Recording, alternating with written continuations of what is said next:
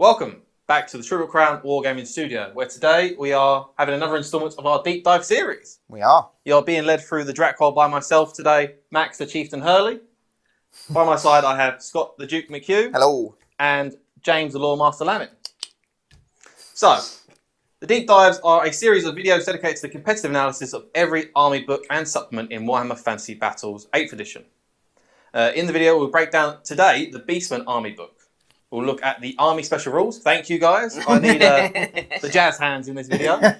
We'll look at the army special rules, their gifts of chaos, their specific lore of the wild, the unique magic items, and analyse each special character and unit choice of our dedicated competitive rating system. If you're looking for the ultimate guide to building a competitive Beastman army, then you come to the right place, really. Indeed. Yeah. So let's get started. Contents-wise for this video, so we're going to break the video down to 5 distinct sections. Firstly, we'll outline how the rating system works. Then we'll go through the army-wide special rules. And then we'll go through the special characters and the actual units of the army themselves. Followed by analysis of the army-specific magic items, their gifts of chaos, and their lore of the wild.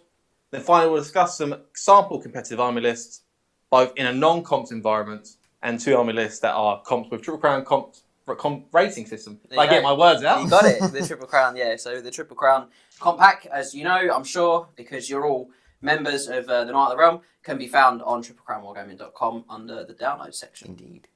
And so then, without further ado, let's deep dive.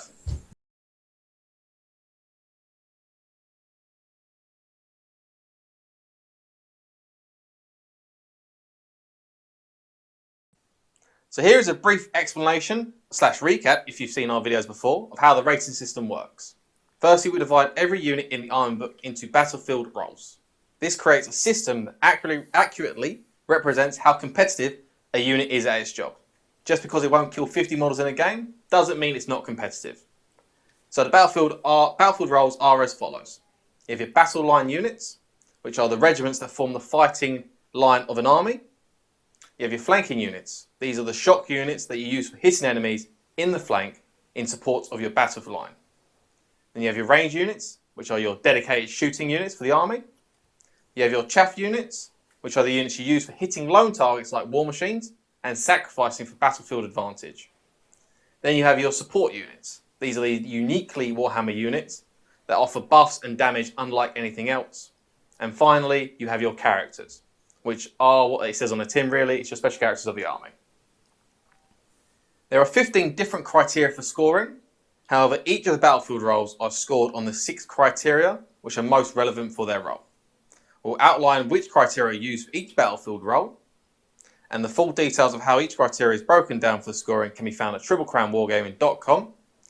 This link is posted below the video too. It's pretty in-depth stuff and well worth checking out to better understand the deep dive content and to help you think critically about your army's units. Yeah, definitely. Each criteria is worth up to 4 points, given a total of 24 possible points that you could achieve for each unit. The higher that number, the more competitive the unit is at its job. The criteria for each battlefield role are as follows. Change the page quickly. So we have battle line units are scored on their strength of attacks, their number of attacks, their special rules, their command options, their survivability, and their cost. Flanking units are scored on their strength of attacks, their number of attacks, their special rules again, their maneuverability this time, their survivability, and again, cost. Range units are scored on their threat range, their strength of their shots, their accuracy, their versatility, their survivability, and again, their cost. You see those last two quite a lot. Survivability and cost are very repetitive. Yeah. And then we have chaff units are scored on maneuverability, their number of attacks, their special rules, the slot they're in, their survivability, and you guessed it, the cost. And then support units are scored on their maneuverability, their special rules, the synergy with the army, the risk of the unit itself, the survivability, and costs. And lastly, we have special characters, which are scored on output, special rules, synergy with the army again, their risk, their survivability, and their cost. A handy tip with deep dives in general is if your unit scores more than 18 or more, it's a pretty strong It's a compared to beefcake choice. Yeah, it's very good. You love a bit of 18 which plus. we're hoping, with fingers crossed, we're going to see in the Beastmen, but we'll see what's going to happen. Yeah. I wouldn't hold your breath. I'm concerned. So then now we'll move on to the Beastmen special rules.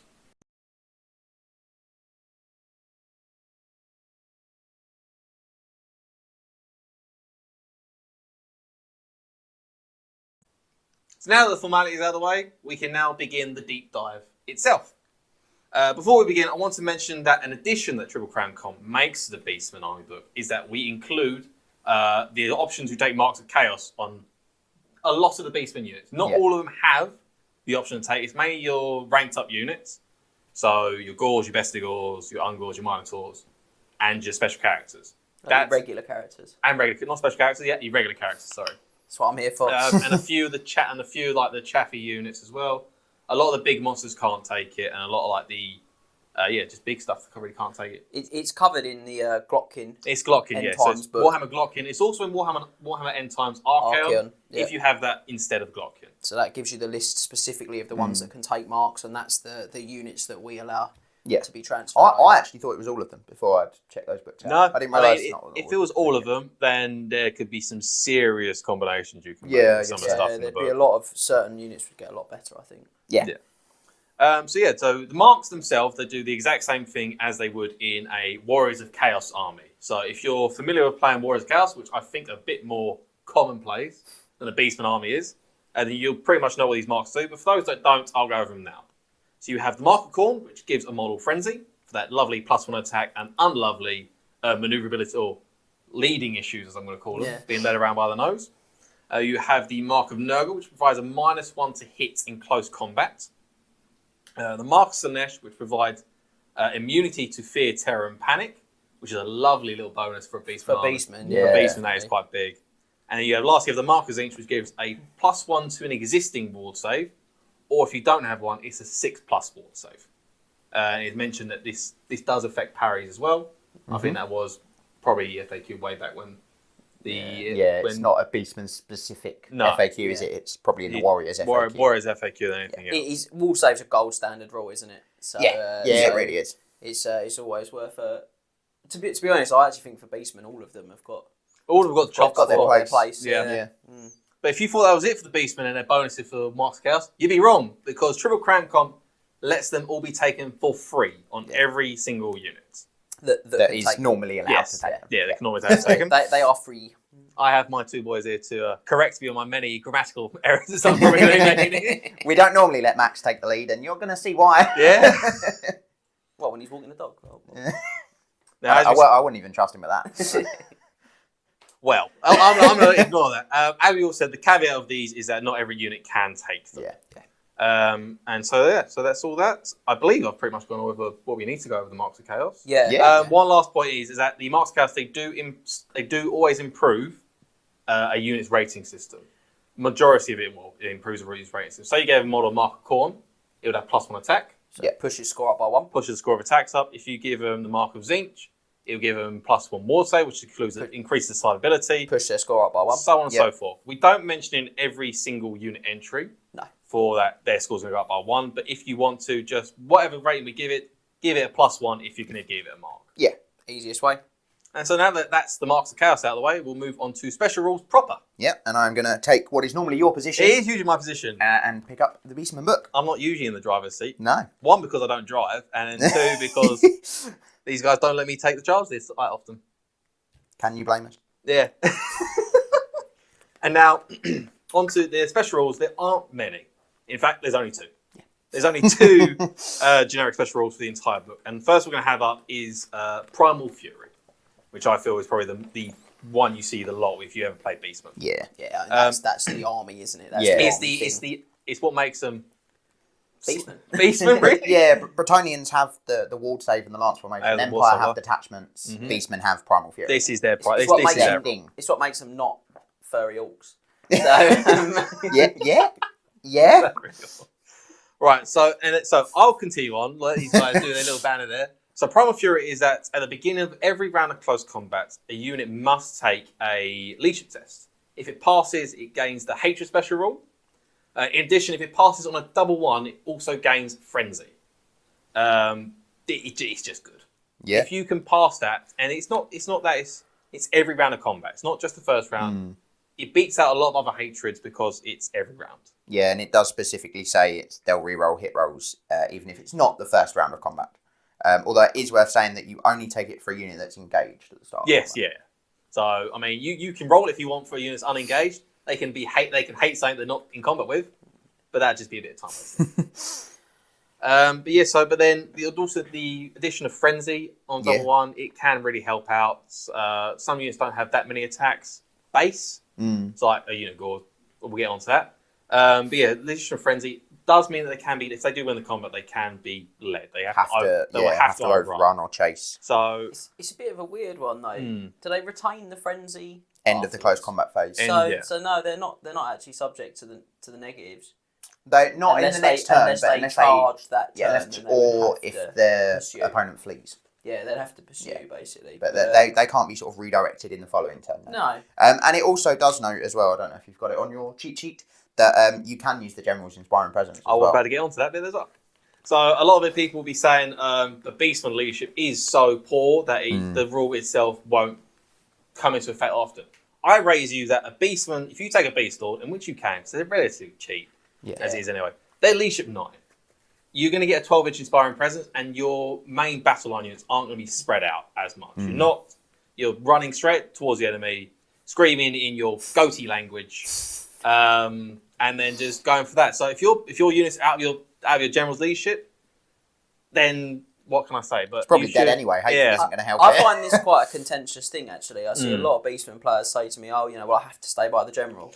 And I'm like, dude, I collect vampire counts. I can't walk if I don't stay by my general.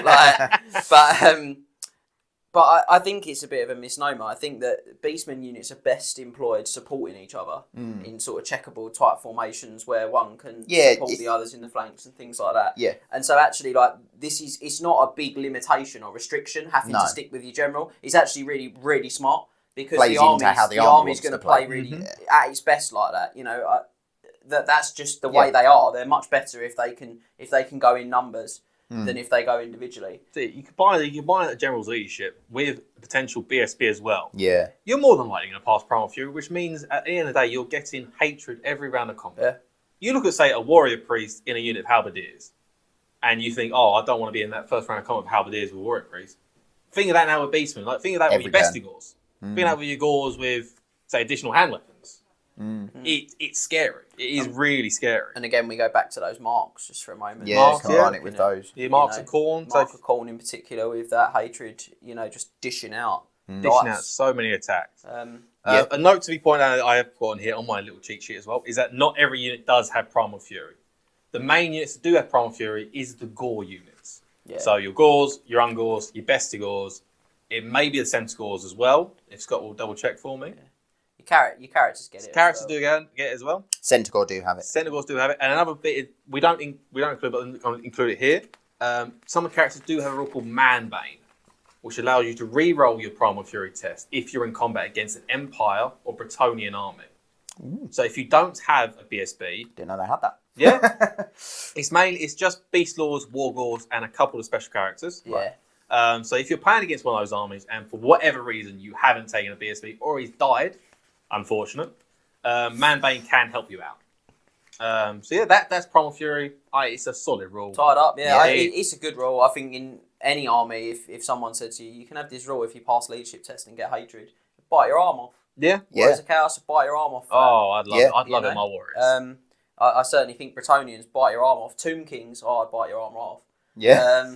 It's bony bits of it. It's worth only saying as well, Razor God Chariots do also have Primal Fury, and it doesn't state that it only applies to the Bestigor and the Gore riding this is one. I think this is the only. It's like same with Tuskors as well. Tuskor Chariots, it affects the model. I believe the wording is it affects the model. So although Razor Gores as a unit themselves won't get it, the Razor God Chariot would get it.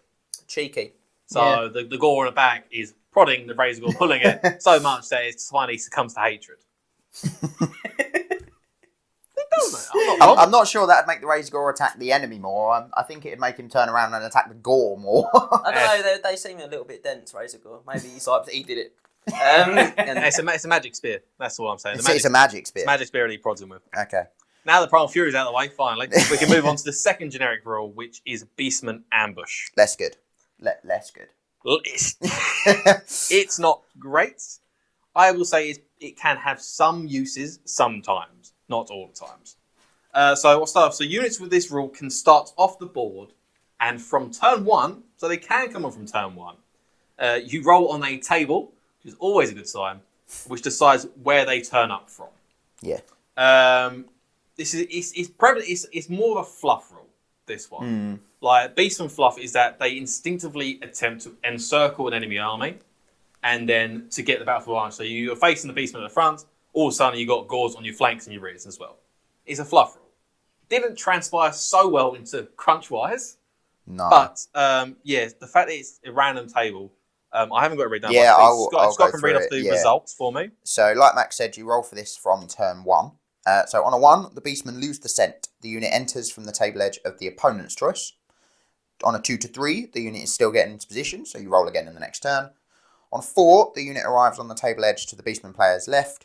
On 5, the unit arrives on the table edge to the Beastman player's right, and there's a little asterisk next to both of those, which, if for any reason it is not possible to deploy the unit on the left or the right, then you count the result as having rolled a 1, so your opponent gets to decide which table edge they come on from. And finally, a 6, the unit arrives on the table edge of the Beastman player's choice, which means that the unit can arrive directly behind it. Can arrive directly behind the unit. Yeah. So you have to roll at least a 4+. Yeah. To even decide where you want to put your units. And if you're on a 1, your opponent is putting it in your back corner.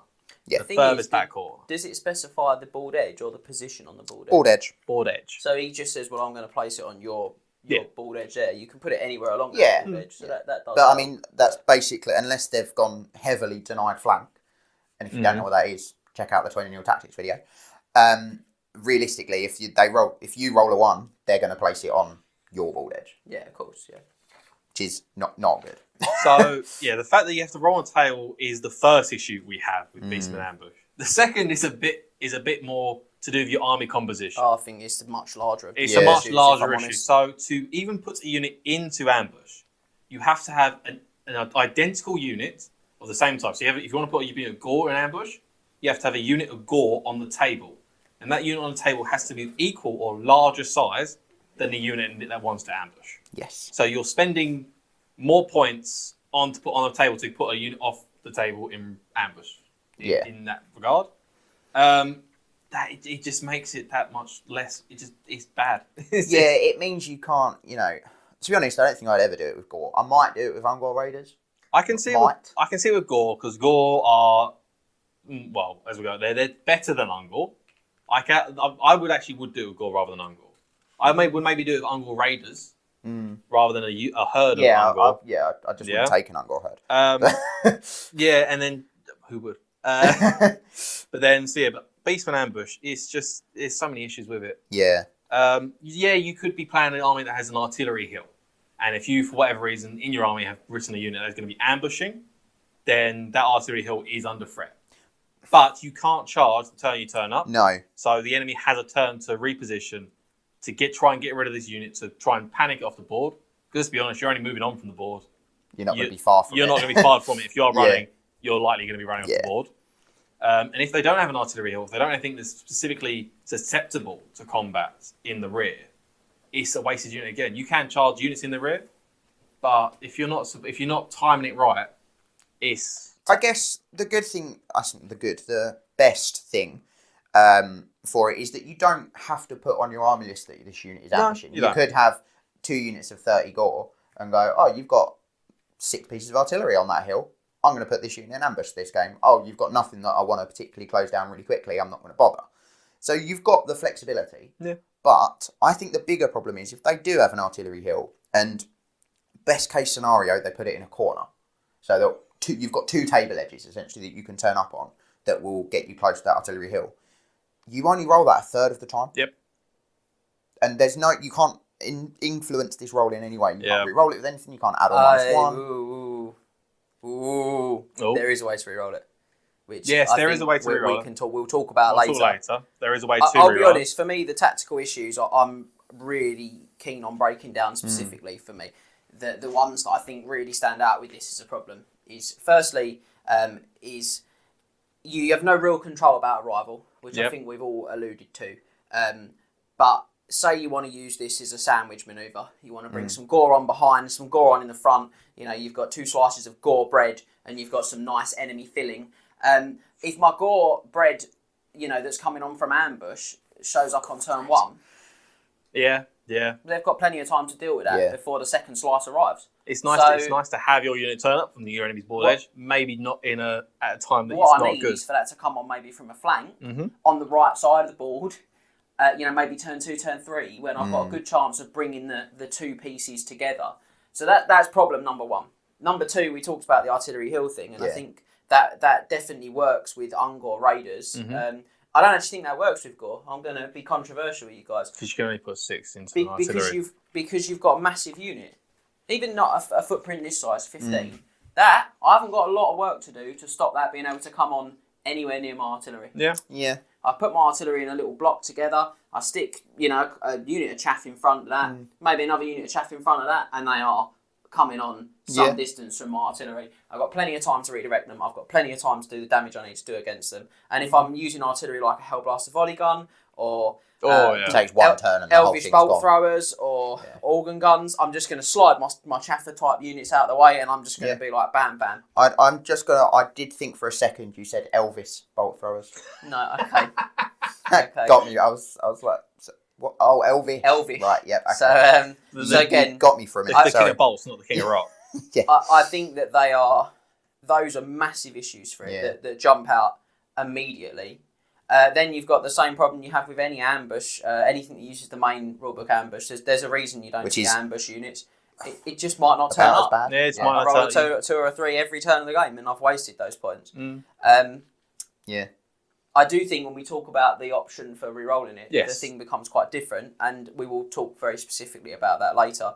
But I think in general, you know, the problems with this tactically... It's unpredictability. ...mean that it's just very difficult. Even if it all goes right, it's really hard to actually maximise the win. The effect. You know, the effect, the damage. So it's massive risk, limited reward.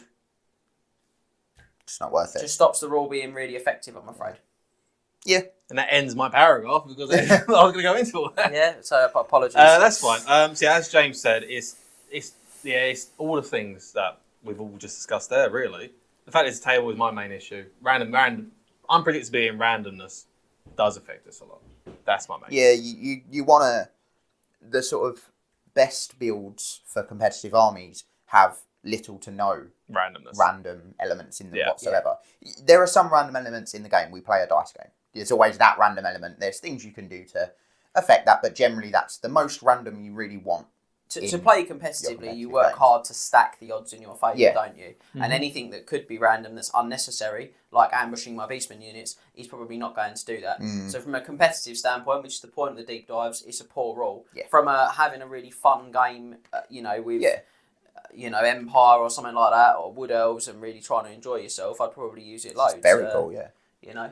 Yeah, it's just you don't use it. I've never seen... I've played against Beastmen a few times, and I've never seen them ever use Beastmen Ambush. Can you... did the characters have Beastmen Ambush? Characters can't join Beastmen. I think it specifies in there that characters cannot join. I think it's right at the bottom. It specifies that... if you want to ambush your characters... Well, they might not actually have the rule. But well, that could be a thing as well. They might not have the rule. No, they don't. They don't. Okay. There we go. That's a shame. I was going to say I might just ambush like a Beast Lord or something. On his own. Yeah. Just charge some artillery. Just cheap as cheap Beast Lord. War on flying carpet. Just like super cheap, like character. But we should stress. But you can't. You cannot. So don't do that. In a world where Scott lives in, you can do that, but I wouldn't suggest doing it. Well, no, because it's illegal. Because it's illegal. But that concludes the 2 special rules that Beastmen have as an army. Yeah. So now we'll move into special character and unit ratings.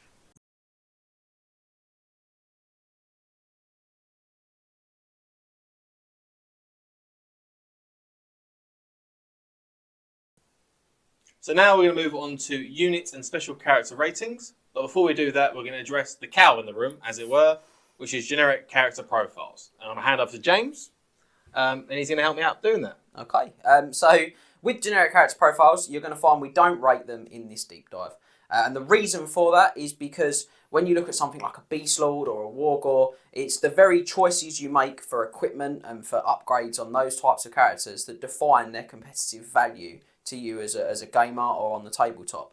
But never fear, we do still have ways for you to have your own character builds rated. There's 3 things you can do. You can start by checking out the competitive character series. In fact, I know that right now there is one for the Beast Lord, and that's you'll see there our recommendations for really good quality Beast Lord builds. Alternatively, you can put together your your generic character build. You can head over to triplecrownwargaming.com, and on there you'll be able to check out the rating system that we use in these videos. Take the special character rating system portion and put your character's equipment and profile through that. That'll give you a score for that specific build that you've put together. And the final option is, like many people take up with us, is you can drop us an email as the triplecrownguys@gmail.com. Correct. Well done. Gets it. Or you can pop it across onto our social media platforms, drop us a message or sort of put a comment on this video, and we'll try to feature it in a future video or drop you an email back. Whatever we can do to help you with your generic characters. Thank you, James. With that out of the way, we're now going to divide the army book units into the respective categories and give them the competitive score. Remember, if we feel that a unit could be used in multiple categories, we'll put it in multiple categories. So we'll start with battle line units for the Beastmen, and they are the Gore herds, the Ungore herds, the Bestigore herds, and the Minotaur herds. Lots of herds. A lot of herds. A lot of herd of angry cowboys. I don't know if you've heard. Oh, God. It's going to be all day, every day. So first up is the Gore herd, which comes with a competitive rating of 9 out of 24. We get there with a score of 1 for strength of attacks, 1 for number of attacks, 2 for special rules, 2 for command options, 1 for survivability, and 2 for cost. They are the main mass of a Beastman army. They're going to be your main core choice. Yeah. Unless you're going chariot heavy, they are going to be your main core choice for your army. Does that make them a solid battle line unit? Maybe. So strength being only 3 is a letdown. They have toughness 4. Toughness 4. The way I look at them, I look at them as if they're a marauder from the Warriors Chaos army with an extra point of toughness. I think that's the only difference that there is between a marauder and a Gore. They're not survivable at all. They start with no armor. No. And you have to, and if you want to, you have to buy the shield. You can't even buy armor. No, it's a point for a shield. Point for a shield, yeah. It is worth saying, actually, they get a 9 out of 24, is it you said? 9 out of 24, If you purchase them the shield or the additional hand weapon, which are the 2 options, either one, you would push them up to a 10. Up to a 10, This is their base. Yeah, personally, I think you would purchase one of those. Yeah, I think either one is good in its own way, depending on what you want them to do. I think you'd use them very differently. Yes. Yeah, and obviously, don't forget you can purchase them the mark as well, or give them a mark for free in the Triple Crown comp system, which will push them up again. So about an 11. So if you give them all the options, you can get them to an 11. Which is all right for what they are. I mean, they're just a core battle line unit. Yeah. I think the marks go a long way to helping the Beastman units like this. They do. So say, as we mentioned, in the special rules section, you can give an extra hand weapon and a mark of corn for 3 attacks. So that's really that's punchy. which level of attack numbers they're at. A higher toughness. Yeah. But a lower initiative, low weapon skill. So they're not exactly which level. I think they're the same weapon skill, actually. I think witches are only 4. I believe 5. No, I think they're 5. Elite elves are 5. Okay. Most elite elves. And then if you give them the shield and you give them the mark of Zinch, they obviously get a 5-up parry save in combat. Not much help outside of combat, so it's only a 6-up board save. But if you have that shield, you've got a 6-up.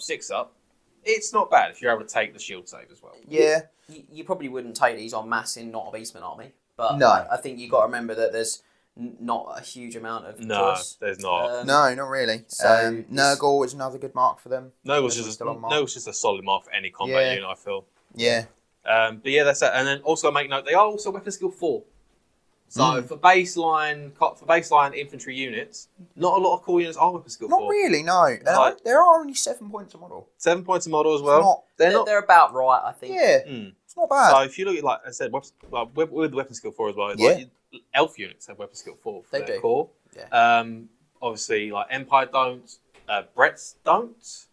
Do their Knights of the Realm have weapon skill 3 or 4? That's Knights of the Realm are 4. 4 Knights and Errant are 3. Yeah, so 3. Look, I think that they're just your fighting mass. Really, if you want to take blocks, a block heavy Beastman army, you definitely are going to have to take some gore. And I think actually we've done a pretty good job of giving you quite a few different options for them. Marks and Lesh is also nice because they are only leadership 7. Yeah.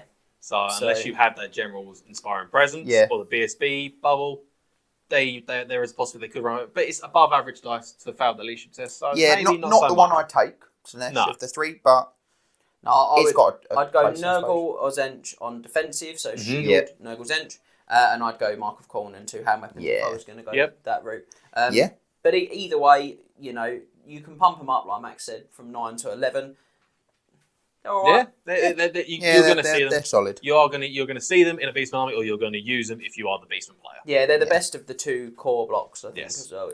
By a long way. Speaking of the core blocks, we're now going to move on to Ungor Herds, which come with a rating of 8 out of 24, so 1 point less than a Gore.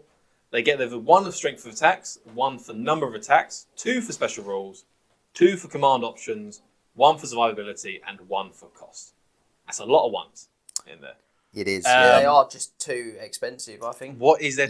What is there to say about these guys? Really, that they're not as accurate as a Gore. They're only weapon skill 3. Not as tough. They're not as tough. They're only toughness 3. They're not as brave at leadership 6, which is really bad for a core unit. And they don't have the options. The lack of a 2-hand weapon option, I think. They do come with a shield. They do come with a shield, and you can take a spit if you want. You can take a shield. Yeah. When putting together this deal, I was trying to think of any utility you could have for an Ungor Herd. The only one I could think of would be a wizard bunker at the back with your, say, level 4 or a couple of level 2s in it. Yeah. It's not great. They're maybe still a little bit too expensive for a bunker unit. There's not a lot of... If you're comparing a Gore to an Ungor... Just take a Gore. Yeah, I just think these guys are a point too expensive. I also think it's worth saying, are they on a 20 or a 25? 20. So their smaller base does help. I suppose you could possibly... do like a bus with like a really choppy character in the front row, maybe like a sort of a bit like you might use skeletons. Yeah, but then the characters on 25s, aren't they? So they are. They have to go on the edge of the unit. So it's going to be really weird. So no, leave them at home. There you go. It's mark wise. I'd probably go Slanesh. I probably wouldn't take them up because I'm not taking them in the army. I mean. If I was pressured, I'd take Zench because they come with a shield. They come with a shield, yeah. I mentioned that as well. But then I wouldn't be able to buy them a spear, would I? Because they wouldn't get their parry saved. No. So no. I wouldn't. I would just not take them. I just think they're rubbish. So just don't take. Just take. Yeah. Just don't take them. We'll move on to our next battle line unit. Which is the Bestigor Herds, which come with a solid rating of 15 out of 24. They get there with 4 for strength of attacks, 1 for number of attacks, 3 for special rules, 4 for command options, 1 for survivability, and 2 for cost. And I'm going to turn to Scott for his favourite saying in the entire world when it comes to Bestigor. They're the Bestigor. They're the best a Gore can get. And they are better than the rest of Gore. It is absolutely disgusting. You love it, you know you love it. That is worse than anything I've said all day. It isn't. So far. You're objectively wrong. So far. You're objectively wrong. So Bestigor, I like Bestigor. I like their models. I like their lore. I like how they work in the game, to be honest. I like that they're the best a Gore can get. You need to stop. I'm going to ask you to stop going on about this now, yeah? It's just something about, for me personally, I'm just going to how I like great weapon wielding infantry blocks. I like, your great swords, your Bestigor, your white lions. You like seeing white lions? I don't like seeing them. I like great weapon wielding infantry, and they happen to be one of them. Swordmasters? I'm sure you much prefer seeing Swordmasters. I wouldn't if I was a Beastman. But as with all Beastman infantry, they can be slightly underwhelming, unsupported, without any upgrades or anything like that. Yeah. They are still able to score 4. The initiative doesn't matter because they're going last with great weapon. Only 1 attack really does hurt as well. Yeah. Can be offset with Mark of Corn if you want to take that. I wouldn't. It's a risk though. Having them frenzied all the time. Nurgle. I would always go Nurgle. Yeah, 100%. As a combat block, I always take Nurgle on all my combat blocks. And they're the only unit in the entire book that can take a magic banner. Apart from the BSB, they're the only unit that can take a magic banner. Yeah. Which is why their command options are quite skyrocket. It's a 4. Yeah. Like a full command with a banner that can be 50 points or more. Yeah, that's the gold standard. They use the gold standard on magic them. banners, And also, as a little bonus, like some rare champ choices, they can take 25 points of Gifts of Chaos. They can. Not magic items, the gifts, which is a separate section for gifts. Yeah. Not as much utility with a magic item, but it's a nice bonus. Depending on what you take. Yeah, I high elf champions can do this quite a bit, and I often think it's a bit of a trap. You sort of end up spending loads of points on this one wound guy who's not that tough. But I think you're right. I think it's good to have the options. What really stands out for me with these guys actually is I really like the despoilers rule. The spoilers rule is good, yeah. I think that's a nice little bonus. So I was going to paraphrase it, but Scott's going to read it. I might be able to do it myself, or Scott wants to read it in full. I have it here.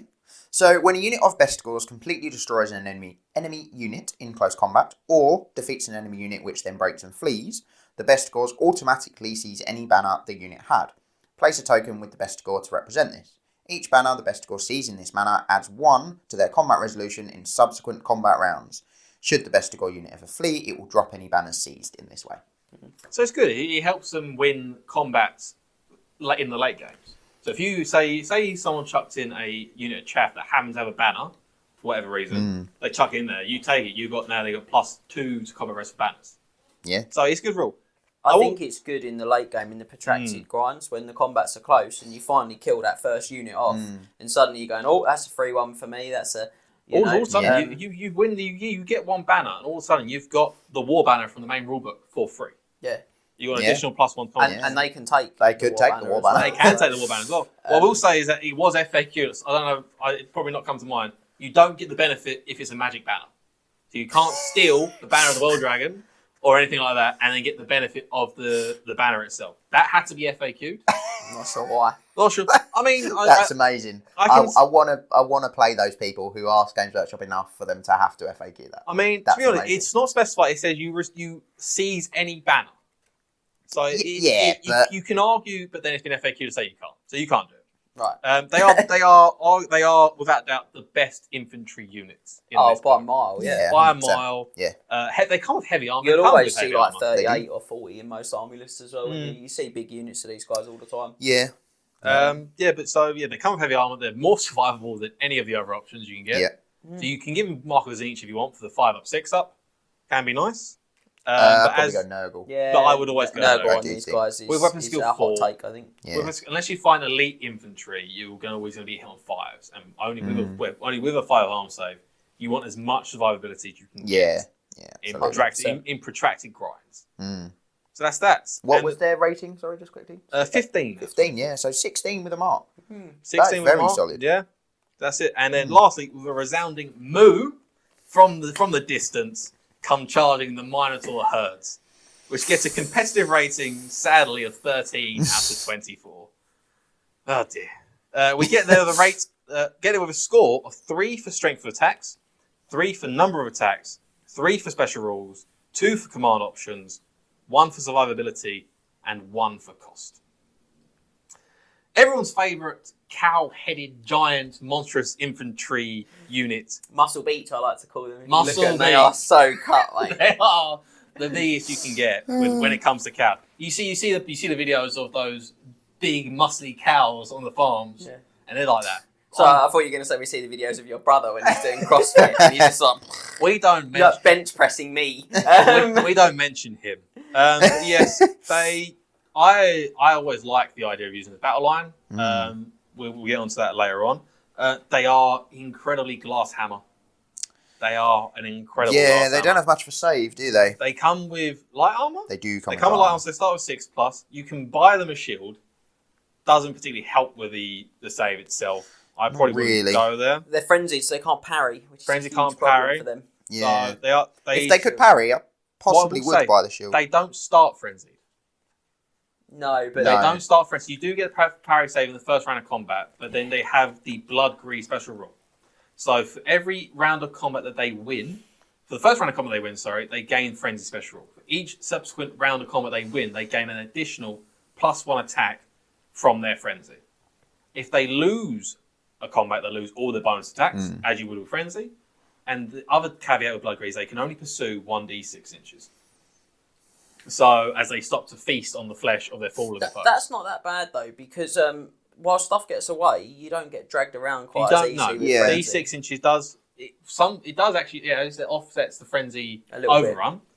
But yeah, so you can give them with the marks. I'd probably go Nurgle. I'd probably go Khorne. I mean, they're going to get frenzy. Yeah, but you start with it then, didn't you? So they're immediately tagging on. I don't know. I'd probably go Nurgle. I don't think I'd go Khorne because of it's basically a waste. Realistically, you're getting it for one round of combat, because if you don't go in and win, you're probably going to die. So I mean, the Mino bus is something you do see. The Mino bus is real. The Mino bus is real.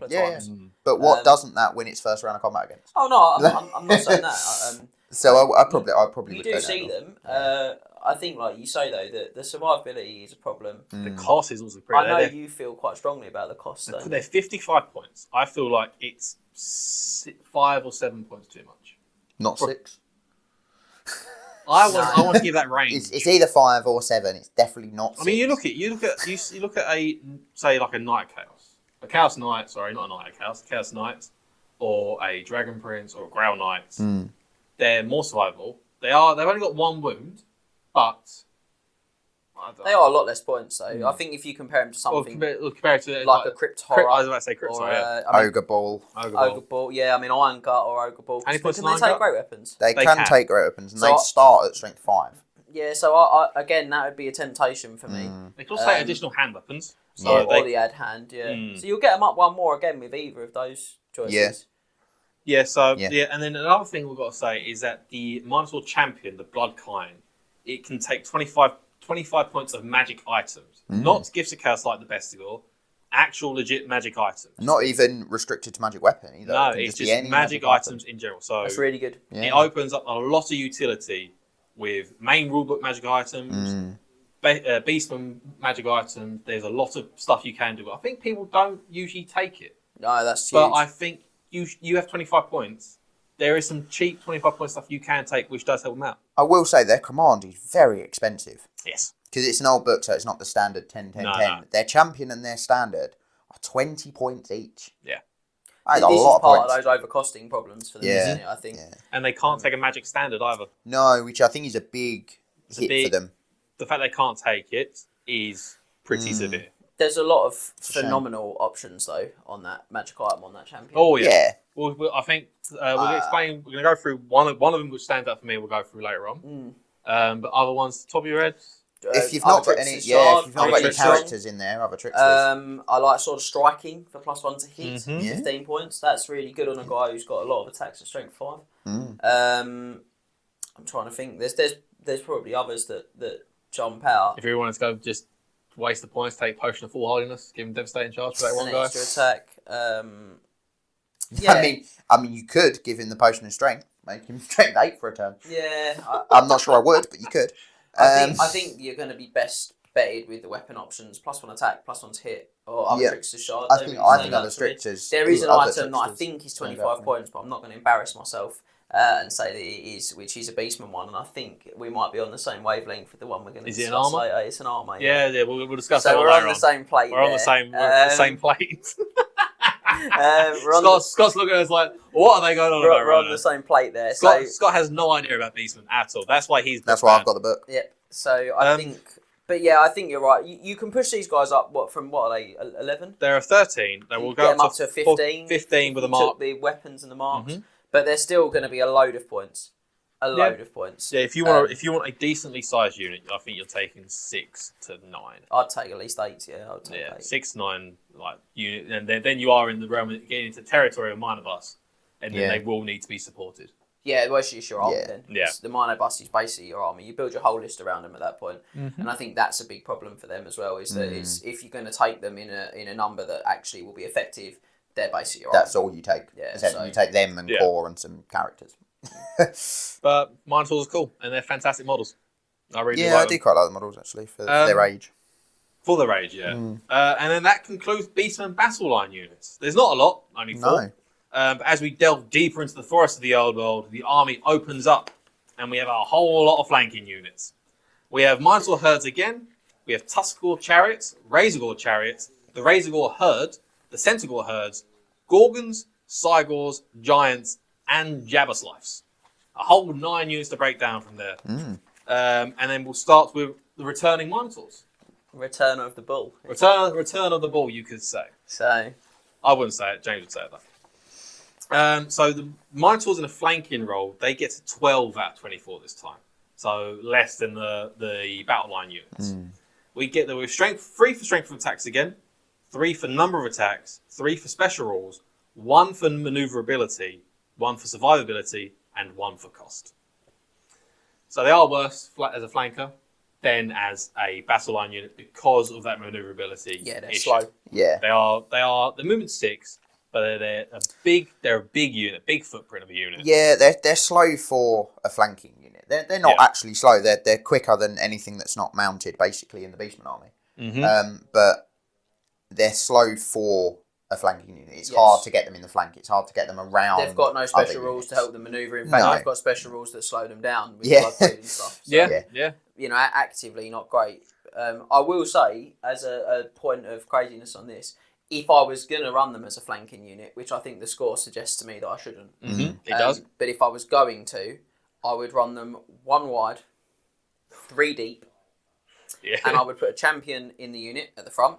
I'd almost certainly give him the other Trickster's Shard. I'd probably even maybe go bold and go Great Weapon. I'd be looking to get him in the side of a regiment so he's touching the corner of an enemy character's base.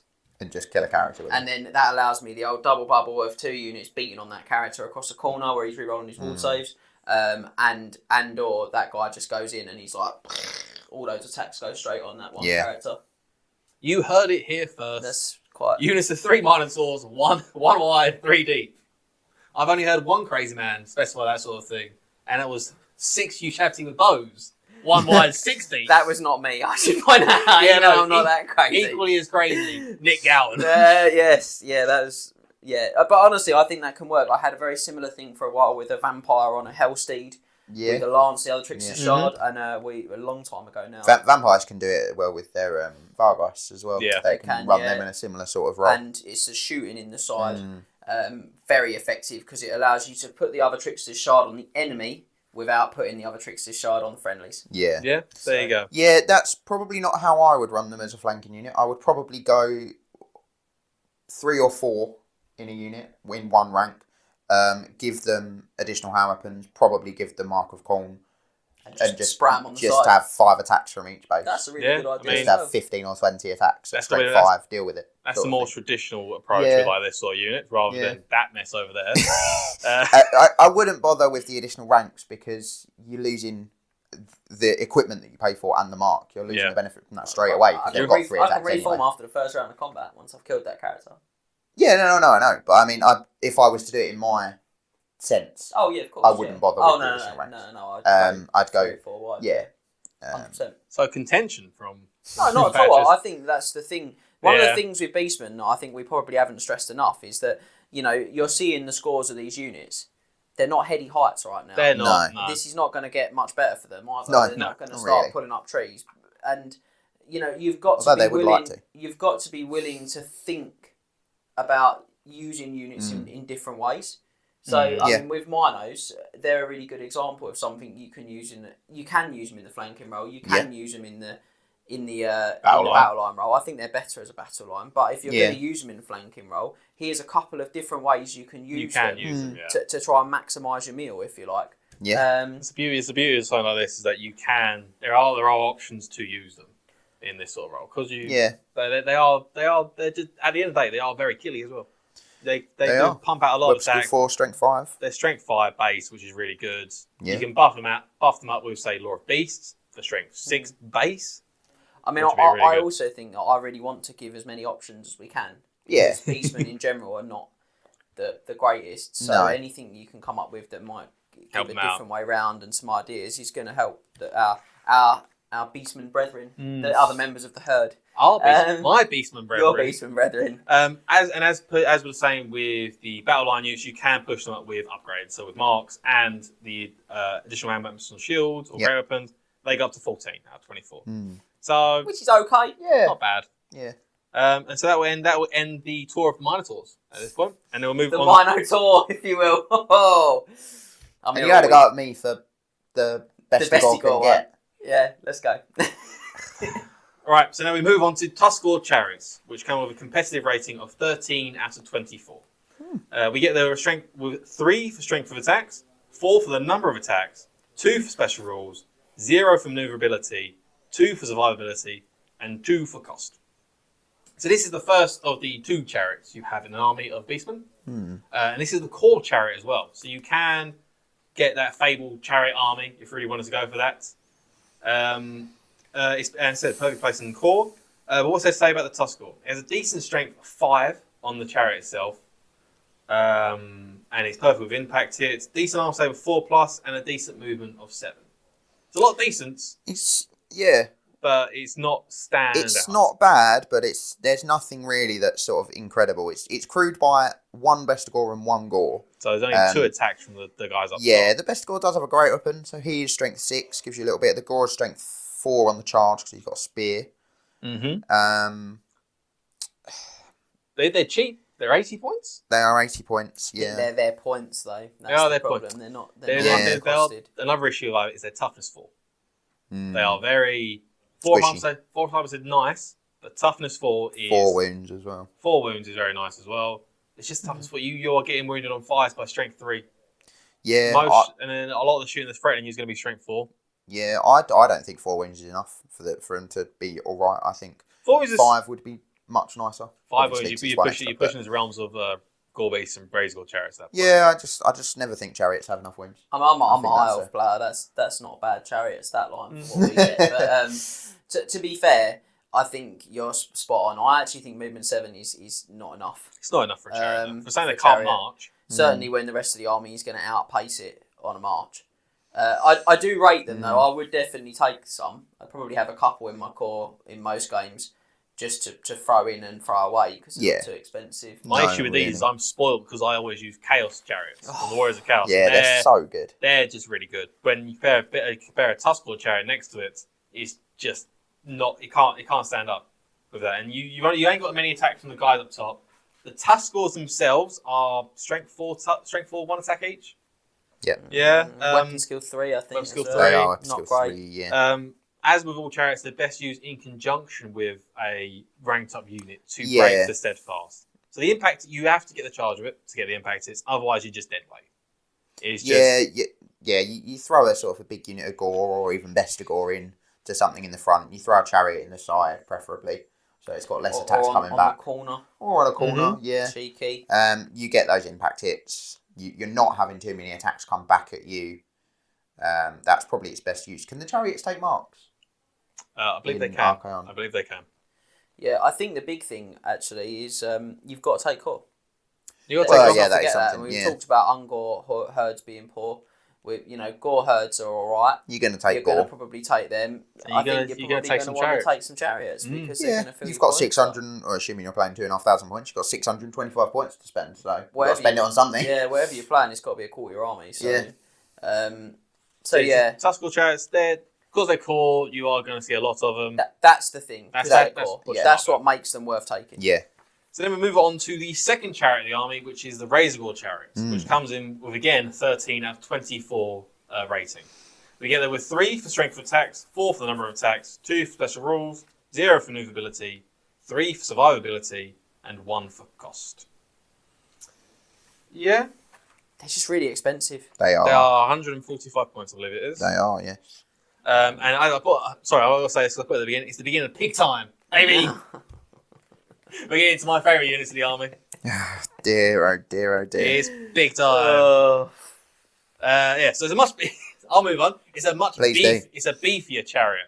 It is. Tuskor. It's a lot beefier. It's tough. It's got an extra point of toughness. Extra wound. An extra wound. Same arm save, so it's 4 arm save. And it has a Razorgore on the front of it rather than 2 Tuskgores. It does, yeah. And Razorgores are just phenomenally just good on the charge. Also strength 5, strength 6 on the charge because of their thunderous charge. 3 attacks. 4 attacks for Razor. Yeah. So they basically are up. It's definitely an upgrade. I'm just not sure it's almost double the points of the core chariot upgrade. Yeah, so, and out of my special slot. core. Yeah, it is special. Crucially. Again, you can take mark of chaos on them, and as Scott said, Primal Fury would affect it. So the Razorgore with 4 attacks will get hatred. Yeah, very silly, but yep. So well, you get your beast, you deal with what you use what you got. I think it's better in sustained combat because it has more attacks from the mount itself. It's tougher as well, isn't it? It's tougher, more wounds. I'd still use it in exactly the same way as we discussed using the Tuskgore. Throw it in with something to get those impact hits, to break through something on the charge. You want to keep charging with it. All its rules are about charging. But basically, if you drop a Bestigore though, and that you get 2 Tuskgores. Yeah, you do. Yeah, and you have to spend the points on the core. So I'm not saying you'd always take them. No, but I think you're right. I think the way you use them is exactly the same. I'm not too keen on chariots grinding. I know Warriors of Chaos have stupid chariots that can grind, but I'm not super keen on it. He's definitely the better of the 2. He's better than 2 chariots. But as Scott said, pretty much all the pros and cons of the Tuskgore will apply to the Razorgore. Yeah. And as James said, you can get almost 2 Tuskgore chariots at the price of 1 Razorgore chariot. Yeah, but if you're looking to if you're playing with Triple Crown comp and you're looking to ignore Tuskgore chariots after the 3rd, then you want more chariots. This could be an option. Yeah, it could be a way around that composition pack option. Or Highlander. Yeah, I suppose. So that's Razorgore chariots, and now we go the whole hog with the Razorgore herd itself. Oh my! Oh dear! I'll tell you, mate. After this, you're getting the chop. Just because this is what I have to put up with, ladies and gentlemen. I'm sorry. After some of the peasant puns you made in your Bretonia deep dive, they were very unpeasant. I've got to be honest. Look, she was fantastic. That Enchantress. I wish I hadn't brought anything up now. Razorgore herds. They come with a competitive rating of 13 again out of 24. Lots of 13, aren't they? A lot of 13. Skaven, yeah, might be Skaven. So we get there with 3 for strength of attacks, 4 for the number of attacks, 1 for special rules, 1 for maneuverability, 2 for survivability, and 2 for cost. Who doesn't want an entire unit of angry mutant pigs? I certainly do, and I know these guys have heard me go on about how I want a unit of 18 Razorgore in my army. I just want to see him spend that much money. On one unit. I mean, we worked out the cost of that unit in money-wise is the exact same, pretty much the exact same as how my Beastmen army cost me to get that together. It's a lot of money. But what does this say about Razorgores themselves? There's 4 strength 5 attacks regularly, 6 on the charge, which is really good. 3 wounds apiece. They can be very devastating. They can be devastating if they get a charge. A lot of people use them as a chaff, but we'll get onto that in a bit. But we're talking about ranked up Razorgore herds, which you actually go on about saying it's actually a pretty good choice. I think they're terrifying. Yeah, I mean, I saw a guy a long time ago. I want to say somewhere like South Coast GT, maybe 7-8 years ago, and he had a regiment of 8. And it was just horrifying, the damage he was putting out. Yeah. And I think the big thing to bear in mind is that the Beastmen have access to 2 laws of magic that really, really synergise powerfully with Razorgore, and that's the Law of Beasts and the Law of Shadow. Yep. And these guys, they get +1 to cast, well, -1 to the casting value of Law of Beasts. Law of Beasts. When you drop it on them. 1 Wissons, these guys are strength 6, toughness 5. Toughness 6, sorry. Toughness 5 base. Wow.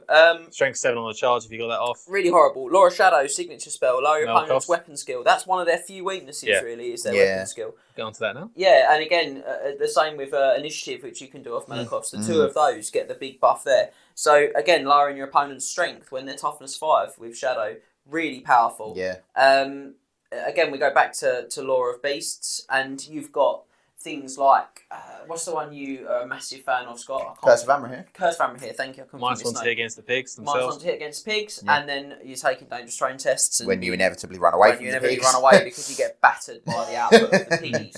So those little piggies, mate, I'm telling you, they are going to market. They went to market, baby.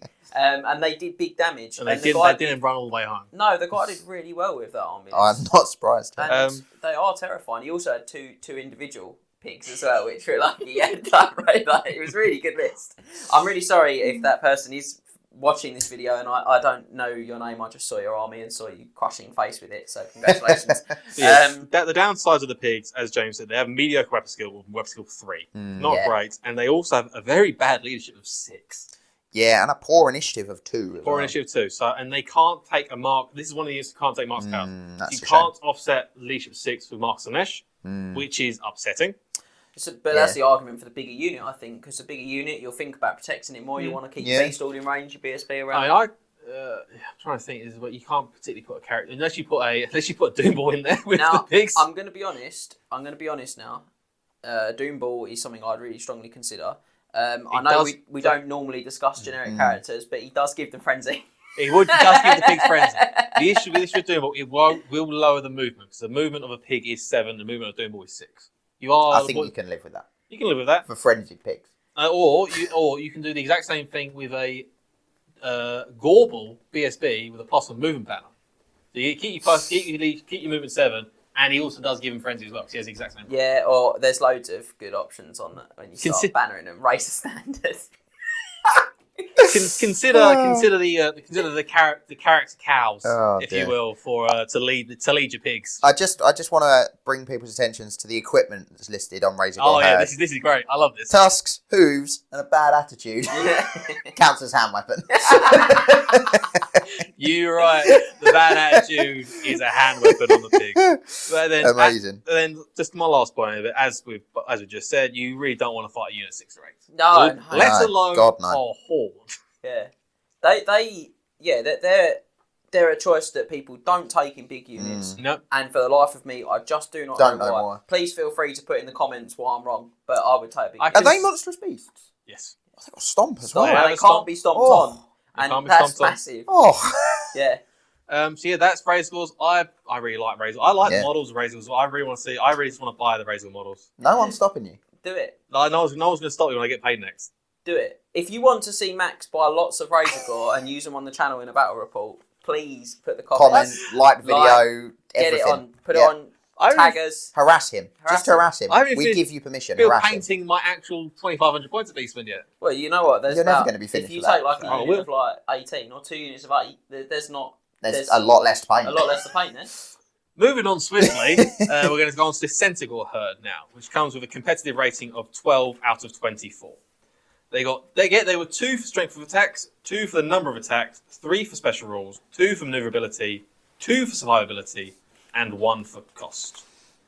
They're very expensive, aren't they? They are quite. They're the only cavalry units in the book, because they have a rule in their page of the rules that they count as a mounted model.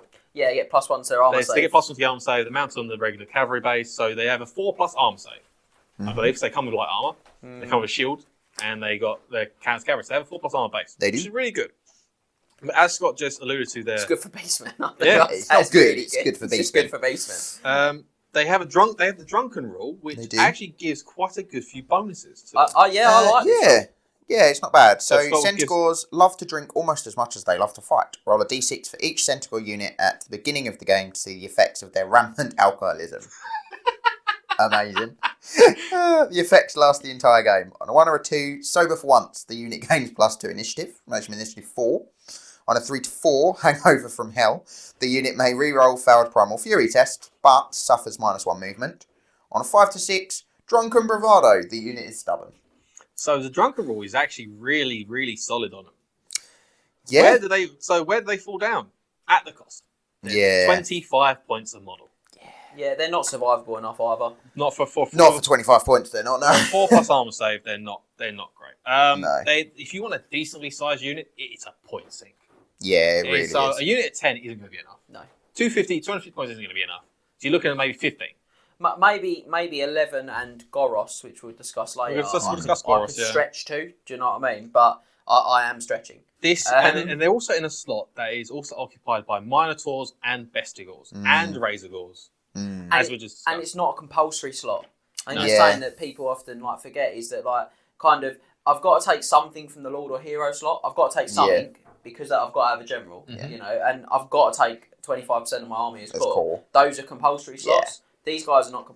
I don't have to take any special. I mean, if you play Tomb Kings, you often don't take special choices. Do you know what I mean? No. They do have options they can take. They also can take the Marks of Chaos, which bump them up to 13 out of 24, and they can also take a great weapon, I believe. They can also take throwing axes. Throwing axes could be a good choice because they may give them a 6-inch strength 5 shooting attack. At Ballistical 3, I want to say Ballistical 3. It's not bad. Strength 5 is really good for it. The strength 5 is good. Yeah. It just ups their costs and it makes them into a unit that doesn't want to be in that role at all. Yeah, I think you'd have to play them quite differently. I think you'd have to use them still flanking, but I think you'd probably want to take maybe 6 or 7 in a regiment. Maybe take 2 of that sort of size. Move them around the flanks, chuck the axes. Then maybe turn 4, turn 5, turn 6. Throw them in late game in the flank, do the damage. And I'd probably keep the spears at that point. Yeah, I wouldn't take grapples either because you will lower your sort of survivability in combat. Yeah. You go down to a 5+ save, which is... You go down to a 5+ save in total because they replace their spears and shields. Oh. They're really poor. With the great weapons. Yeah, leave them on. Senegals, they're a cool unit. Just probably look somewhere else for something with your special slots. They're one of my favourite Beastmen models as well. They're really nice models. You don't see them a lot. They're lovely on the shelf though. Get them in your cabinet. Get them painted up real nice. And just put them on display. Yeah. And then after the Senegals, we're going to move into the first of the 4 monsters of the army. So, we'll now move into the first of the monsters of the army, which is the mighty Gorgon. Get your Gorgon. Get your Gorgon. Why is no one doing it? You're a disgrace. We rehearsed the dance and everything. He likes to feel like you are an abject liar. He likes to believe that we scripted that, but no, that's just all him. That's all of his own vitriol. They sold me out. You sold yourself a dream. You people make me sick. So anyway, the Gorgon comes in with a competitive rating of 17 out of 24. Dizzying heights for the Beastmen. Yeah, it's the highest of the Beastmen. Highest, yeah. So we get 17 with 4 for strength of attacks, 4 for the number of attacks, 3 for special rules, 1 for maneuverability, 4 for survivability, and 1 for cost. He is very expensive. He's very expensive. He's very self-sufficient. He is. For his expensive. He's leadership 10 and stubborn and can cause a lot of havoc. He has 6 attacks with a thunderstomp, with frenzy, and blood greed like the Minotaur. So that frenzy can be further increased up to... It doesn't actually give it an upper limit. I assume it's on the Minotaur page, so I'll have a quick look. I don't believe my blood greed has an upper limit of how many attacks it can generate, but... No, and the rulebook says that attacks can go above 10. So there we go. So the Gorgon, as long as it keeps winning combats, it keeps gaining attacks. Yeah. Each time it is on the winning side of a round of close combat. Model gains an additional attack. It's nice actually as well because with blocks and things you can build up your combat score there. Yeah, it's good. If they want to use a chaff unit to block your Gorgon off, it's just they're just giving them extra attack. It's the free attack for you at that point. But yes, it can also regain its wounds with strength from flesh, which I want to look to Scott now because I haven't got it written down to say the exact wording of the rules, but Scott will now read out for us. Flicking to the page. So, strength from flesh. As the Gorgon chomps the enemy battle line, its flesh flushes red and its wounds reknit. Each time a Gorgon causes a killing blow with its swallow whole ability, it regains D3 wounds that it has lost earlier in the battle. So I'll go through the swallow whole ability. The Gorgon may forego all of its normal attacks and instead make a single special attack at an initiative of 1. This attack has the killing blow ability, but to wound rolls of a 4, 5 or 6 act as killing blow instead of just the normal 6. So yeah, it can get in wounds back. Yeah, it's not the most reliable way of getting wounds back. Which is one of the downsides I have from it on here. I've got the downsides of the Gorgon are its incredible cost, which you have also already said, at 275 points. Yeah. It's a whopper. Yeah, I think it's 75 points too many for me. Yeah, it's got no save. No, and it has no save. Toughness 6 and 6 wounds is good. The sixth wound is prestigious in Warhammer. You don't see many monsters that get the 6th No. But as Scott said, the fact that no armor saves means that poison will mess him up. Yeah, I just think that 6th wound means that he's better against cannons than a lot of monsters, but he's a lot less good against just sheer number of attacks. Right, he's not really different, because he's got no save. At least monsters have like a 6 up even, or probably a 5 up save, an armor save. Yeah. Although strength 3. I just think it means you just have to work out how to use him. You know, he's only 50 mil wide. And I think like I would have 2. I wouldn't have 1. I think it's a 2 or none for me. Yeah, I'm on the end of none, if I'm honest. Okay, I like the Gorgon. I think he's just a bit expensive, and I do think though that you throw him at the enemy, he's very scary. He's quite quick as well. He's quite quick. Moving 7, sorry, 14-inch march. Yeah. You can just turn one, just chuck him straight at your enemy. As James said, if you have 2, 1 on each flank, chuck them straight down the flanks to your enemy, and just watch them have to deal with them. Straight up the guts together, put loads of pressure on your opponent. If they haven't got poison or sort of strength 5 ranged, whether that be magic missiles or shooting, they're probably going to struggle. Let's put it this way: if they're putting the shots into the Gorgon, they're not putting the shots into your Bestigor, not putting your shots into your Gore. And they are the best the Gore can get. Don't shake your head. You were singing and dancing a couple of minutes ago. The Gorgon dance was better than that. It really wasn't. Please put in the comments that the Gorgon dance was clearly better. Be true to yourselves. You know the best. I put to these guys before we began this will be a professional affair.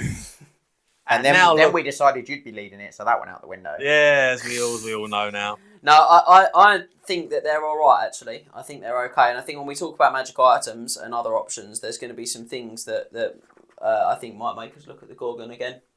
Yeah. So we try to remember doing that. Yeah. So what's next? Now we move on to the Cygor, which has a competitive rating of 15 out of 24. So we get there with 4 for the strength of attacks, 4 for the number of attacks, 3 for special rules, 1 for maneuverability, 3 for survivability, and 1 for cost. A lot of people at home may be saying this isn't the intended role, maybe, or not the role they usually use the Cygor for. I wouldn't say intended because it's still a monster.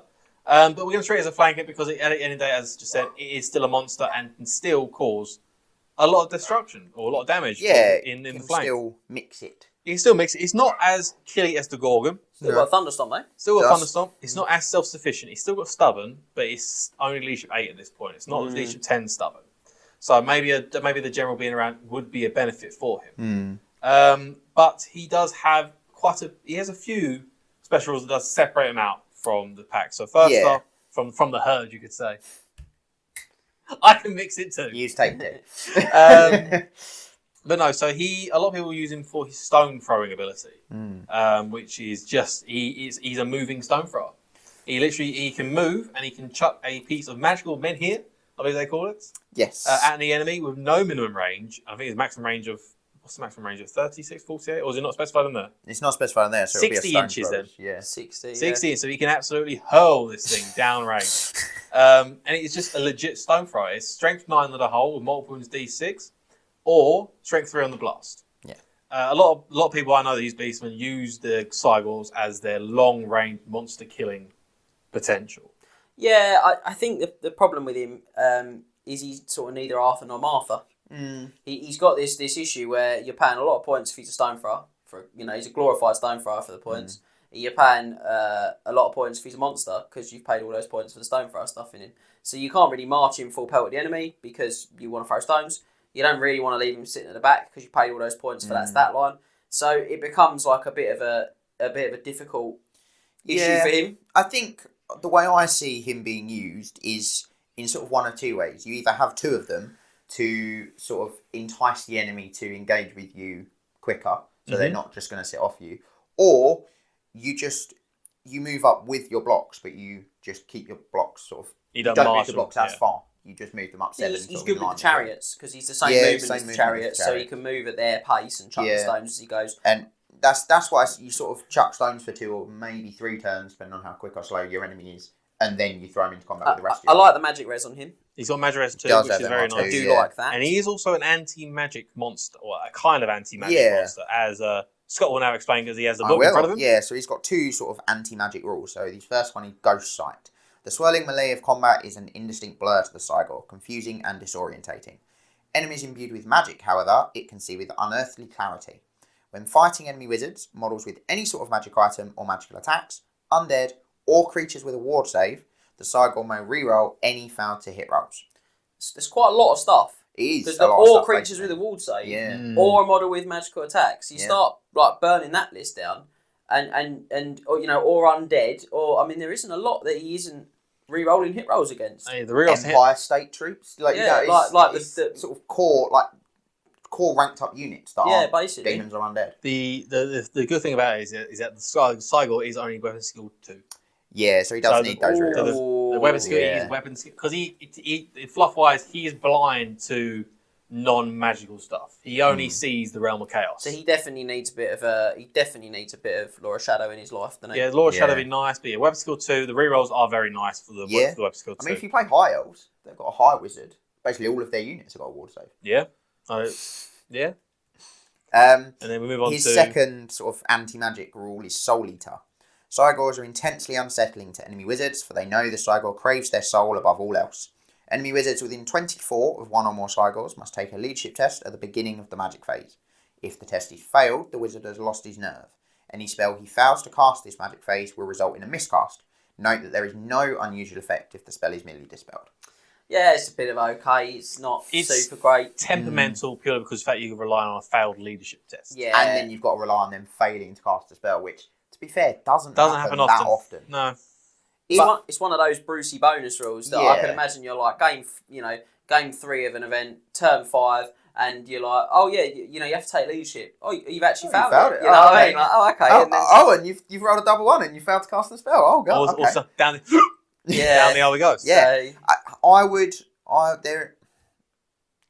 like to have this rule as a bit different. I would like it to be either something like if they miscast, then they roll twice on the table and have both results, or you want to be a bit more impactful, or it's just based on that leadership test. So they just take a leadership test at their own leadership, forget the generals and all that, their own leadership, and if they fail that, they immediately take a miscast. That's what I'd like. I think if I was, we're going to talk about Malagor the Dark Omen, and I don't want to give too much away as we go there, but I actually see Cygors with him as a potential really cool option, and for reasons of Malagor, which we'll try to remember to mention back of Malagor when we get there. Yeah. But yeah, I mean, he's okay. The ward save thing's really interesting. I'm not too familiar with the Beastmen FAQ, so I might talk out of term for a moment here. But it says any model with a ward save. Creature with a ward save.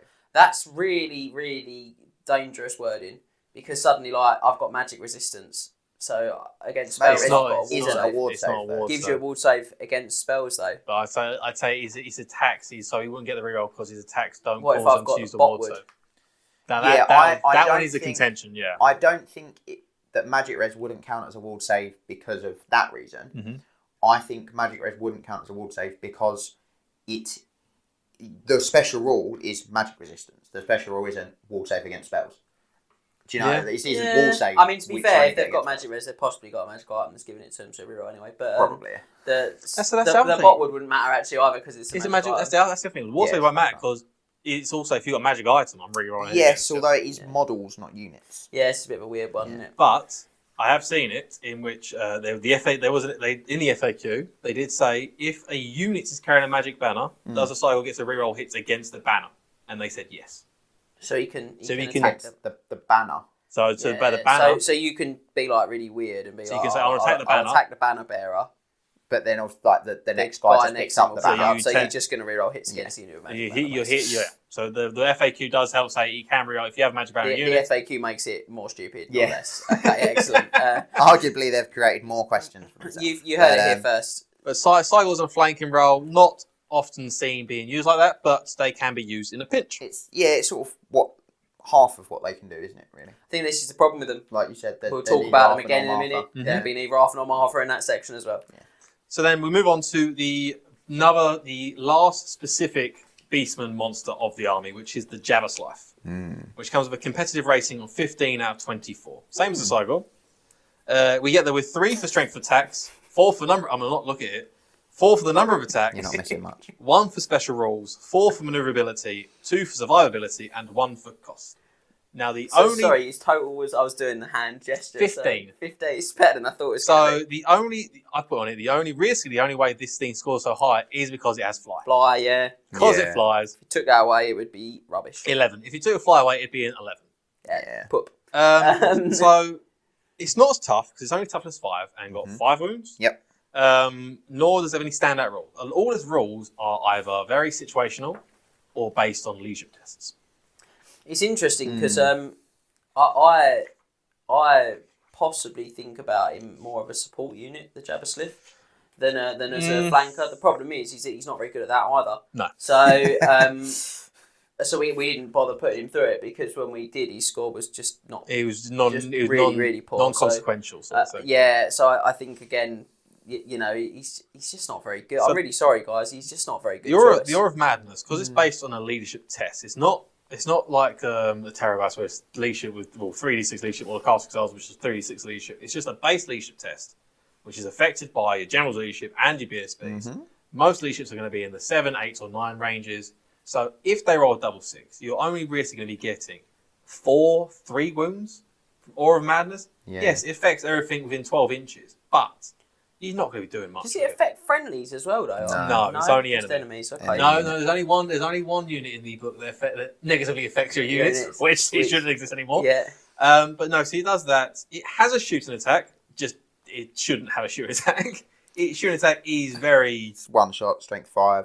It's Ballistic skill 4. Ballistic skill 4, 1 shot, strength 5. 12. So is it his tongue? Yes. Yes. That's a long old tongue, isn't it? It's a slithy tongue. Yeah, so it has a shooting attack, but you really won't be using the shooting attack because you really want to march in 20 inches. Again, if you march, you can't use it. You can't use it. He's just a comedy of errors. It doesn't really make a lot of sense. It's his tongue. You should be able to flick it out whenever he wants, really. And then it has Spurting Bile Blood, which I believe causes a strength 4 or 5 hit. 5. For every wound caused on the Jabba Slythe in close combat, the attacking unit immediately suffers a strength 5 hit, randomised as shooting. So you're probably going to go in... What's this initiative?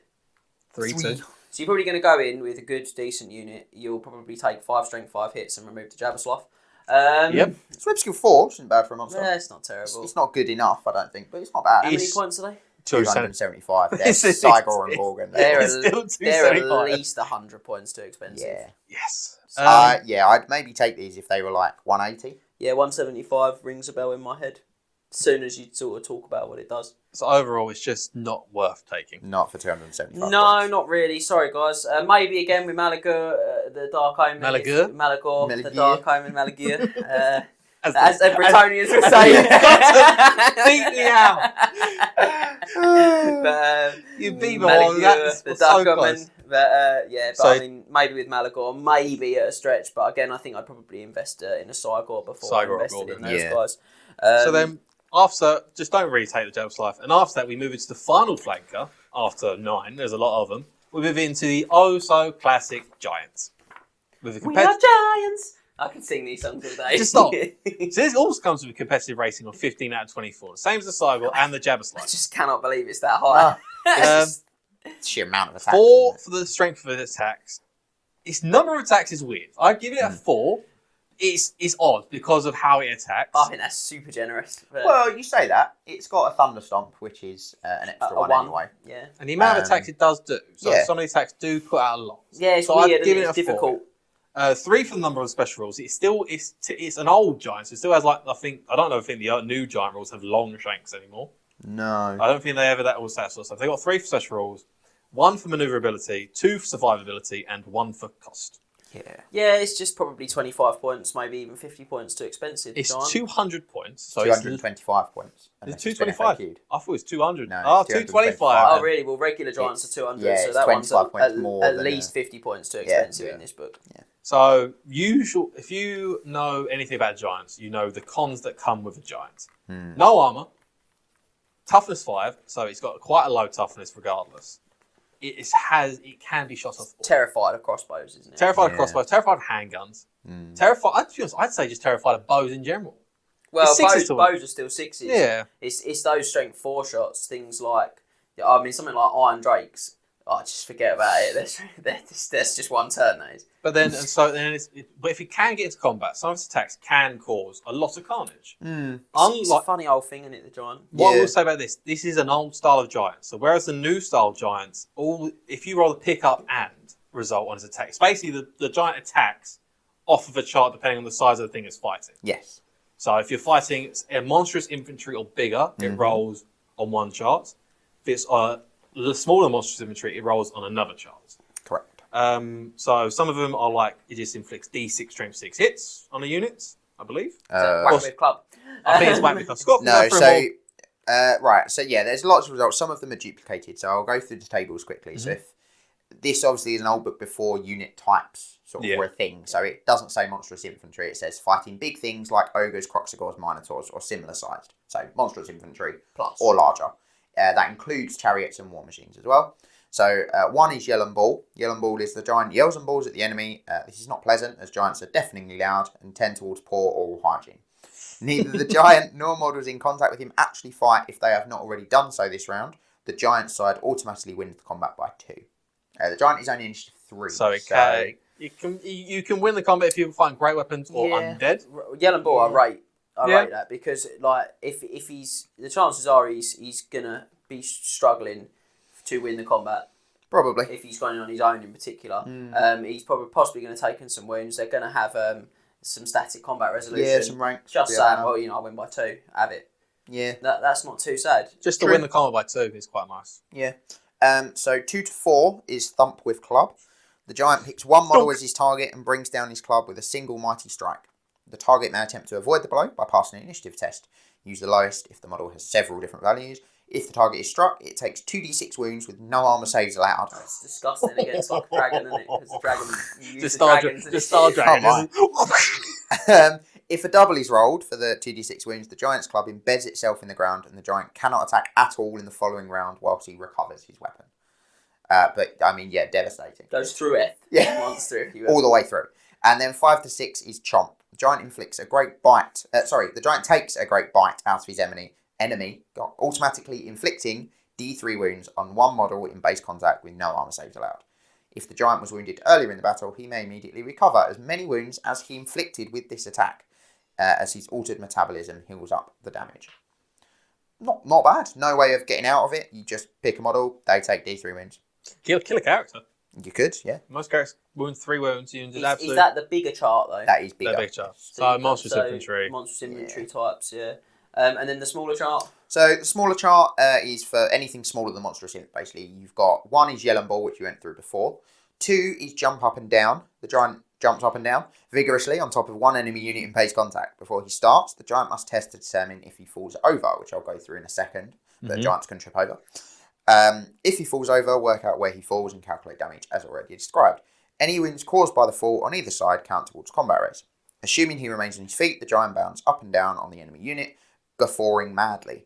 The unit sustains 2d6 strength 6 hits allocated as shooting. Work out damage and saves as usual. The giant enjoys jumping up and down on their enemies so much that a giant that does so in one combat round would automatically do so in the following round if he is able to do so, assuming he did not fall over in the previous round. A giant that starts to jump up and down will therefore continue to do so until he falls over or until the combat comes to an end. That's a lot of words. That's a lot of words. But yeah, he just keeps inflicting 2d6 strength 6 hits on you until you kill him or he falls over. So 3d6. So 3d6 strength 6 hits.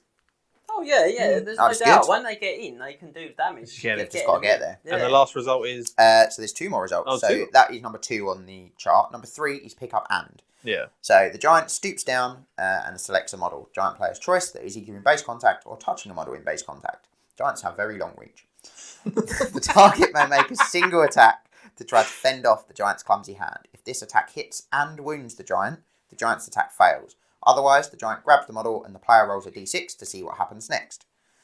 So, on a 1, stuff into bag. The giant stuffs the victim into his bag along with sheep, cows and other plunder. The model is effectively a casualty and can do nothing whilst in the bag. But, if the giant should be slain, any enemy trapped in his bag are freed unharmed at the end of the battle.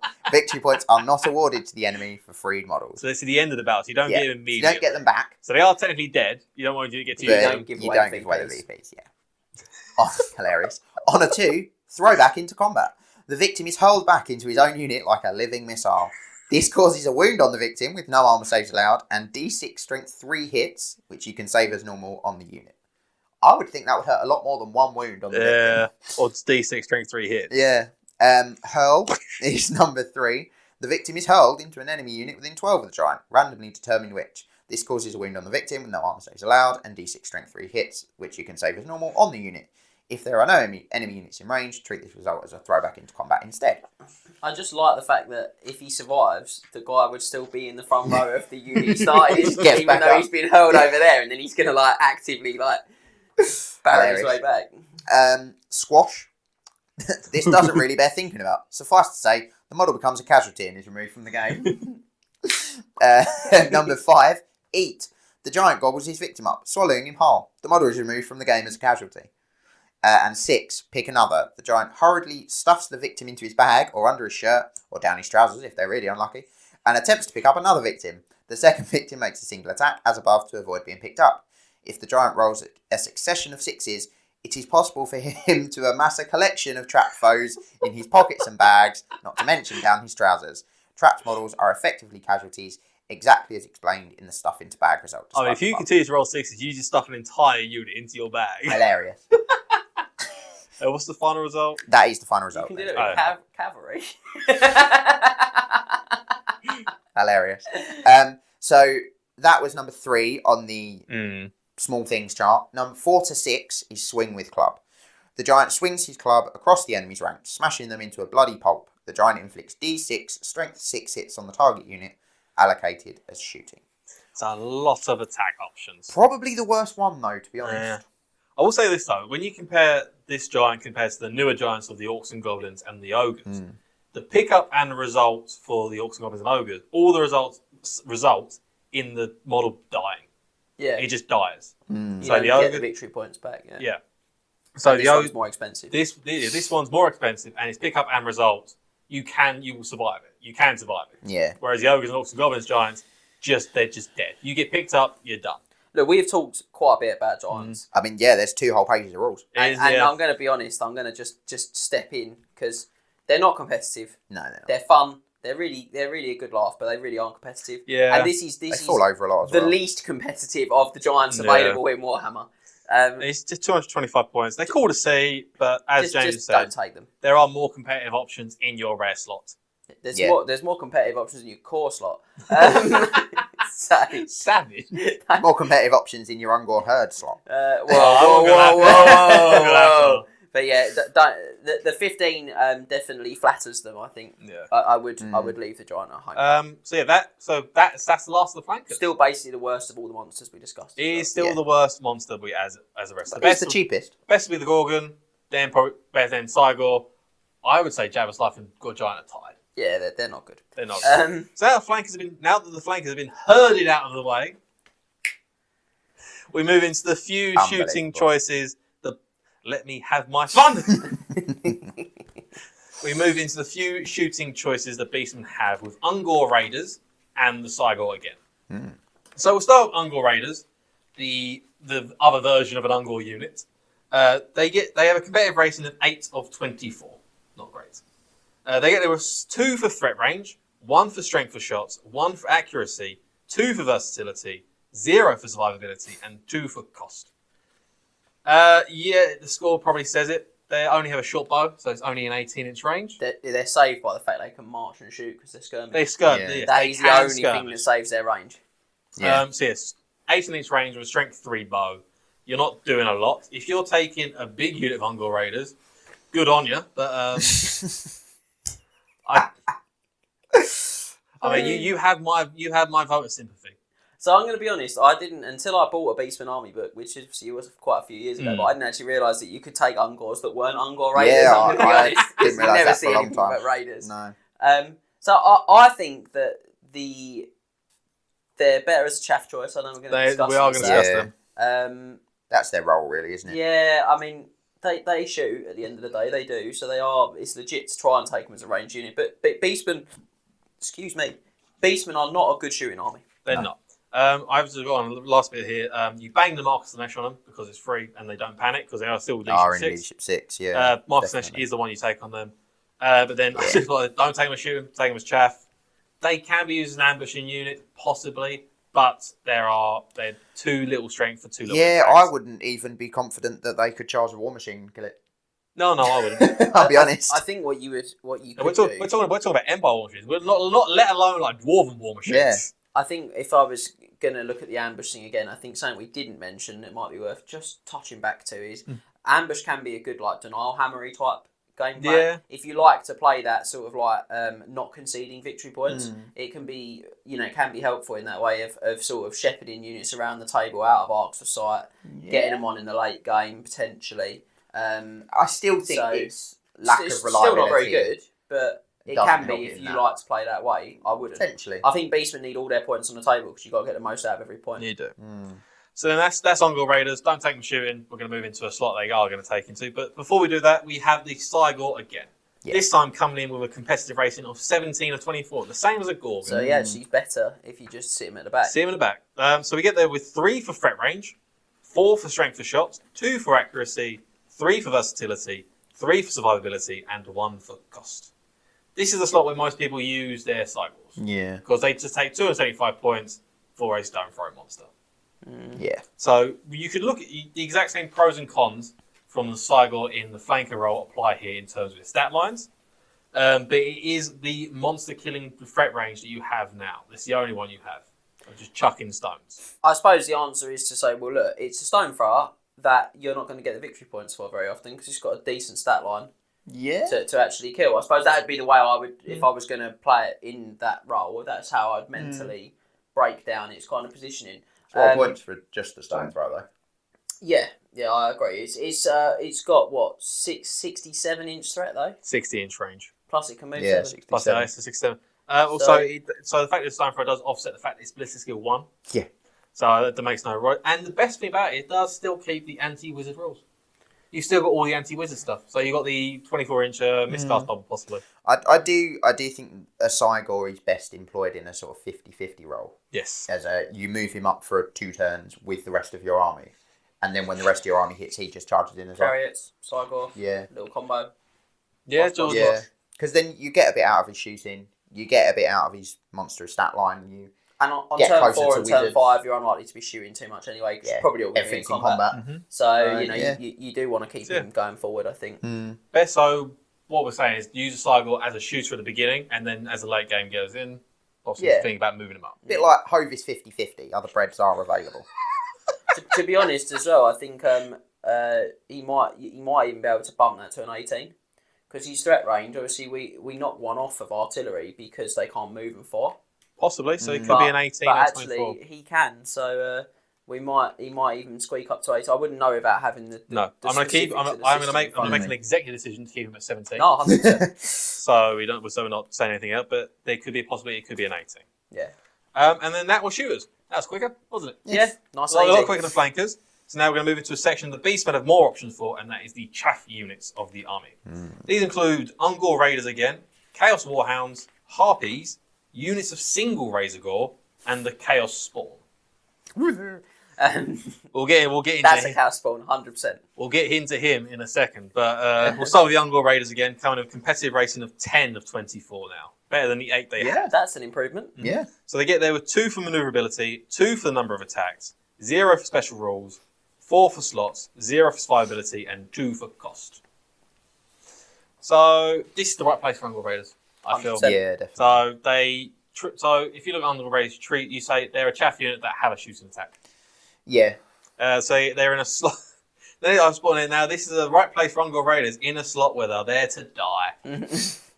But in all seriousness, they're better than here than they are dedicated shooting. They have skirmish, so they can maneuver through the small little gaps. That will inevitably occur during a Warhammer game. Units of 5 as well. Units of 5, nice small. You can go for units of 10 if you wanted to have a bit more of a, not tanky, but a bit more survivability in your Raider unit. I'll be honest, I'd bump their score up by 1 in units of 5. Because they're costing you, 30 points? 30 points. That's immense. That's an immense redirector. Out of your core They only move 10. Points. They're only as quick as your Gore. But that's not always the worst thing in the world, because you don't need them to necessarily get a mile ahead of you. No, you don't want them to get too far ahead, but you do want them to have a little bit more reach most of the time. To be able to get in front of things. And you do also bump them up to an 11 when you give them the mark. And the only mark you ever give these guys is Mark Slanesh. 100%. But I don't know why would you ever give them Mark of Noble or Khorne. You might have noticed that we did give them a 0 for special rules. I know people saying that they've got Primal Fury. Primal Fury is almost worthless on these guys. Yeah. They've not got the attacks to make it worth it. And if they're in combat, if they're in combat, or the weapon skill. If they're in combat, they're only there. Scott just really not liking the Ungor stat line. Or the leadership. They're probably not even going to pass the leadership test. Sorry, Max. If they're in combat, please continue. If they're in combat, they're only in combat because you have placed them to be in combat. Yeah, you're not right. because they're a unit, not because you've been called out. You've put them there to take the charge and die like the worthless, no-horned goatmen that they are. Oh my. That's right. I have fully formed into the Beast Lord and the Chieftain here. Send them into the grinder. Okay. So now after that, time to calm down. We move into the doggos themselves. We have the Chaos Warhounds coming in with a competitive rating of 8 of 24, lower than the Ungor Raiders.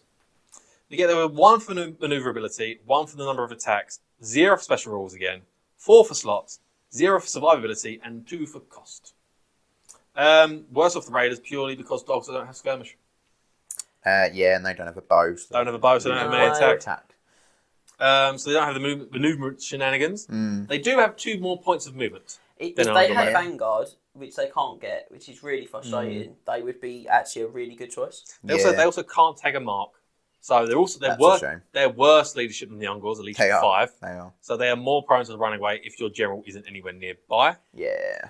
Has there been an FAQ on these guys? Because there is a little bit of italicized text that says Warhound units do not count towards the minimum core choices of the army. The very next sentence. I will let you carry on. It has not been FAQ, so they don't count towards your core allowance. I went through the FAQ while writing this. I couldn't see anything to say they don't count towards your core at all. So they don't. They don't count towards core allowance. Right. So you couldn't see anything that says that's been changed. Yeah. I can't see anything that's been changed. Okay. Yeah. Sorry. If I wasn't clear enough. No, you weren't. You basically said the same thing twice. But that's fine. They don't count towards core. So you have to take the other bits to fill out your core. Yeah, that's a shame. They're the same points as an Ungor Raider unit. An Ungor Raider unit can maneuver better with skirmish. You can take a mark, so they're not going to be running away as much. They're decent. The Warhounds are decent, but if you compare them to the Warhounds of a Chaos Warrior army, Warhounds have an odd role because they count towards core, and there's not much other. They apart can from have horsemen, Vanguard as well. They can have Vanguard as well. Unless you take more of the horsemen, they count a good chaff unit in the Chaos Warriors. Yeah. Here, they're outshone by surprisingly outshone by Ungor Raiders. Do you know what? They're outshone by one that we're going to talk about in a minute for me as well. And actually, I don't know if they're next. They're not next. No, well, when they are, I'm going to remind me to touch back. When we talk about Harpies, remind me to touch back because that's Harpies are important. next. Harpies are next. I thought you were on about the Razor Gore. No, Harpies. I like Harpies. I think they're a mix. So, as James just said, we are now moving on to Harpies with a score of 10 out of 24. Same as the Ungor Raiders. So they have a score of 4 for maneuverability, 2 for number of attacks, 0 for special rules, 2 for slots, 0 for survivability, and 2 for cost. And this is a unit is cloned, model, stat for stat, rule for rule from the Dark Elf army book. Yes. And there's a few reasons you probably don't see them taken in a Beastman army. One is they don't actually sell models of Harpies anymore. There are options for the Warcry box set. I can't remember what they're called. You've got them. Yeah. I think it's just Beasts of Chaos. Yeah, Beasts of Chaos. Furies and the birds in there would make quite good Harpies. So you can use them for that, and you also have the Kinneray. I think I'm saying it's Kinneray. Yeah. From the Daughters of Cain, I think. Yes. It is. From the Daughters of Cain book. So you can use those as Harpies. The next reason you probably don't see them as much is they're a special slot. They do come out special, which is, as we've already gone over, a crowded slot. Compete with Minotaurs, Bestigors, and Razorgors. But pros for them, they have fly. They're flying units. Massive. Which is a massive thing for a chaff unit. It means that above an Ungor Raider, they can get in anywhere that you want to go to. Yeah. And also, they've got 2 attacks. They do. You take a unit of 10. You can send it. You take a unit of 5 or 6. You can send them after your war machines of the opposing army, and they've got a good chance of dealing with it. They're incredibly quick as well. They're initiative 5. Yeah. I think these guys are missed actually by people a lot. I think they get very scared by the leadership value. Yeah. They don't take a mark. No. So I think that's what scares people. But I would look at them. So because dogs don't count towards core, I'm probably going to err on Ungor Raiders. But if I want that slightly faster threat that could also double up on the war machines, I think that's where Harpies shine. Yeah. And I would probably run them behind something like Ungor Raiders. In sort of my moving battle line or behind my blocks, and then zip them over the top with that really good 20-inch move to pop them in to those redirecting positions. And even if people then shoot them off and panic them back, Like, all right, cool, because they've still had that blocking off effect successfully, and if they stay within 12 of my general, they're all right. But what I can do with them is I can fire them over into things like war machines, and if they've not got sort of generic shooting, then suddenly units of harpies are unlikely to suffer from panic. Yeah. Bar maybe a magic missile. You know, if they're not really heavy on that sort of that type of chaff clearance, my harpies are not going to panic. I'll run them off on their own quite happily. They're 55 points for a regiment of 5. Absolutely immense. 11 points a model. Get them in straight into that enemy war machine really early doors. It's another reason why I don't rate ambush, because I've got the option to take harpies like this and go in really quick. Turn 2, I'm in. You can buy them scout for 3 points a model. It puts her 14 points a model. That is very pricey. It's 70 points for a unit of 5. Yeah, it's a consideration, but because you can't charge unless you go second, I possibly wouldn't worry too much because I'm still not going to be charging until turn 2 in real terms. Do you have to scout? No. You don't have to scout if you don't want to. No, I suppose, but you're not going to know until you've... Well, you do, but you can deploy as a scout in your own deployment zone. Yeah. So I don't think you get the choice of... No, you could just deploy. You're not going to be able to go, oh, well, I won't scout and then I'll... No, but I mean, if they don't have war machines, then... Or if they have a lot of sort of conventional shooting, then you would scout them because you can get them out of arc of sight. If they don't, and they don't have something you want to close down really quickly, then you just don't bother and you scout deploy them in your own deployment zone. I think they're a miss from people. I genuinely think people miss them. Yeah. I think they're actually a really underrated chaff choice. I didn't even know Beastmen had access to them. I'd still probably take Ungor Raiders as my first and foremost because Max makes that very salient point. They are core. Yeah. So that's huge. That was the last point I made about Harpies. If they were core choices, they would be the top choice for chaff, albeit slightly costly. I think they'd be the top choice. I mean, 55 points for a decent 10 attack chaff. It'd be 25 points more than an Ungor Raider unit. But you do get the fly. You get an extra attack. You go first in combat.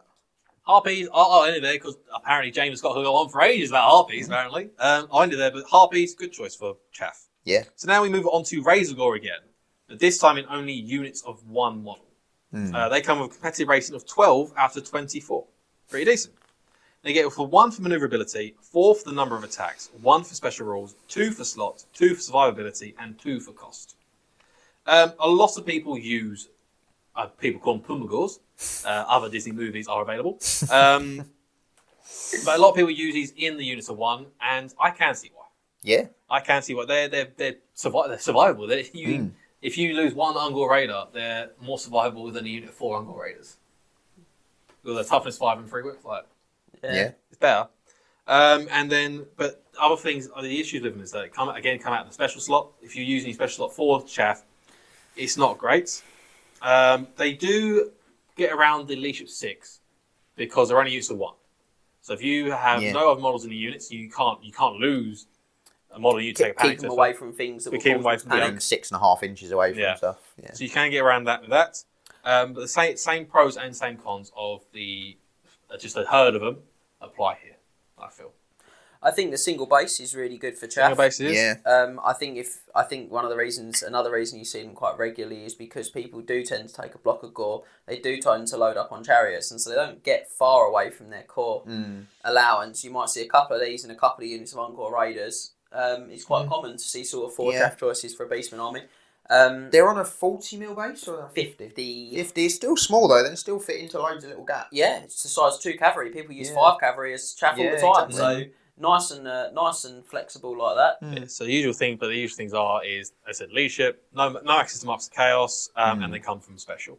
Yeah, the single model thing is huge for leadership, though, like you say. Yeah. But apart from that, it's as I said, again, shame they don't come at you core, but then they would just be up there. Pop them in, let them do their attacks if they don't. Razorgore. Let them do their attacks if they don't die, and if they do die, and you get a better charge from it. Well, that's the circle of life, isn't it? Every time I look at the Razorgore, you stop. Every time I look at Razorgore, I just think back to the song that plays in the Crash Bandicoot level where you ride the pig. It still plays in my head. In my nightmares.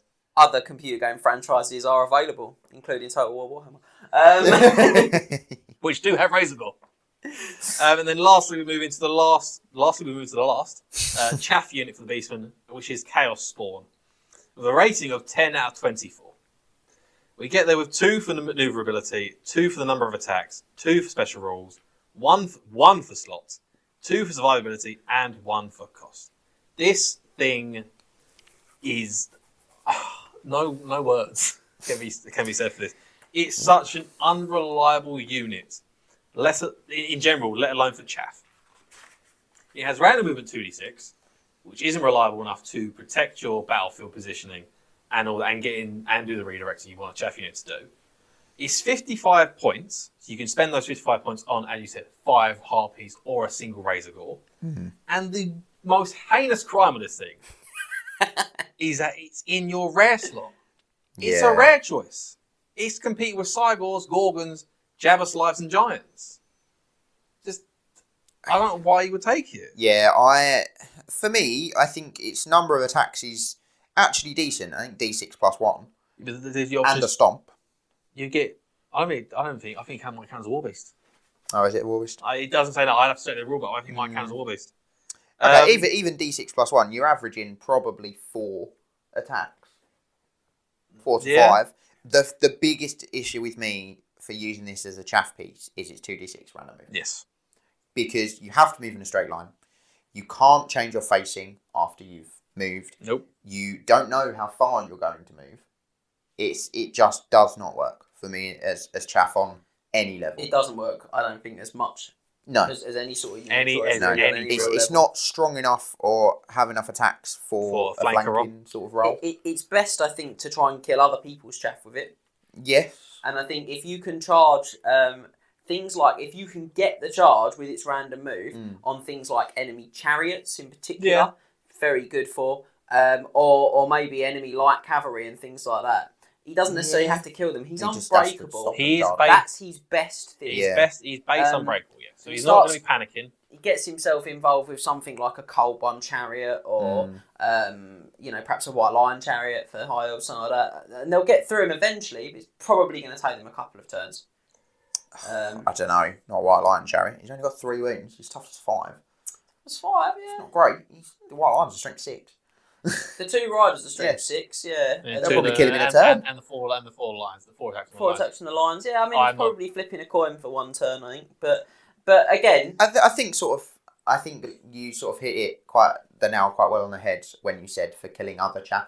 Yeah, that's probably throw him into like 5 Lyrian Reavers, throw him into an eagle, throw him into some Warhounds. The issue with that is to try and kill the chaff, you've got to catch the chaff, and your average movement on 2d6 is 7. Yeah, it's not amazing. And the movement of a Lyrian Reaver or any sort of fast cab is 8 or 9. Yeah, I mean, I guess the good thing is if you keep this guy sort of next to your blocks that the Reaver or something is going to want to redirect, that's going to bring the Reaver closer to you. Difficult to do that with random move, though. It is, yes. Because you have to move him after you've moved everything. I just think that he just goes on the shelf indoors. Yeah.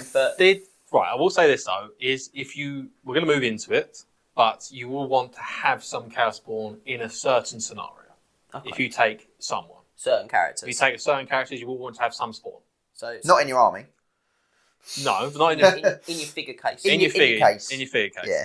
But we're going to move into that, and I believe there's anything else got to go on about with the awfulness of Chaos Spawn. I don't believe there is. That's it for chaff units, and that's it for regular units because the Beastmen have no support units, unless you treat the Jabberslife as a support unit. But you really want to do that. So we'll move now into the Beastmen special characters. But before we do that, we have been rambling on for about an hour and 40 minutes at this point. So we'll say, go get yourself a drink or a snack, pause it, come back, and we'll continue into Beastmen special characters.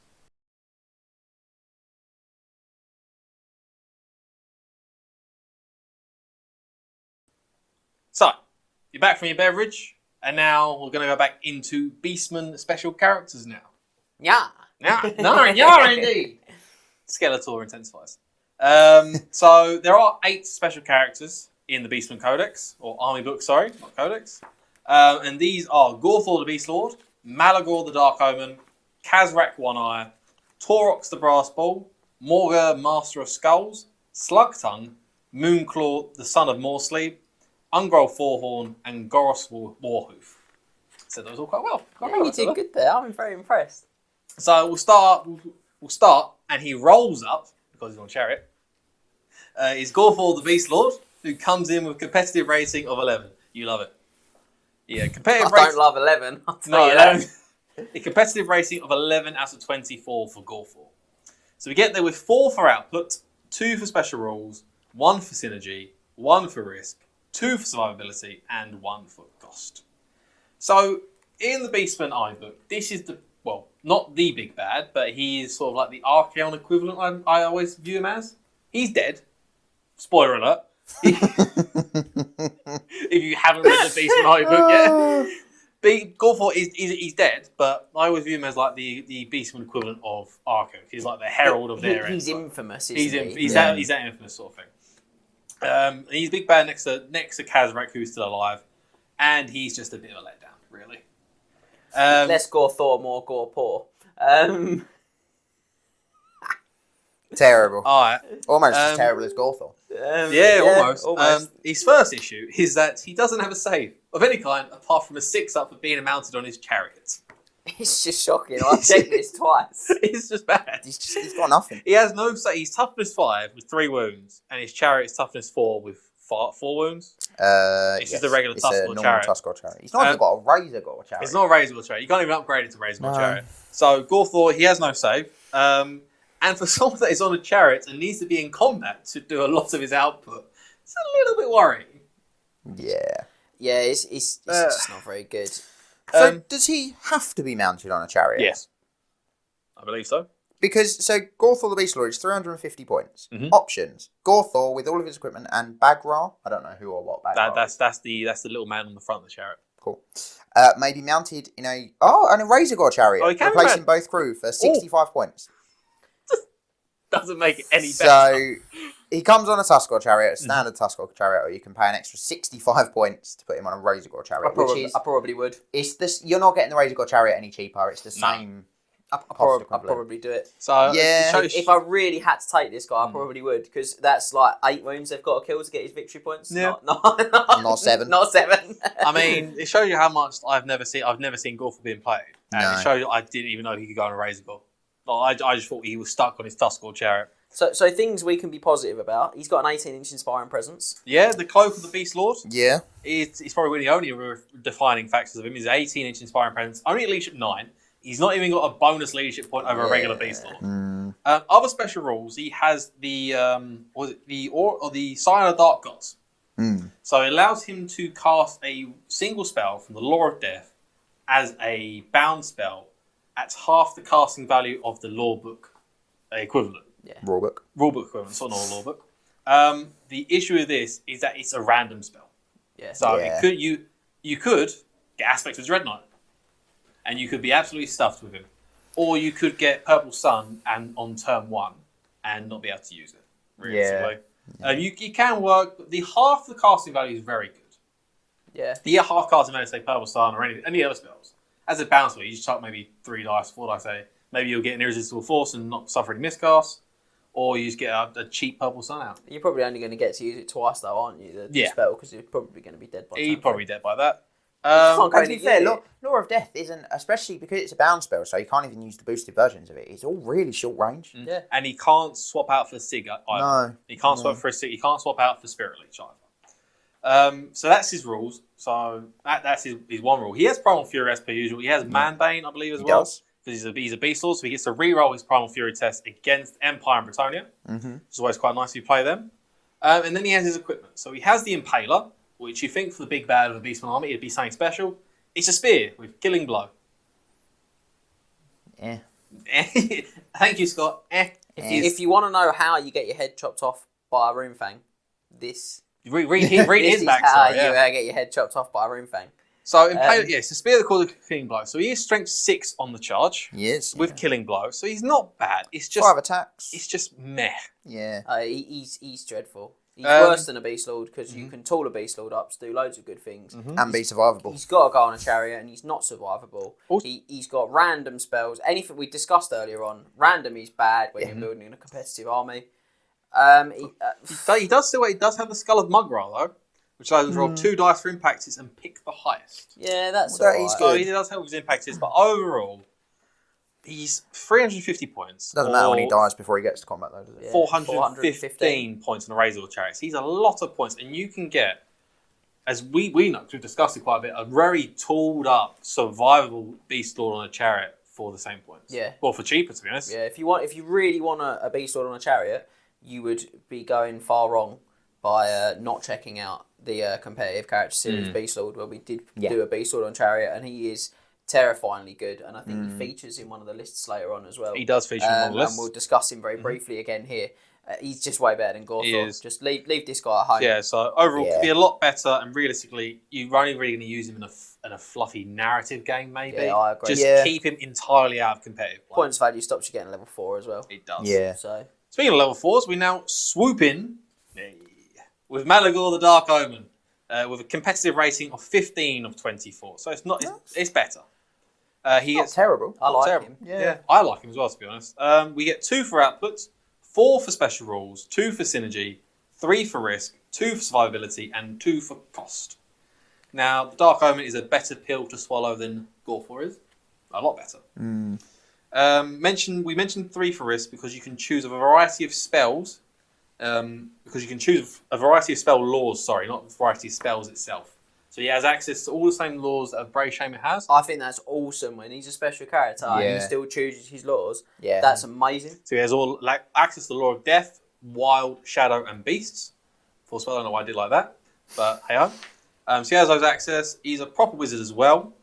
So he's level 4. He flies as base with the Law of Death, and we all know how good that combination is. I know when we talked about his risk, I think, did he get a 3, was it? 3 for risk. Yes. Yeah, I mean, he could be quite easily be a 4, but we thought you'd probably take Law of Death because he flies and because we know how good that death flying combo is. But if you chose to say take Law of Shadow or Beast, suddenly his risk goes to a 4 because he doesn't even need to get near his enemy at all to do his damage. Doesn't need line of sight for his spells. It's really, he could be higher again.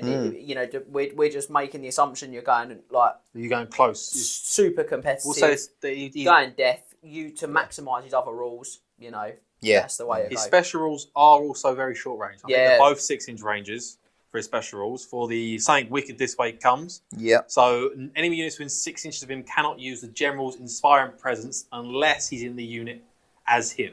Unless the General's in the same unit as the unit that's within 6 inches. This is why he's the only model in the army that gets a 4 for special rules. Yeah. Because it's a particularly obnoxious combination when you do that, and then you've also got access to Doom and Darkness and Spirit League. Yeah. So I mean, it's just horrible. So that's his. He has that one special rule. I believe. Does he have another one? Or? He does. He has Unholy Power. Oh yes, I do like this rule as well. Yeah. Very good rule. Malagor has a dread agenda given unto him by the dark gods themselves, and every spell Malagor casts brings his unholy mission that much closer to fruition. For every spell Malagor casts that is not dispelled, he gets a cumulative +1 on subsequent casting attempts for the rest of the magic phase. It's really good. Once he gets going, he is incredibly hard to stop. And again, with the Law of Death, where you can recycle your power dice from doing wounds, he's going to keep casting more and more spells. Yeah. Reliably, you can get him to say... probably a +5 or 6. +5, 6. If everything goes well, the +7. How are you getting +5 or 6? Well, he starts with +4 because he's level 4 wizard. Oh, I see. And it's constant the +1s, I see. I thought you meant just +5 or 6. Oh, no. I was like, that's... Yeah, he knows 4 spells. How's that happening? No, he gets 4 obviously for being level 4. I understand. And then he can add on. So that's his special rules, and he also has these icons of vilification. He does. So every unit within 6 inches again. It is, yeah. 6 inches again. When they pass their Primal Fury on a double, not a double one, they gain Frenzy.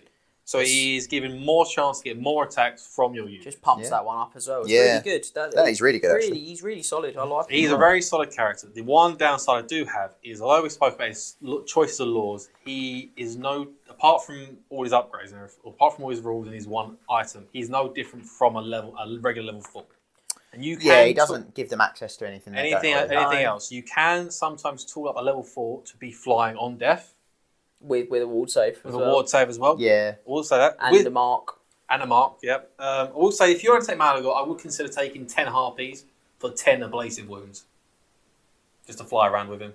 He can't join the... They cannot join? No, characters can't join flying units. No, but if he's within 3, he could look can out get Sir a 4+ onto them, lookout, sir, which so I probably would 10 do. ablative potential wounds. Yeah. I'll change that. So, yeah. I don't use flying units at all. I use flying monsters. Yeah, but I think there's still a fair point in the Harpies there because they can give you a 4+ lookout, sir, which is useful. But yeah, so he's a very... If you got a beast, if you're a brave shaman around the same points cost, maybe give some consideration to Malagor. He can still... And then, so that's that. And so we're going to move on to Kazarak the One-Eye, who has a competitive rating of 17 to 24. Ooh. Very good. Yeah, he's a high one. He is a good one. So we get there with 1 for output, 4 for special rules, 4 for synergy, 2 for risk, 4 for survivability, and 2 for cost. So he's the living big bad on the Beastmen I was discussing.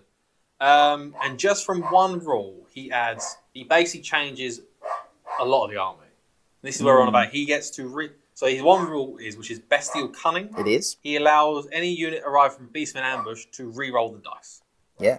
I don't even think it has to be a fail. You can just re-roll the dice. No, just may choose to re-roll the dice to see how and when they enter play. So he does increase the Beastman output with that special rule tenfold. Yeah, I'll be honest. I wouldn't use ambush if I wasn't taking Kazarak. No, you wouldn't. But if you were saying Kazarak, you would start considering maybe he was going to use it. Yeah, I'm twice as likely to get the result I want, basically. And for 270 points, you may be considering Kazarak over a regular Beast Lord. Because not only that, he does then have his weapons and armor. He has Scourge, which is his whip, which allows him to swap out all of his attacks to equal the amount of models in the front rank of the unit he's attacking. So if you're fighting a horde, you swap out your 4 attacks for... Is it 4 attacks or is it 5? Yeah, 4 attacks. 4 attacks for 10 attacks. Even if you're fighting just a regular 5-man... 6 wide unit. Yeah. 5 wide. Just a regular 5 wide. It's 5 wide, 6 wide. You can swap your attacks out. Yep. Yeah, there is no downside. No downside to it. There is. So they're distributed as per shooting. So you couldn't target a character. And you can't use it in a challenge. But still good. So still very, very good. Yeah. So we could be giving him 1 more on his output, possibly, because of Scourge. Maybe. He lacks punch, though, with that. He's only strength 5. Because he hasn't... The sort of whip doesn't give him any additional hitting power. It doesn't give him any additional strength or anything like that. So... And then lastly, he has his armour, which is the Dark Mail, which is just a standard 2+ armor save. He's unheard of for Beastmen. He's really good. And not only that, it nullifies any magic and runic weapon that is in base contact with it. Cries in Dwarf. So dwarves usually get around this sort Grudges intensify. Grudges intensify. They do. So dwarves usually get around like the nullifying thing because they say their items aren't magical, they're runic.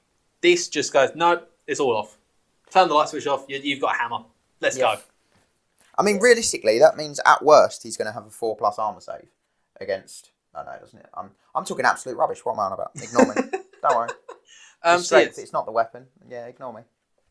It's still good, though. It is still very good, It's still good. So, he's, as I said, 270 points. He has 2 armor save. He can increase his attacks by almost doubling his attacks depending on what he's fighting.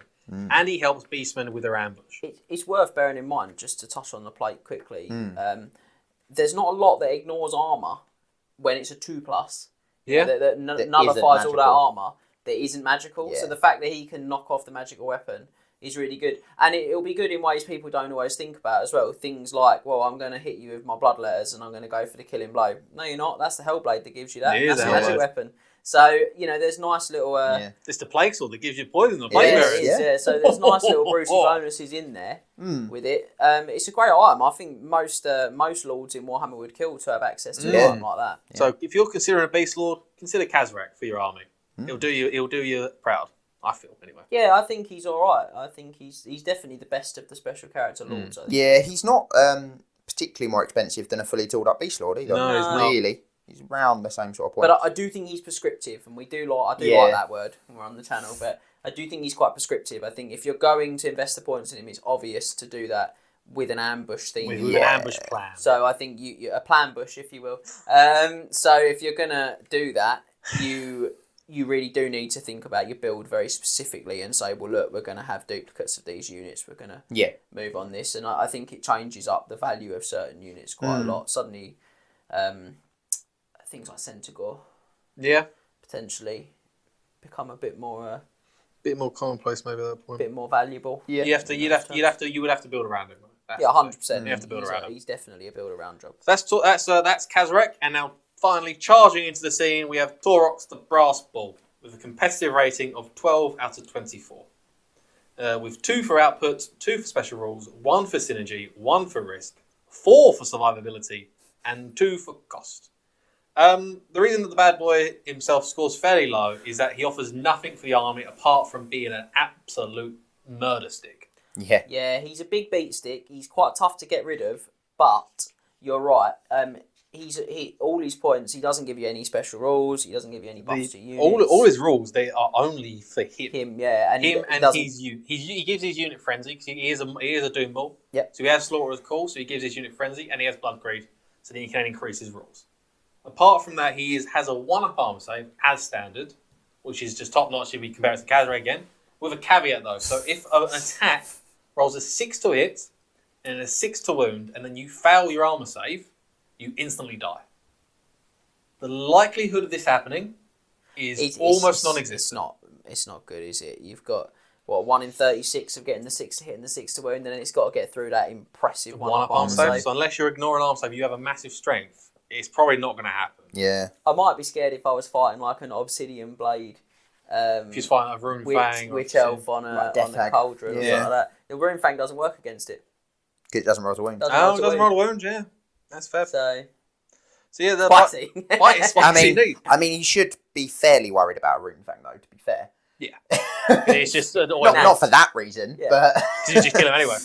He ignores armor saves with his Rune Tortured Axes, which is very nice, and he's just base strength 6, toughness 6, 6 attacks, 5 wounds, frenzy, 7 attacks, initiative 5. It's just that lack of reach that hurts him. Yeah. He can't go out and take the game by the scruff of the neck. He can only be where he can be, and because he's frenzied, he can be staggered quite easily, and as Max says, led by the nose.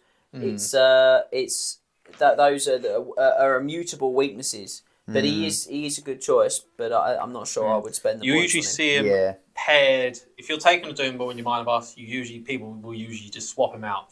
Swap the Doom Ball out for Taurox. Because he's almost as survivable if you haven't taught up your Doom Ball that way. Yeah. He also does have D3 + 1 impact hits. Very nice. Yeah, a little bit better. He's got a lot of output, hasn't he? Yeah. And you could probably squeeze in a level 4, maybe a level 3. Depends on your points value again. Yeah. Well, I mean, you could put in 2,500. You could fit a level 4 in. Yeah. Because Taurox is 335, so you've got 290 to spend. Yeah.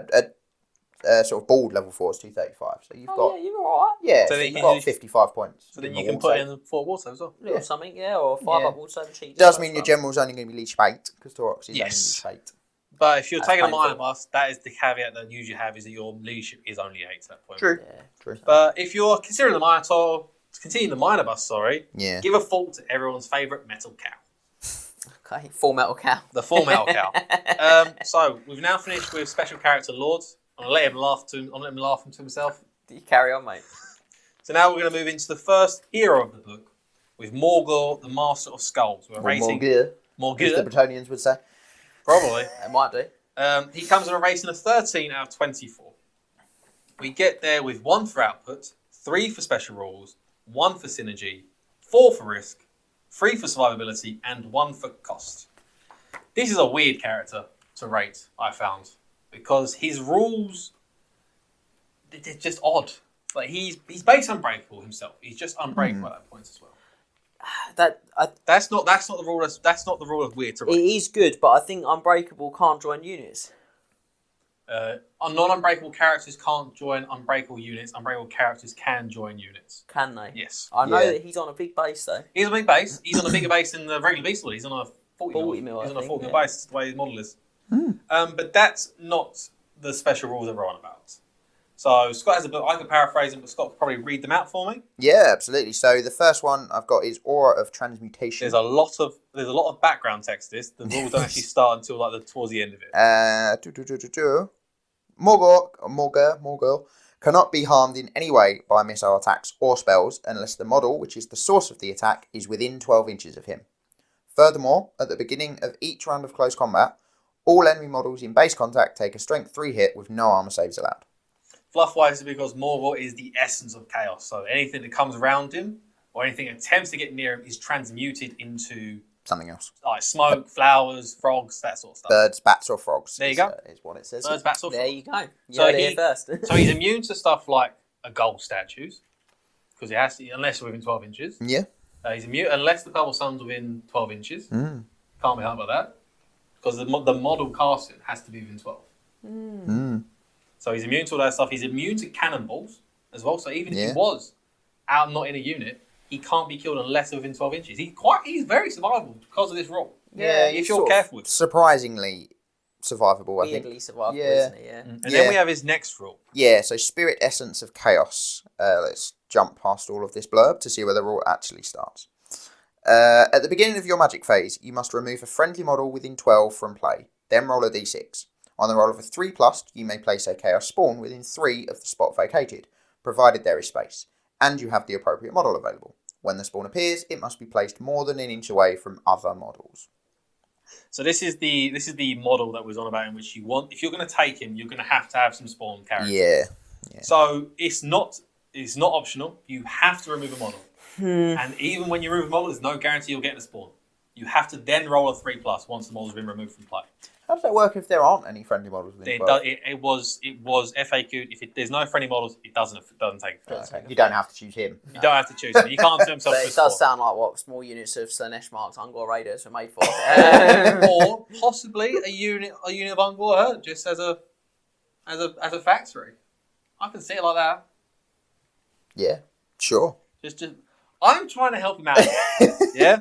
If you've got the models, they're a point cheaper than Ungor Raiders. Yeah, yes. I don't mind it actually, because the spawns are okay. You just chuck them in and let them die. They're much better when you've paid 0 25 points and they don't, for 5 Chaos Spawn. Yeah, and they don't cost points for victory conditions. That's really solid. Yeah. It doesn't say that they do. Yep. So I I have would checked assume the they don't. FAQ, and it didn't mention anything about them costing. So I would assume they don't because you haven't paid for them. The major downside of Morgor, despite he's a hero, he's 280 points. That is quite a lot. It's 10 more points than Kazrak the One-Eye. Yeah, that's madness. It is redonkulous. And he has no save either. He has no save either. Again, he's toughness 5. 5. 4, 2 wounds. 2 wounds. Yeah, he's a hero level. He's a Morgor at that point. Yeah. But he's 10 points more than Kazrak. So unless you want to use him in a fluffy game again, maybe. Or you've got, 100. 5 Chaos Spawns sitting on the shelf. You actually want to, yeah, use for your that's money. the thing. Suddenly, those Chaos Spawns, they're not free, are they? They are, but they're not free. Yeah, because you've paid for them in Morgor's so cost. many points for Morgor. He's definitely not worth 280 points. No. So. The sort of first rule, the Aura of Transmutation, is very good, though. I will say that. Yes. But it's only against him. It doesn't affect his units. Yeah, which is very nice, but yeah, it's great for him. But then he doesn't really do anything. he doesn't with do it. much else. No, he's not a wizard. Yeah, if he was a wizard, then I think he could use that really well. But yeah, odd. Leave him at home, kids. Leave him at home. So now we're going to move on to Slug Tongue, probably the most prevalent special character in any Beastmen army. Yeah, flicking forwards and backwards through this. There we go. They're all in different pages. They are different orders. They're not in a big not fan in order. of Slug Tongue. So he gets a rating of 15 out of 24. Ooh. So we get there 1 for output, 2 for special rules, 3 for synergy, 4 for risk, 3 for survivability, and 2 for cost. As I said, he's a staple of many tournament lists from Beastmen. And he does most of his work before a game even begins. He does. So I could go through it, or Scott could. Yeah, tell us what the actual rule is. His special rule is Curse of the Famine Fiend. Not even magical creatures can escape the vile famine that Slug Tongue draws across the land. Immediately after deployment, each enemy unit within 36 inches of Slug Tongue must roll once on the table below. And it's a d6 roll, so on a 1 to 3 there's no effect. On a 4 or 5, the unit suffers d3 wounds with no armor saves allowed. And on a 6, they suffer d6 wounds with no armor saves allowed. Not so concerning for a ranked up unit unless you roll the big 6. But for artillery, for chariots, elite cavalry units, single monsters, chaff, single models, it is terrifying. Even small units of things like, say, Demigryph Knights, where you've got, say, 4 in the unit. You lose Kills one. a Just kill one. Knight, that's horrible. You can terrifying. kill, apart from the trebuchet, which is the only piece of artillery with 4 wounds, you can kill, and the hell cannon, let's not forget the hell cannon, you can kill any other artillery piece outright before the game even begins. Yes. Yeah. So, and it's a big range, it's 36 inches. Yeah. So 36 inch bubble. So if you put them on 12, you're getting everything. Yeah, if you put him somewhere near the middle of the board, On the you'll 12, get yeah. everything. And he's deployed last, his character. So you can really target his placement. He's great. Yeah. He also does have regeneration. He does. A standard regeneration as usual. Really good. And apart from that, he's basically a Brave Shaman. With less laws to choose from. He actually doesn't get less laws than a regular Brave Shaman. He still gets to choose, which is good for a special character, but he does only get to choose between Law of the Wild and Law of Death. So he takes Law of Death. We'll get into Law of Wild in a bit, but you are going to take Law of Death. He's got poison attacks as well. He has poison attacks. Yeah. You don't want him in combat often. No. I believe he's also very pricey. He is 190 points. I think when I looked at it. Which I think is 190. I think sounds expensive, but actually I think when you start to boil it down, it's not too bad because I think a regular shaman is 110 when they're level 2. That is correct. Yep. So you got 80 points. Now, if you were looking at say he's got regen 4+, so which you can take in the Beastmen army. Not on the wizard though. Yeah. So if you take 4+ ward saves, probably the closest equivalent. Fairly that's comparable. 45 points. So even if you said, well, that's worth 40, so he's paying 40 points for the Curse of the Famine. For the Curse of the Famine Fiend and for poison attacks. Yeah. Poison attacks get 5-10 points. So you're paying 30 points for the Curse of the Famine Fiend. I'd pay 30 points for that all day long. If it kills one cannon, it's making his points back 3 times over. To half of the units that are within 36 of it at the start of the game. I will say, so the Curse of the Famine Fiend, you do have to roll 4+. It's not. You do have to roll 4+. You do it to half the units. Yeah, well, I'm lying. Thank you, Mr. Accountant. That when we talk about the magic items, there's there's a lot of wizard interaction with the magic items in this book, and they don't have to be carried necessarily by the wizard. No, they don't. To interact, so he can still confer his support to those items as well, which is phenomenal. So Slugtongue, big positive from us. We like him. If you play Beastmen competitive, if you play against or with Beastmen competitively, you're going to see Slugtongue. I'd probably have him in every list I built, and So following him, not so good, is Moonclaw, the son of Moresleep, with a rating of 13 out of 24, or 14 if you mount him on his special mount, which is Umbralock. Which is not technically a horse, but he's cavalry. It's not Monstrous Beast. I checked this in the rulebook. It will just become cavalry. It's like there's not an actual model, is there? It's like a weird piece of art that makes him. It's a John Blanche piece of artwork. That looks like he's riding a two-headed. What it looks like a very small two-headed brood horror from Skaven. Yeah, it's an odd sort of stat line as well for Umbralock. It's only 1 wound, like a horse, but it's got 3 attacks. Yeah. So anyway, we get to the 13 out of 24 for Moonclaw. We get there with 2 for output, 1 for special rules, 2 for synergy, 4 for risk, and 3 for survivability, and 1 for cost. I'm going to be honest, I've never seen anyone even attempt to make this character a model, regardless of using him in a narrative or a competitive game.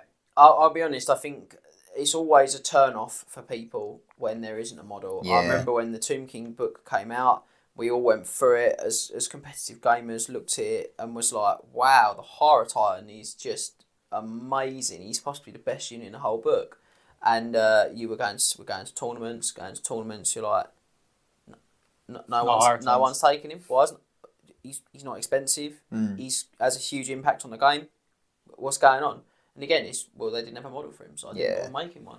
The same with things like the Hellpit Abomination. We're going back to 7th edition. Before then, like that didn't have a model till 8th edition. In 7th edition, the book came out, and people just didn't use him. And you're looking at the stats, going, "Oh my goodness, incredible. He's so good." And yet, no one was, because you didn't have model. They didn't want to convert the model. They're frightened of converting it. We'll say this though: there might be a reason for Moonclaw, but there's other reasons he don't want to take Moonclaw. There are lots of other reasons. The first of his rules, he gives everyone within 12 inches, friend and foe, stupidity. Yeah, it's such a problem that he hits your own models. For a Beastman army that has notoriously low leadership, this is a problem. Moonclaw. I believe it's called Wave of Insanity. It is Wave of Insanity, yeah. I know my Beastman. Stupidity, it can really mess up your army. If you do fail it, it can mess you up. And if you're actively paying, I don't know how many points it is. I actually can't remember how many points it is off the top of my head. 200. Not mounted. 200 points. Not 235 if he's mounted. To actively make your units worse, then go for it. I hate to see it. And then, so he has another rule, which is Unholy Zenith. There we go. And Scott will explain this is a chunk. Yeah, it's a little bit wordy. So at the beginning of the game, you secretly roll a d3 and record the number. In the turn that corresponds to this number, Moresleep is full. So Moresleep is the chunk of Warpstone, isn't it? It's the moon, okay. It's the second moon of the Army. Yeah. So for the entire duration of that turn, Moonclaw has +2 bonus to his casting rolls. Furthermore, to represent his ability to call down a shower of Warpstone meteors, he may make D3 shooting attacks, resolved as if he were a stone thrower for that turn only, even if he moved or marched during the movement phase. Any results of a misfire cause a single wound upon Moonclaw that cannot be saved by any other means. So he does become a cheaper Cygor on one turn with D3 shots. So the D3 stone thrower shots can really devastate. If they do impact and they do get what they want to hit, they can devastate. The +2 to casting is nice, but he's only a level 1 wizard. Yeah.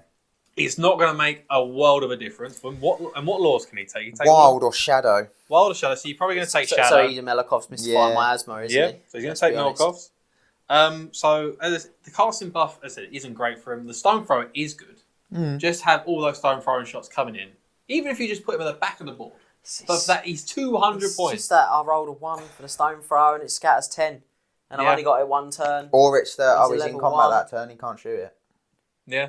Yeah. Because he makes just fires as a stone thrower.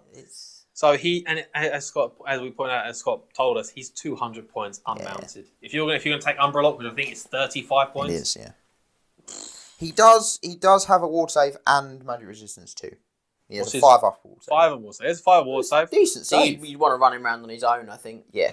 Keep him away from stuff, get him out of arc of sight.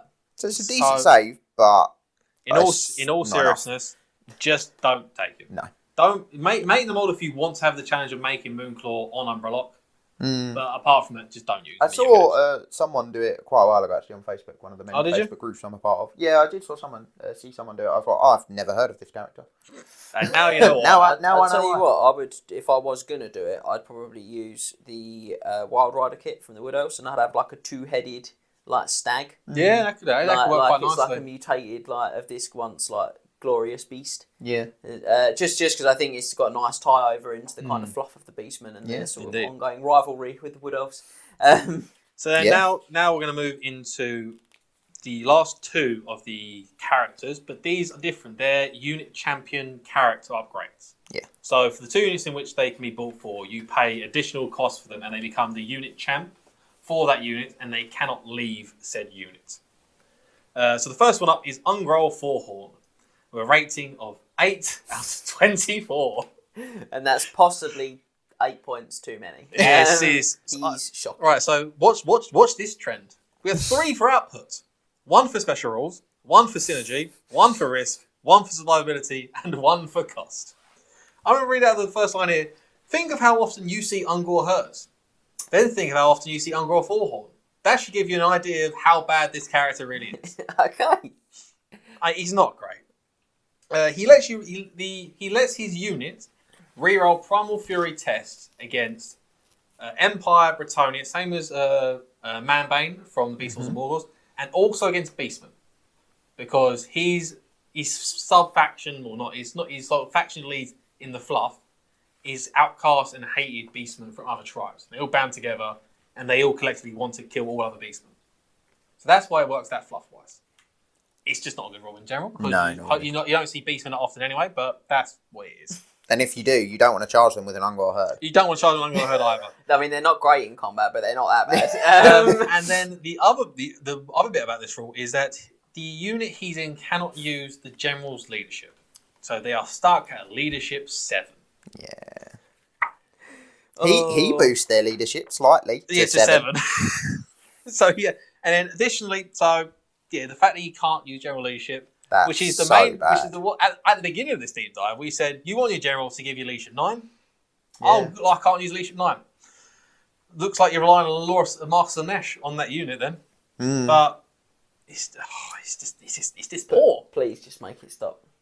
No worry, we got his magic item to go through first before we move on. Don't worry, we got the stolen crowns, I believe they're called. Yeah. And Scott will now go through what they do. Yeah. So you take a leadership test for Ungroll at the beginning of each of his turns. If he passes the test, he has +2 weapon skill and +1 strength until the start of his next turn. If he fails, he's treated as a level 1 wizard instead. Randomly generate a spell from the Law of the Wild each time. So he could go up to, I believe, his weapon skill 6. Correct. And strength 5. Correct. So he becomes a Wargul with a better weapon skill, I feel. Yeah, I think they're 5. That's about right. I think they're a strength 5 and toughness 5, I think, for a Wargore. They are weapon skill 5. Weapon skill 5. Strength 4. Strength 4, okay. So yeah, marginally better Wargore. So if he passes the leadership test at leadership 7 because he's stuck there, he does get a reroll for BSB, because I don't think it's specified you can't use BSB. Yeah. He's basically going to be a Wargore. Or he could become a level 1 wizard on Law of the Wild, which you might as well just not be a wizard for. I just want to say he's going to... It's a channel. He's going to pass it every time he's not in combat, and he's going to fail it every time he's in combat. Yeah. Yep. So... you say every time he's in combat. The one time he's in combat. Because they're running away. He doesn't survive a turn. He's running away and they get chased down.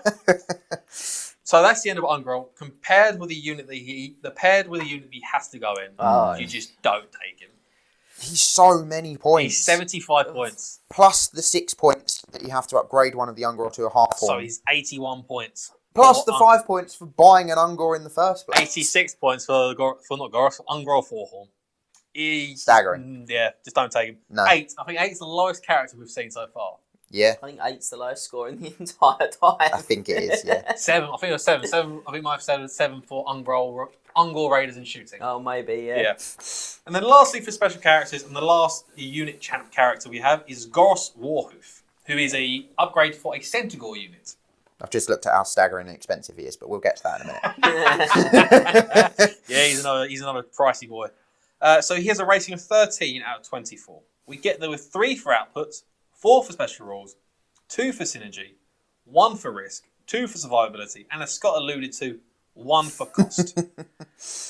This character, you can use him, but to get the most out of him, he has to die. He has to die to get the most out of him, because if he dies, every other unit in the army that's Primal Fury gets +1 to the leadership, 2 for their Primal Fury tests. Because he's a naughty boy, and he has a lot of sons out there, and all of his sons are angry when he does die. And yeah, that's what he does. There's a number of specials that I can't. Yeah, so that's the Father of Beasts special rule, which is what Max said. His other special rule is the Sons of Goros. A unit that includes Goros Warhoof is comprised of his most able sons. Models in Goros' unit have +1 weapon skill.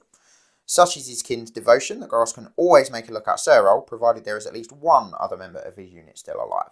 So he makes Centaur's weapon skill 5. Yeah, I rate him. I do actually rate him. If you take Goros, if you're going to do the Centaur thing, I think you probably should do him. And he means that he really can't be sniped out. No. Yeah. As long as he has that one guy with him to go, Dad, look out. Look out, Dad. This is like Bowser Jr. and Bowser.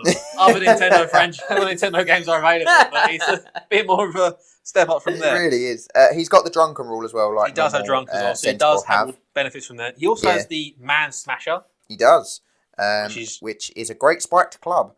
Where's the rules bit start? There we go. A lot of fluff into of these items. And they don't split it out in the old books. No.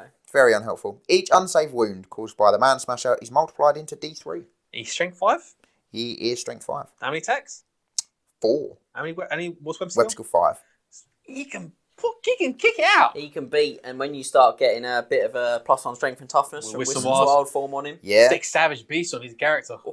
Oh. You get Savage Beast on him. He's pumping out. I will say though that the Sons of Goros rule just says models in Goros' unit have +1 weapon skill, not other models. I feel like they FAQ'd it so he doesn't get it. I may be wrong. That would make sense. I don't think he considers himself a son of Goros because he's Goros.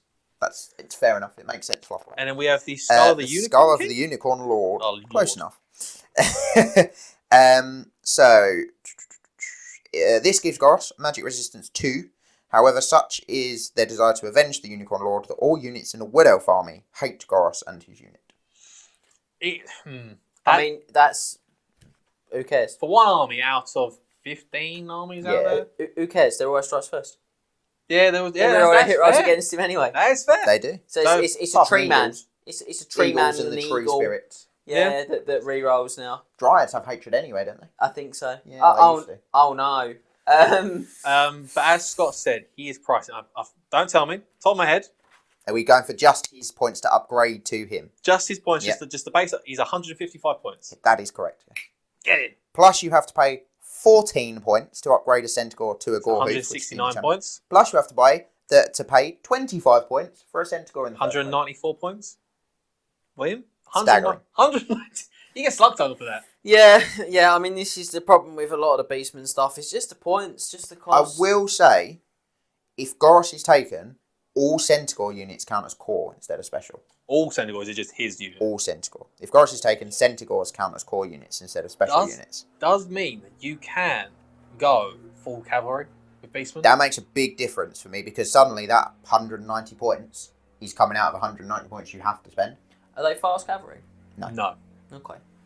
So you have a little too much to ask. That's I mean, at the end there. The fact if you take Goros, the Centaurs go from special to core, and in fact it's all units. I thought it was just his unit. No, it's all units. All units. So you could have, and then all of a sudden, the price of them doesn't mean much at that point. You're taking out your core. It means a lot less. It means less, yeah, certainly. Yeah. He doesn't have a shield, so he does only have 5 upside. He doesn't have a shield, no.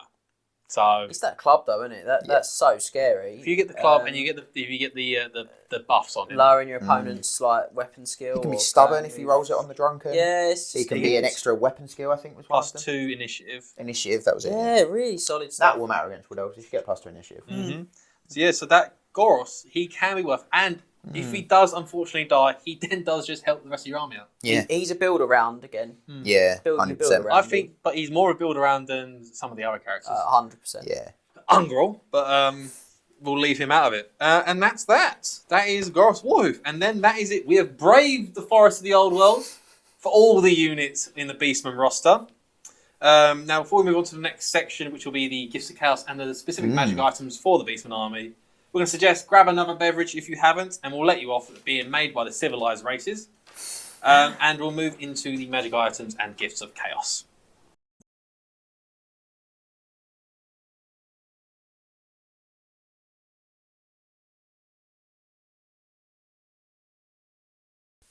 So, we finished our analysis of the Beastmen's units, but units alone don't make an army. So to get a full picture of how to play each army competitive, we also have to look at their magic items. And in the Beastmen's case, their Gifts of Chaos as well. Because they are, like the Warriors of Chaos, they have a list of separate items that they can take as well. Yep. So, now being an older book, the Beastmen have a larger amount of magic items in their book than pretty much any other 8th edition army. I think the only one that comes close is probably the High Elves, because they're an odd occasion in which they have a lot more magic items than every other 8th edition book. Yeah, I mean, they've probably got the most of any of the 8th edition books, I think, but certainly nothing like the 7th edition books. And the Beastmen have a stonking amount of 30 items to choose from. So, plus gifts. Plus the gifts as well, so it's going to be a lot. So, let's get cracking. Get comfortable. Get comfortable, let's get going. So first up, we have the Prime Evil Club, which allows the bearer to treat his strength equal to the unmodified leadership of the target model. Not bad. Seems pretty good. Allows the model to win most things on twos. Until you look at the Unchaos Godly price of 100 points. Unchaos Godly. It's 100 points for this thing. It's the entire allowance of your Beast Lord, and if you're crazy enough, your Great Bray Shaman. Yeah, I think... For 40 or 60 points cheaper, respectively, you can take a Giant or Ogre Blade. Yeah. And you're still going to be winning on twos most things. Yeah. And it is better against sort of monsters, because monsters generally don't have that great leadership. No. So that they'll probably only be maybe 6, 7 at a push. And they're probably going to be toughness 6. Frosty's 9. Yeah, well, he's just needs to not be talked about. Real.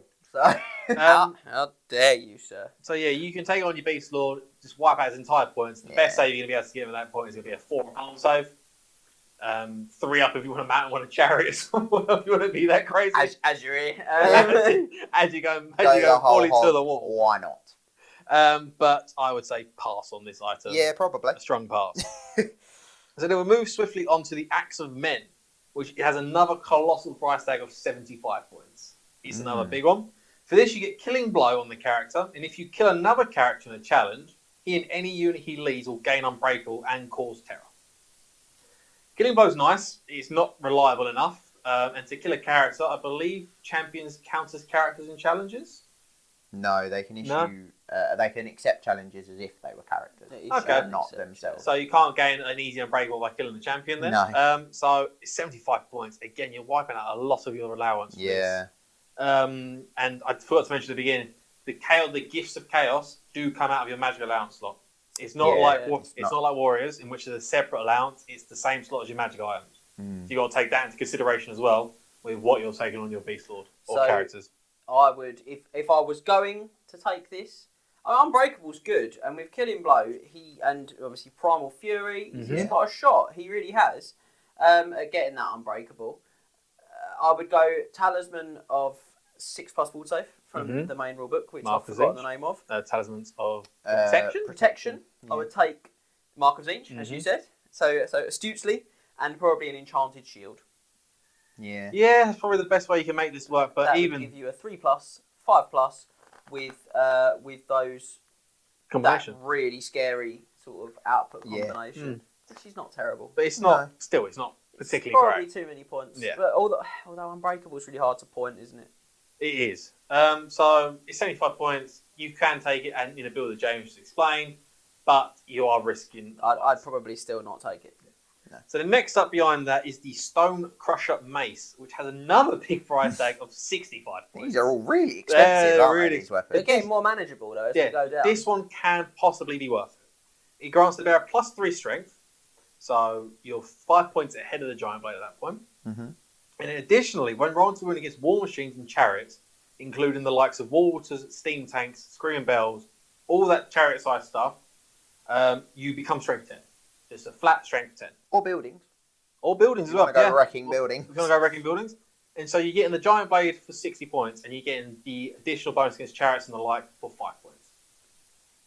I don't hate it, actually. It's workable. Yeah. The only thing, I'm going to point out, the only thing that I've worked this out, the only thing that Giant Blade doesn't work out against that this does with, the thing that doesn't win on 2s in this scenario and the Wisp Weapon does is steam tank, scream bells, and artillery pieces, I feel.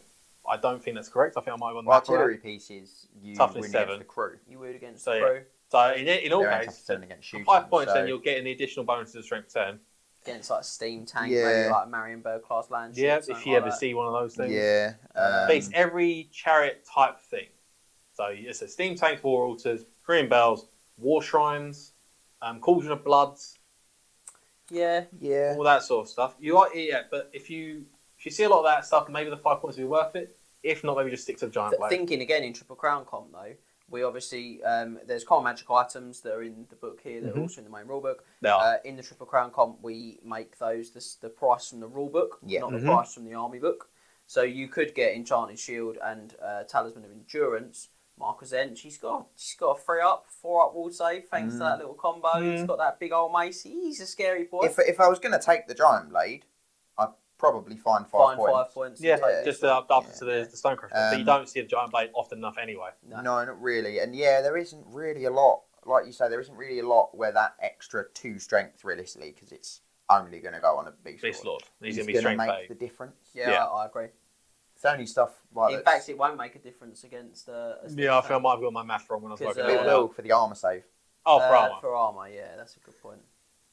Yeah, by like 1. Yeah, it will mean it's got no save, not a 6-up save. Yeah. In certain scenarios, you can make this work. In others, it might not be worth it. It's still probably a leave at home. For me. Yeah. So then we move on to the Man Gelder. I believe that's how you say it. Coming at 50 points, you cause terror. And you would and you cause a model to lose 1 point of leadership for every wound it suffers. I thought it could be funny against undead character that keeps regaining his wounds. So you just continue to knock his leadership down consistently. But is 50 points. Terror is not reliable enough to make worth 50 points. You can get terror on a banner if you want to from the main rulebook. You can get 35 points for the terrifying mask of E? 25. Is it 25? Yeah. Oh, okay. Yeah, it's not worth it at all, 50 points. No. It's just not great. No. And then being thrown onto the scene is the Hunting Spear, which counts as a spear in combat, but is allowed to be thrown like a throwing weapon with a range of 24 inches, but it's treated like a single bolt thrower and can be used after moving but not marching, and can be used to stand and shoot. Does the FAQ classes as a throwing weapon? So the spear makes the Beastman holding it an Olympic javelin champion. Yeah. What you're saying? See, it's 24 inches. 24 inches, mate. It's hindered by the ability skill of every character that can take it. Yeah. You can take it on your heroes, but all your heroes are skill free. They're not a good shooting army. We talked about this earlier. Beastmen are not a shooting army, and you're adding a weapon to your army that stops you marching, that makes you want to, hang about at the back with an army that doesn't win the game by hanging about at the back. It could be fun if you want to role play a hunting mammoth, I suppose. But apart from that, no. It's a shocker. Leave it at home. Yeah, the bolt part of it is nice. You just got hit. I feel. I feel like we're getting through all of the really bad ones now. We're not quite at the end of them. We're not quite at the end. I think we're gonna have 3 good ones, and then we move on. So next up is the Axes of Korgor. So this is an item that is a serious consideration for yourself. Yep. It's 40 points, and you gain +1 attack, and yet lets you reroll any missed hits in combat. Not great if you consider Primal Fury. Great on a character like a Doom Ball or a Gorball that does not get Primal Fury. Yes. Yeah. That's where it is. So you get +1 attack from, so he's got 5 attacks, you get +1 for the frenzy, so he gets 6, +1 from these for 7. Reroll into hits at strength 6. 40 points, and then you can take, if you want, on your Doom Ball, the 4 at ward save, with a magazine to give you a Doom Ball, a 3 at ward save. Super survivable, super killy. Yeah. The only thing he's missing is reroll into wound. But I don't really think particularly need it at strength 6. No. Stick Wisdom's Wild Form or Savage Beast on him. He's a monster. Yeah. I do think this is the way to use them 100%. I'm still not sure. I think they're 40 points good. But well, half of that is the extra attack. Yeah, I suppose. Yeah. Yeah. From the sort of. Yeah. So maybe I'm being a bit unkind to him. And then half of it's your essentially hatred that you're never going to lose in every round of combat. I think it's I think it's really worth serious consideration. If you're taking a Doom Ball, I think on a Doom Ball, take it on a Doom Ball. It's definitely good. And so next up is, I think we've discussed this quite a lot, and I think Scott may have overheard. Now it's a Steel Claws. They come in at 35 points, and you get an additional D3 attacks from them. And if you roll for a 6 for these additional attacks, all of your attacks, then ignore armor saves for 35 points. I like these. They are really good. If you ever spoke to me about how I build my Beast Lord, or how we build our Beast Lord in competitive character series, we do stick this on our Beast Lord. Yeah, on the on-foot Beast Lord, this is good because you get in. You can stick this on Doom Ball as well. You can stick this on Doom Ball. The thing is that the strength 5 of the Beast Lord basic means that this item is always going to be good. Yeah. Because you're dishing out attacks. It's not too many points that you can't get other really cool items to synergise with it. And when you roll those 6s, to generate your extra attacks, you ignore an armor. Yeah. Really scary. And so it carries that weight of threat that, do people want to go into a challenge against this guy? Do people want to... He gets into a unit of knights, he's going to be -2 to their armor save, whatever happens. He suddenly starts parking that 6, and it's all tears before bedtime. Yeah, then you combine this with Primal Fury. Yeah. Potentially having Frenzy from Primal Fury, and then potentially ignoring armor saves. You got a serious grinder of a lord on your hands at that point. Yeah, he's really strong. He's pretty strong. Really very good. That will always be my first choice of magic weapon when it comes to Beastmen, followed by maybe the Axes of Korgor, I feel. So then we're going to move on to the Brass Cleaver, which is 30 points and gives the bearer an additional attack for each model he's in base contact with. So you obviously need a large base size, so you're going to be putting this on, say, your Doom Ball or your Gorball or Chariot Mounted Beast Lord. Yeah, I like this on a Chariot Mounted Beast Lord a lot. I think it's a really clever item that I think people miss. Its points value, I think, is very... 30 points is very reasonable points value for this thing. As Scott said earlier, you pay 20 points for sword of +1 attack. Yeah. Even on a guy on foot, he's probably getting +3 attacks most of the time. 2 at the very least. So he's already quids in. So it's like I keep going back to it. You keep looking at Doom Ball with his stacking of his frenzy, his blood greed, all the additional attacks he can potentially gain from everything else, and he's getting probably 4 additional attacks from this item if he's in the right position. Yeah, it's insane. I do like it. I think it's very good. And then lastly, we have the Everbleed. We're going to end on a low note here, I feel. It's 25 points, and causing any model that takes a wound from this to roll a dice for every... no matter how many wounds it takes, roll a dice. On a 6, you take an additional wound with no saves of any kind allowed, and continues until you don't roll a 6. It's so unpredictable. Yeah, it's way too many points. You could, if there are characters on maybe one wound, you can then hopefully go and roll a big crown, and then just kill it outright. But it's so unpredictable. It's way too many points. I'd take it if it was. Well, I'd maybe take it if it was like 5 points, 10 points. Yeah, it's got to be cheap to be worth anything, hasn't it? I think to be that unpredictable. But no. So not a lot of the weapons are say competitive. Maybe 3 of them. Yeah. In the right scenario. Yeah, I think you're 3, right. maybe 4. I think the 3 in the middle. Yeah. Yeah, there's some good options there.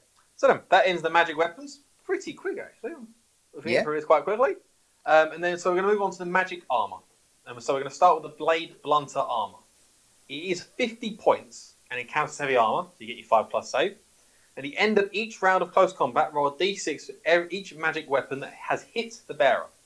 On a 2+, the magic weapon loses all its special rules and counts as a mundane weapon of its type for the remainder of the game. Bear in mind, the character does not need to be alive for this bonus to activate. Yeah. Yeah, it's a good point actually. I hadn't thought of that second part there. So it's the second. So you can always look at it. So you stick it on you buy a war gore, which I think is 65, 75 points. So have a look for me. 85. 85 points. Sorry. Stick it on a war gore. That's a little bit more. Stick it. Give him the blade blunter armor. Chuck him in to say, I don't know if you're playing Karl Franz Ascended, Malekith, Incarnate of Shadow, or the Eternity King. If you're playing the big end times characters, even if you're playing Karl Franz with Gal Moraz. Just let him bonk you in the head and lose Gal Moraz. Let him bonk you in the head. You don't have to be alive for this to work. No, you're right. On a 2+ is pretty cool. That. Yeah. But it's even just other things like Vampire Lords with Vampire Lords, Ogre Blade. Yeah, very common. And you could possibly survive against that. And you think, I can actually do this now. Then you get cut down next round of combat. And I never forget playing against Kazakh, and he was like, "Oh yeah, your magic weapon doesn't work against me," and I was like, "Okay." Put a sword in back, it ripped it up anyway. Tears Kazakh in half with Vampire. That's really unlucky. It's really great dice, but yeah, very cinematic. What I think this would be probably best against is a Chaos character. War is a Chaos character. So they have to issue an challenge. Yeah. You accept it with the War Gore first, even if he dies. You go, I've stopped magic weapon working for my Beast Lord to then come and rip you in half. And then Mr. Steel Claws, who's all like, let's go. Mr. Steel Claws, right? As I'm going to call him from now on, Logan. Other superheroes are available. Other superhero franchises, yeah. But yeah, I think 50 points is pricey. Yeah, it's a lot of points, but if you are adamant taking it, I reckon you can make it work. You got to tool it for a job, haven't you? Yeah. And so this guy's job is this. Just that. And so then we're going to move on to Troll Hide. So this is light armor that grants the bearer regeneration for 50 points. I think it's just too expensive. Yeah. I don't think it's too expensive by much, but I think it's probably 5 points too expensive. Yeah, I think it's probably its points. It's just if it was 45 points, you could get a Dragonbane Gem with it on a hero, and that's what you're thinking. You could, and then I wasn't, but I would be. But I was more thinking because regeneration isn't quite as good as a 4+ ward. No, it's not. You're right. And you're only getting light armor with it, which isn't really worth 5 points. I will put it this way: for 5 points less, you get the Armor of Destiny, which is a constant 4 war save and heavy armor.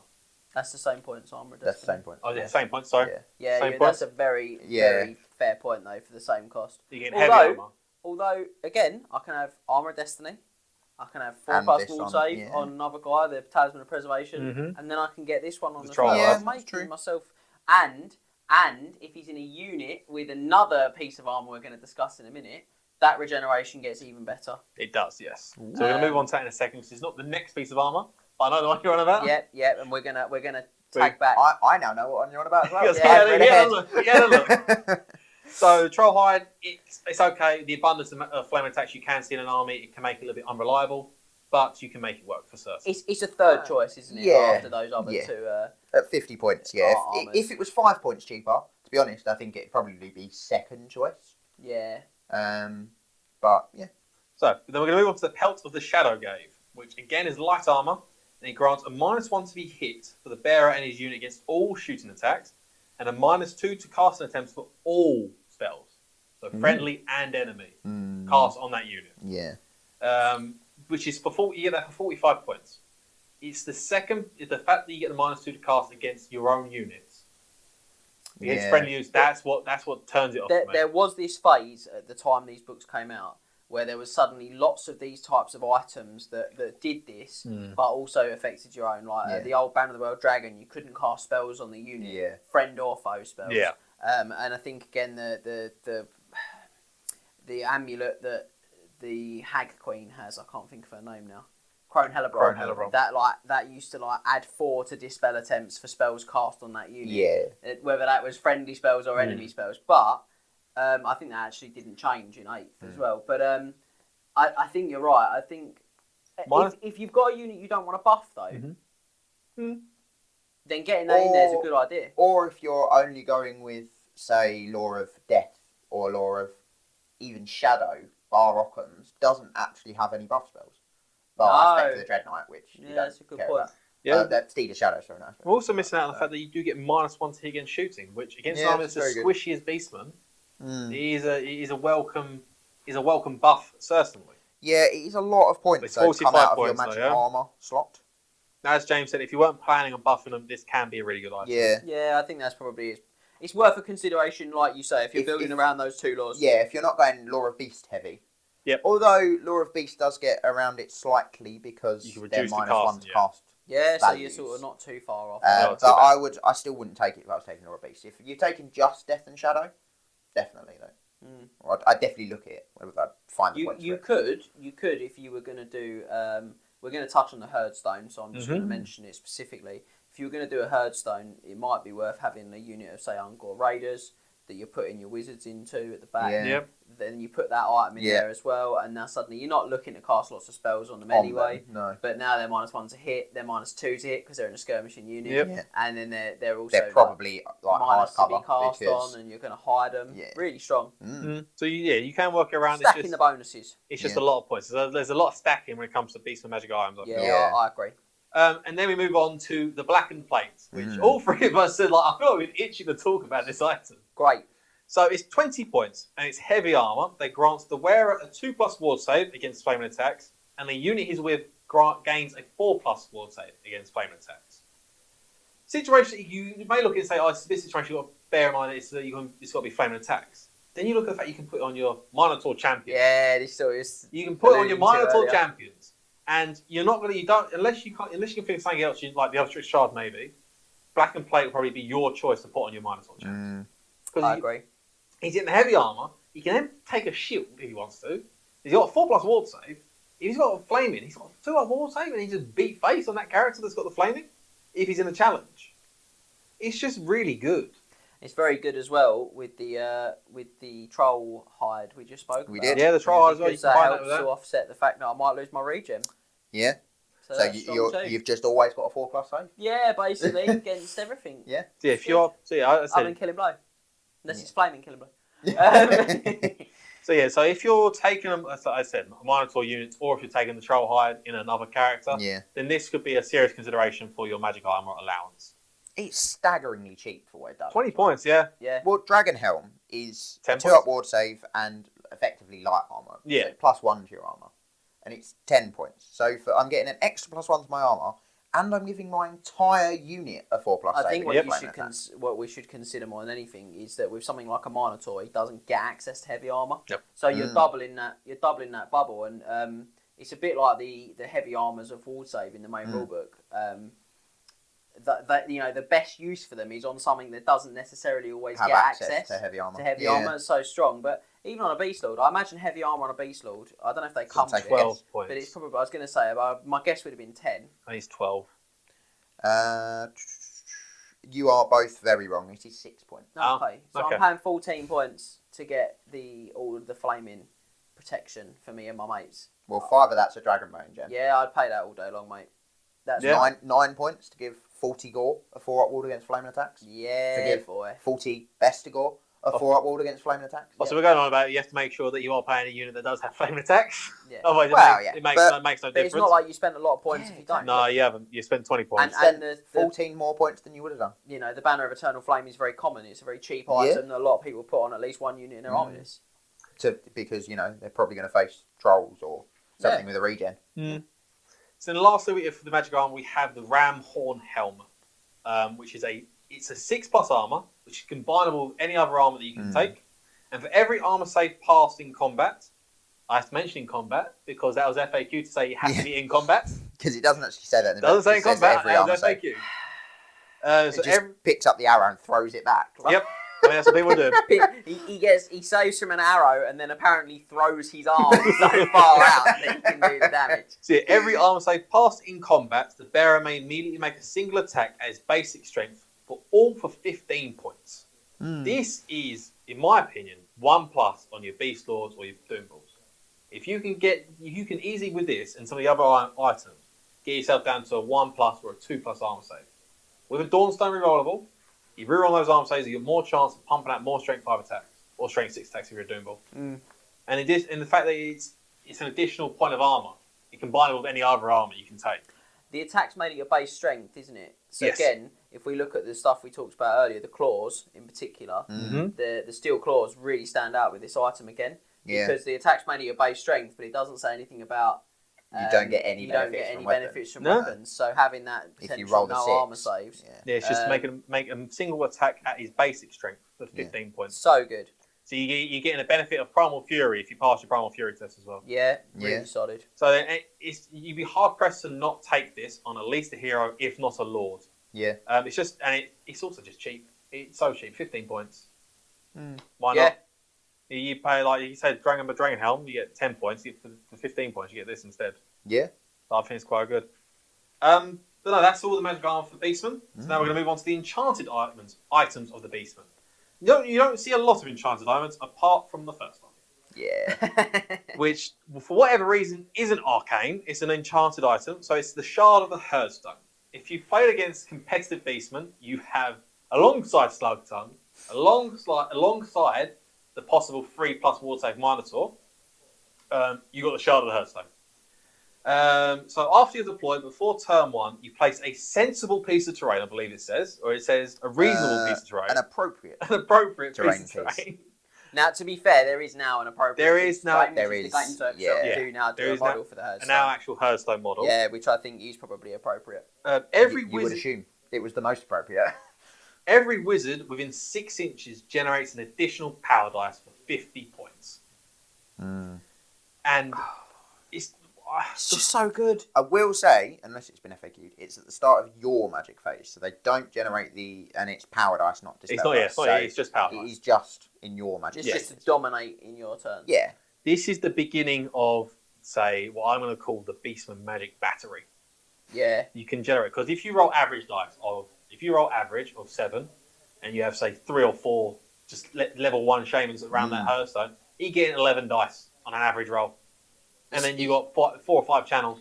You're going to get the big 12. And again, you got Slug Tongue in your list. He counts. Slug Tongue. He's a wizard, yeah. He's a wizard, he counts. I mean, and so you're not even having to... It's not just like generic Bray Shamans or Grey Bray Shamans. It's anything that's got a wizard level, basically. And then you combine this with, say, I'll put it in here, Malagor. Put Malagor on your armor list, because you just leave your level 1s at the back, just hiding around the Hearthstone. Yep. Having a good old jolly time of a campfire. Send Malagor out there on the Lord of Death. You get in the big 11 or 12 power dice. You chuck out the Purple Sun. You reasonably get all the dice back. You're quite feasibly going to get the big 24 power dice of phase. Like almost every turn if you're lucky. Depends what you're fighting. But it's really... I mean, I think we've all dreaded the Shard of the Hearthstone. It's a terrifying list. It's got loads of potential. It's the fact that it doesn't have to be taken by a wizard. No, it can be taken by you can take by your Warlords or your Beast Lords. Or your Doom Balls. It's just silly. That's just very silly as far as I'm concerned. To be honest, I probably would just always take it on a level 1 I probably would as well. But it is odd that I would probably have the channeling staff in my list as well with it, just because I'm greedy. And I'd be thinking that's definitely going to yield me, with the amount of channels I've got, I'm probably guaranteeing an extra dice every turn with the stick in my list as well. This is the beginning of the Beastman Battery. There are other items later on that do increase the efficiency of the Beastman Battery. I will say though, if you are using the Hearthstone, you are susceptible to leaving all your wizards in one place for a flying monster, say a Frostheart Phoenix or a Chimera, to come flying over and get an A if you're not in a unit. It's just got to be smart play from you though. That's when you start dividing them into individual models. twisting their bases, so you lose 1 or 2. And we talked earlier about the shadow. I've forgotten what it's called. Pelt of Shadow Gave. Pelt of Shadow Gave. Yep. That's very good with this item. In synergy. In a small unit of like an Ungor herd. Yeah, or Raiders. I like Raiders a lot because the skirmish bonus as well. Although you could only put 2 of the wizards in there because of their odd base sizes. Yes. You can have 1 on each end. Yeah. So you have so an Ungor Raider unit going to cost 30 points. Yeah, so you just have 2 of them. Yeah, you have 2 units. So that's that. Super competitive choice for an item for Beastmen. And then we're going to move on to the Horn of the Great Hunt. Never seen it before taken. Toot indeed. It's only takeable by Beast Lords and Wargors only. Mm-hmm. It's 50 points again, and it contains the Bestial Surge spell from the Lore of the Wild. For those that don't know, Bestial Surge is every unit within 6 inches of the caster from the lore. This moves and it immediately moves d6 plus 1 inches towards the nearest visible enemy unit. But if they have to stop an inch away and they can't charge. That's alright. The Horn of the Great Hunt is Bestial Surge with a 36-inch range. So it's 6 times the distance. Well done. I can do maths. It's still still not very good. It's still Bestial left at home. So I mean, I was thinking, when I made my list, I was thinking about ways you can make this work. And the way I think you make this work, if you was taking this with an all chariot army, because you can't march, and if you have the 36-inch range, you just use it, and you hit in every chariot, and they can move another possible 7 inches. It gets around the marching. Yes, it does. But the problem I've got with it is I'm going to end up with like random frontage links. Yeah. And I want my frontage to be quite consistent with a chariot army, I think. But yeah, I think you're right. That's probably easy use for it. I think it's probably the best use for it. I think there's probably a reason you don't see it very often. Yeah. It's very expensive as well. Very expensive. 50 points. And then we're going to move on to the Horn of the First Beast, which is another 50-point magic item. Another horn. Again, can only be taken by Beast Lords and Wargors. And it allows all units within 36 inches to re-roll Primal Fury tests. So if you have a BSB... Is that one use? No, it's constant. Okay, so... It's a constant re-roll. I don't mind that too much. It's not. It's made redundant by the fact if you're close enough to your BSB, which you're going to take a BSB with Beastmen anyway. But if you have managed to ambush units, or you've started to get your units far away from the Beast Lord, or your BSB, then the 36-inch range of re-roll does help out. Yeah, plus something to bear in mind is with Marcus Lanesh, you can have those units and not susceptible to fear, terror and panic, but probably still aren't going to pass those Primal Furies. Yeah. Well, this gives them a shot, but I still think that it's probably redundant in general because you're going to want to be close to your general and close to your BSB to also, I think it's way too many points because of that reason. Yes, I think it's 15 to 20 points too much, maybe.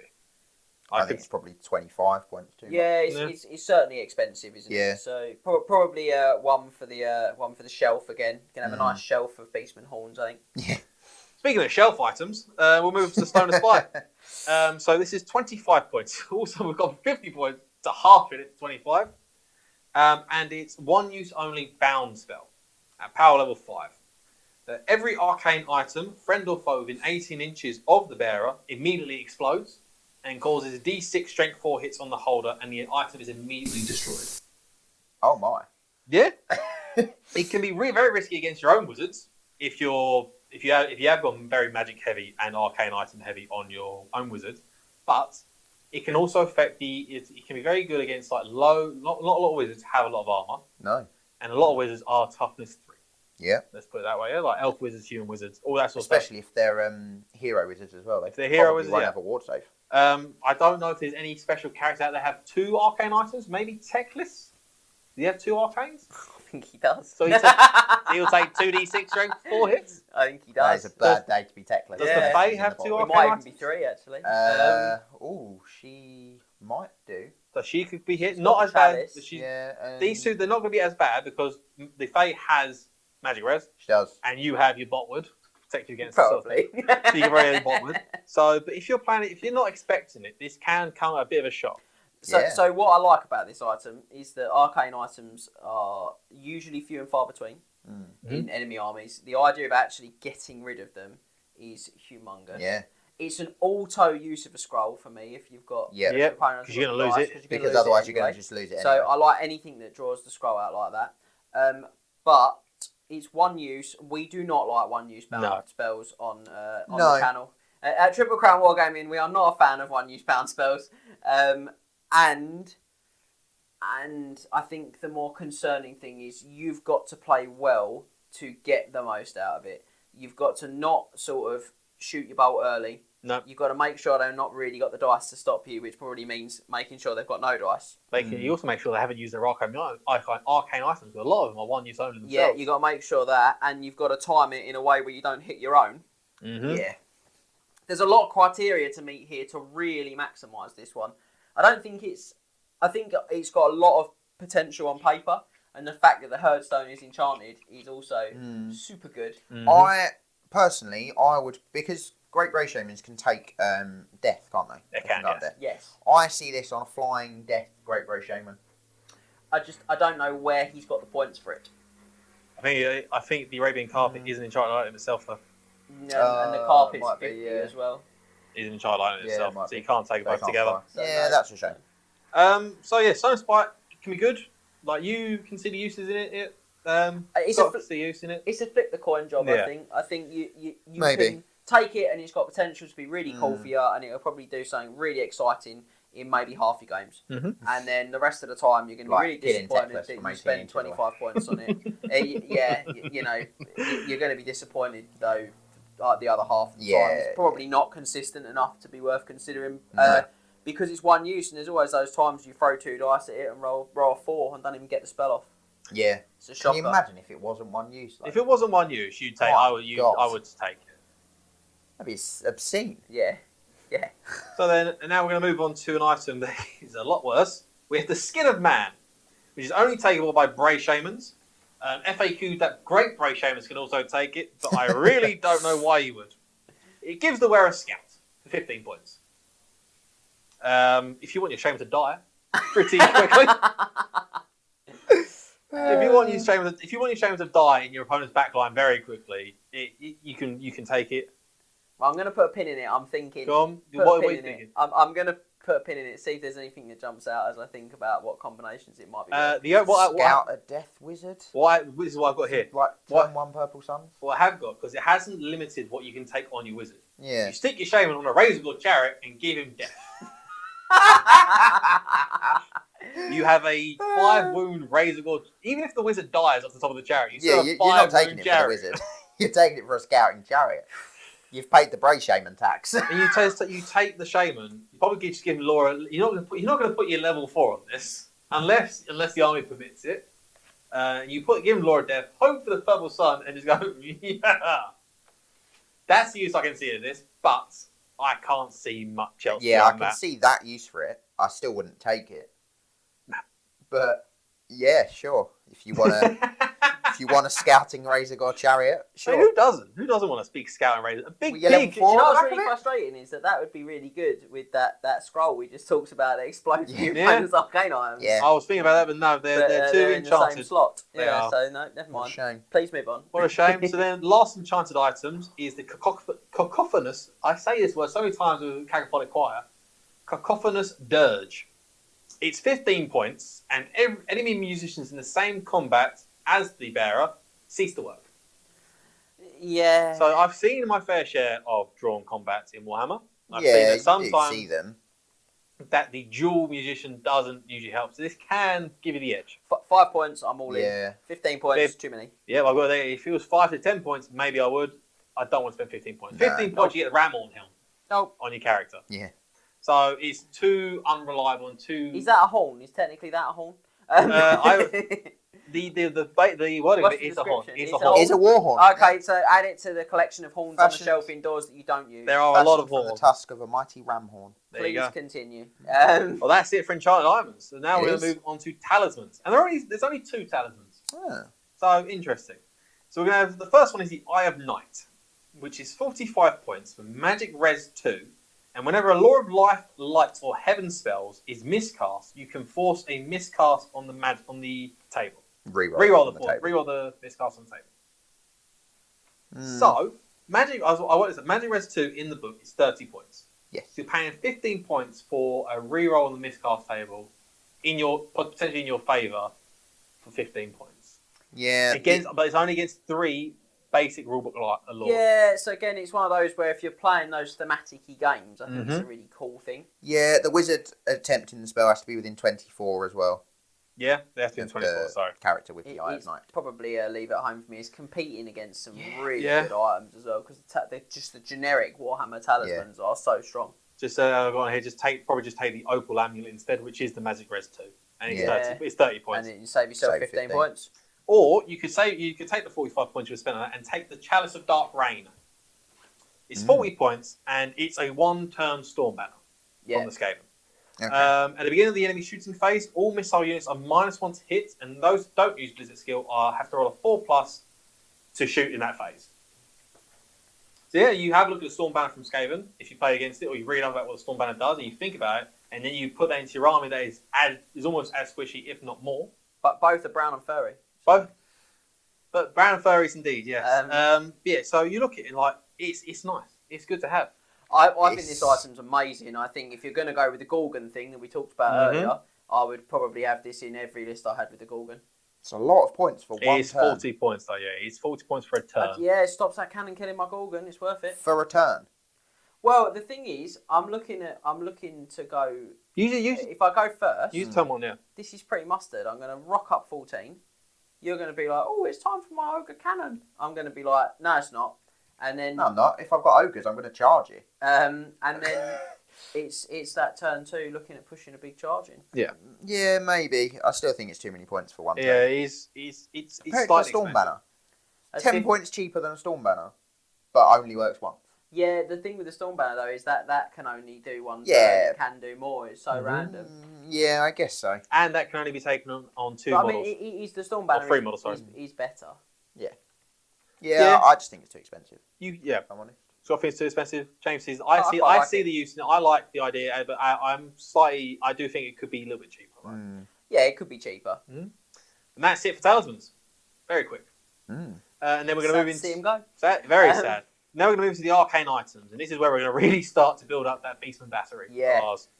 So the first stuff is the Skull of Rakos. I believe it is Rakos. Yeah. It's 60 points. It's a big one. A lot of points. But then all Beastman wizards, including the bearer, gain +1 to their casting results. Every single one of them. It's so within good. 6. Within 6 years. Within 6 years so of good the with the bearer. Hearthstone, because you're all going to be tight. You're all going to be tight. You're all going to be there. You can just pump out. Say you have your level 4 on the beast, and you have your level 3 level 3, so you have 4 wizards around the Hearthstone. All the level 3 level 1s, I should 3 level 1s, 3 level 1s. Not 3 level 3s. Not 3 level 3s. The 3 level 1 wizards are probably going to take Wissons on beasts. They're all going to be sitting around there. They're all getting +1 to cast and -1 on the casting value, because you're casting on a Beastman unit. You can reasonably get 3 Wisson Wildforms on a single unit, +3 strength and toughness. Yeah. On the entire unit. unit. Really good. It's great with Laura Shadow suddenly. It is good with in the signature spell without any trouble, even with level 1s. I mean, the Laura Shadow itself is a high cast. Yeah. It's a high cast in lore, but with this, you're taking away a little bit from it. Yeah, you're helping with the Hearthstone packed in there. This is a good item, this one, but it is a price, I would say. It is a price tag. Or you could take 2 level 4s. You take one with the Skull of Rakos, the Skull of Rakos, yes, and you put him behind the big man with the Book of Asher for +6 to cast on your wizard. That's bold. A lot of points, but gives you +6. I mean, you're getting plus lots. Yeah. I also just put on there and show what the civilized race is, what magic is. So I think you can. I think it's there. You can use it. It's there. Its uses are there. Yeah, it's just very expensive. If it was 10 points, you can take it on a hero level. If it was 10 points. No, if it was 10 points cheaper. Sorry. I was gonna say. If it was 10 points. 10 points! Fear in his face when he said what? Yeah, if it was 50 points. If it was 50 points, you take it on your level 1s or your level 2s. Yeah, definitely. And then we're going to move on to the Staff of Darkoth. It's 50 points, so this is 50 points for another bounce spell. This time it's Vile Tire from the Lore of the Wild. At power level 3, it's a 24-inch magic missile that causes 5d6 strength 1 hits. Don't waste your 50 points. No. That's it, really. We're just going to move on. We're not even going to play. I'll put to you that you can use it if you apply artillery, but even then. Just roll the spell. Right. There's no chance, there's no option you may roll the spell. You might not face artillery. You might not face artillery, yeah. Yeah. I'm trying to help.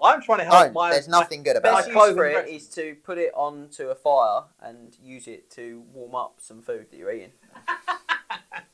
Put the staff on the shelf with the horns. I'm assuming it's wooden. I'm assuming so, yeah. Yes. The surface of the wood. So yeah. No, okay, Okay, there you lovely. go. No, that's nice. James now knows that the staff of Darkoff is made of wood. It's made of wood. And so then we'll move quickly on to the Hag Tree Fetish. It's 20 points, and you pick an enemy unit in the magic phase, and you can reroll all failed wound rolls in that magic phase. It's just so good. I'm sorry, it's just so good. The fact is also not one use only. No, it's every turn. It's just dirty. It's just so good. Again, 24-inch range. 24 inches. Yes, pick a unit with 24 inches. Yep. Sorry, I'm not mentioning any of this stuff. No. It's fine. That's why it's got the book. That's why I've got the book. But yeah, really, for 20 points. 20 really points. Good. Especially Lord Death, you look at Fate of Bunya, Curse of Lanith, not They Spirit don't roll Lich. to wound. They do. They do. They roll 4+ and 2+. 4+ and 2+. Are they rolls 2 wound, or are they they on take- a roll of a 4+? They you take a wounds, wound? so I think they would let you reroll. I'm not sure. You say maybe Law of the Wild if you do take Vile Tides. Just give us things like basic things like Flock of Doom that does lots of hits, Beast, and great strength. Possibly Beast the have the best Amber Spear. because of Amber Spear as well. Amber Spear, yeah. Flock of Doom. But I think there are uses. We have to look into the Lord of Death with Buna and Lanith. I think I'm agreeing with James. I think you can reroll I'm pretty sure we discussed this like ages ago, me and you, and when we looked at it, we felt it was with that. Then clear I cut. think it's worth it. Without that, I don't know. It's a very good item, but because of the laws the Beastmen have access to, without Fate of Bunya and Caress of Lanith, there aren't many spells across the 4 laws that they have access to that actually wound. No. Yes, yeah, I agree. So you can take it with I don't know. I'm trying to think of a rulebook law that has a lot of magic. Law Law of Fire. Yeah, fire. Fire has all the damage spells. Then yeah, it would be incredible with fire, wouldn't it? Yeah, yes. Incredible with fire. Yeah, but less so because of the laws they're restricted to. But 20 points, bargain. Yeah, Yeah, still cheap. And then lastly, for the arcane items, we have the Jagged Dagger. And it's 10 points, and for every model the bearer kills in combat, the model is kept to one side. In the next friendly magic phase, the models may be expended to roll an additional power dice. So you will need to tool up your wizard for combat for this, because this isn't a magic weapon. This is an arcane weapon, so you can take a magic weapon if you want to as well.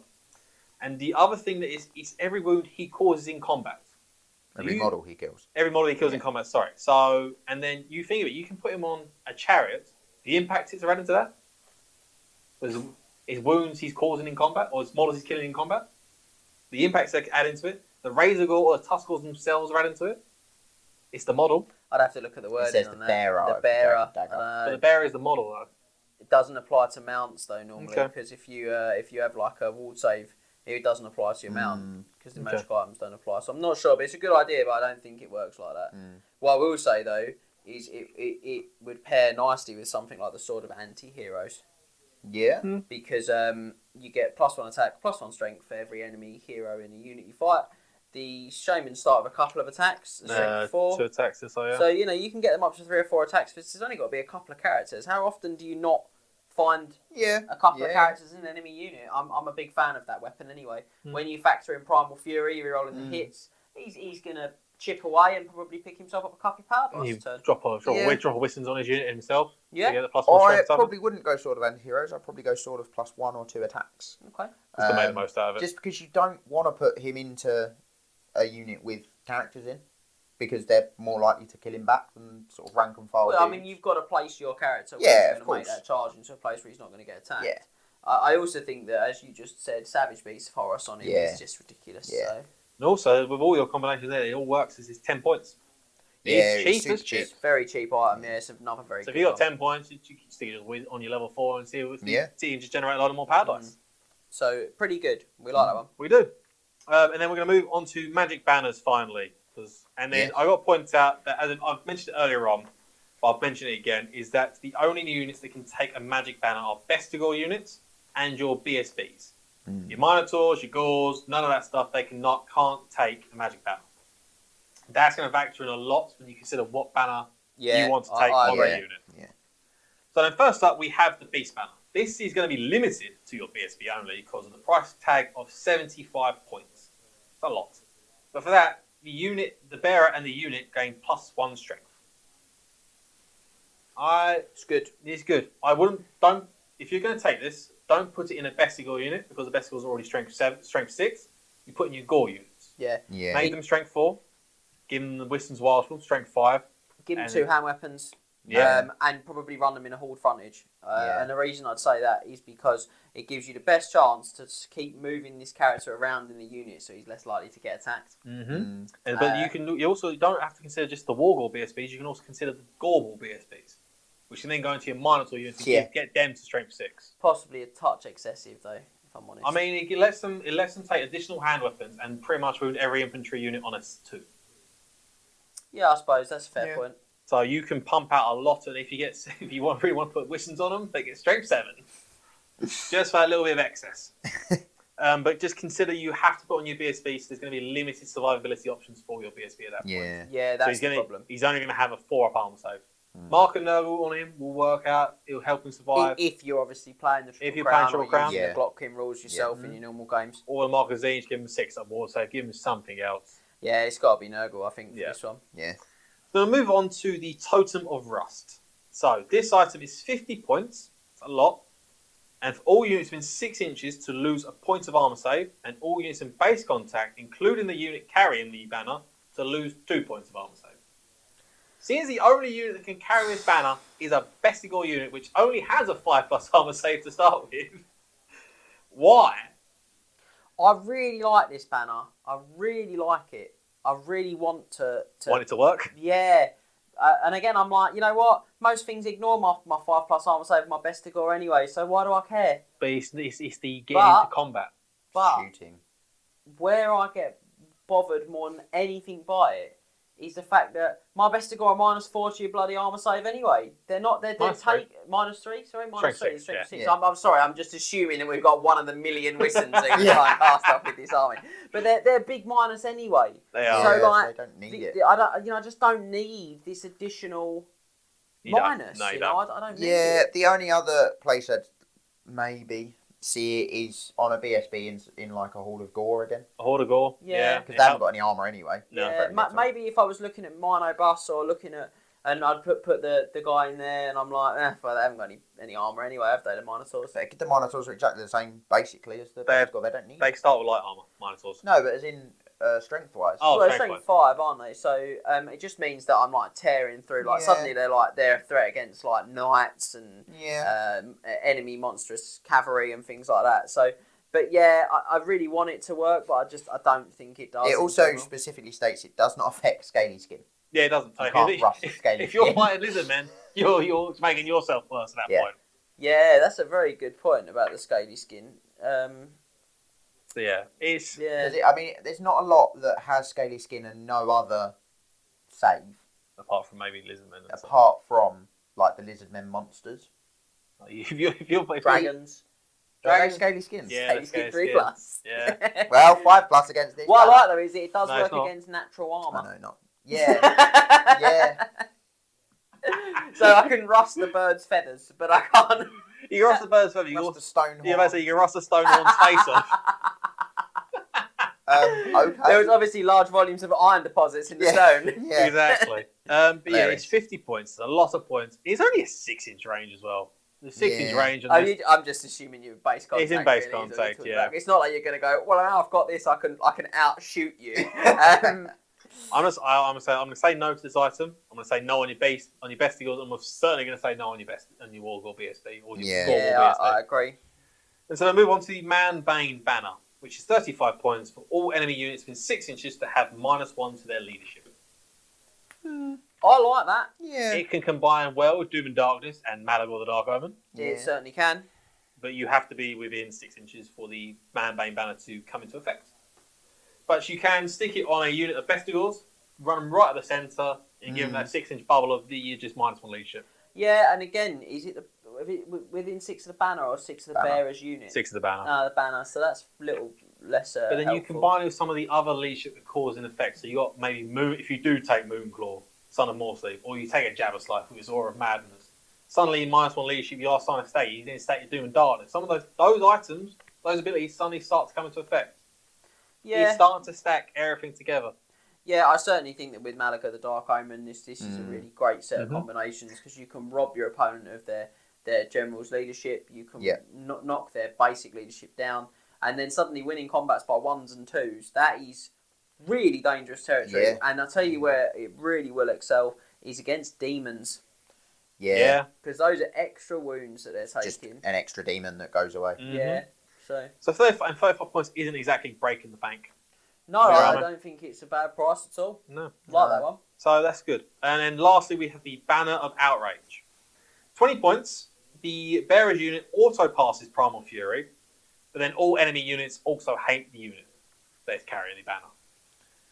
Twofold issues I have with this is that you're giving a buff to your enemy for whatever reason you want them to do it.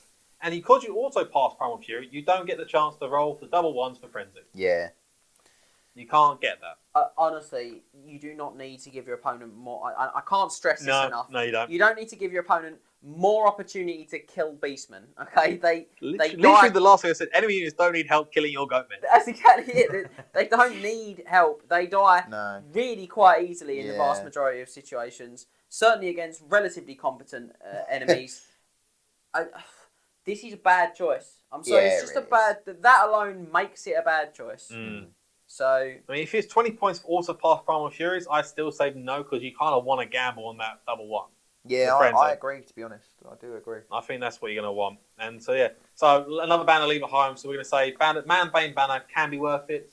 Yeah. Beast banner can be worth it. Yeah, the others really struggle, don't they? They're just doesn't matter how much you want them to be good, James. Oh! I tell you what could be good. We're looping back to something. We're just going to loop back just quickly to the Rust one. Mm-hmm. Oh, right. What about if you put your Wargore BSB on a chariot? Right. He just goes like rocking in then, doesn't he? So with 6 of arms, with 6 of arms over the chariot. Yeah, it's fun. 5 up, he's got a shield. The chariot itself. That's his only save. The chariot itself is only getting a 6 of arms though. Yeah. So he could get no, he's not 6 up. No, because then he's mounted, isn't he? So he's got 5 up. He goes in, he's all like, yeah, well, you're minus I'll tell you what, on a racer got a chariot. That's minus 4 to the armor save of the enemies he charges from the impact hit. Possibly minus 5. He's got no save, basically. You don't need saves where this Razor Wall's going. Straight to the Thunderdome. Don't do it. Don't do it. I don't know why James has immediately came up with this craziness, but just because it's an amusing moment. Because I think that in general the banners are quite disappointing. As I've tried to do throughout this entire deep dive, I try to give each unit a potential use for it, but sometimes you just can't. It is hard with this book. You know, Beastmen and they're just lackluster. They're very lackluster, yeah. So we are trying very hard. Don't do that thing with the Banner of Frost and the Chariot. That's a terrible, terrible idea. This is the madness that goes in through our minds. This is what happens when chaos takes over. It is. And then, so we're gonna look at gifts of chaos. Okay.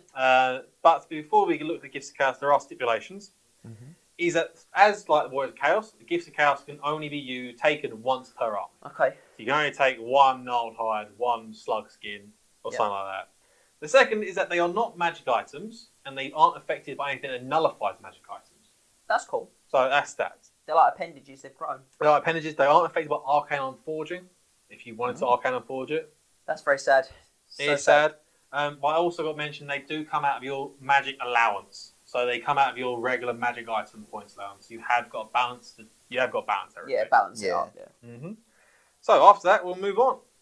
So the first is the Crown of Horns. You gain the bearer and his unit gain stubborn, which is nice. 75 points. Yeah, written for an edition that didn't have a 35 point stubborn crown. I've got it. That's literally all you can say about that. I've got it. Now the obvious comparison is the Crown of Command, which is 40 points cheaper. Yeah. Unless you really want 2 stubborn bricks. No. 75. I don't 75 point want them. No. 75 points is a lot of points for stubborn. So we'll move on. Yeah. Another thing with horns that you leave on a shelf. So we're going to slug skin. This drastically drops down from 75 to 30 points. A 45 point drop. This causes any models that are in base contact at the start of any round of close combat to take a strength 3 hit with armor allowed, I feel. Yeah. If you doesn't, whereas most of the things that do this sort of thing, like Nurgle's Rot or anything of like sort of kin, you don't get armor saves against it. This does allow armor. Yeah. Which does let it down. Not very good. So with your, if you give it to your, say, your Beast Lord, it's going to be 3 models. If you give it to your Minotaur character, it's going to be 4 models.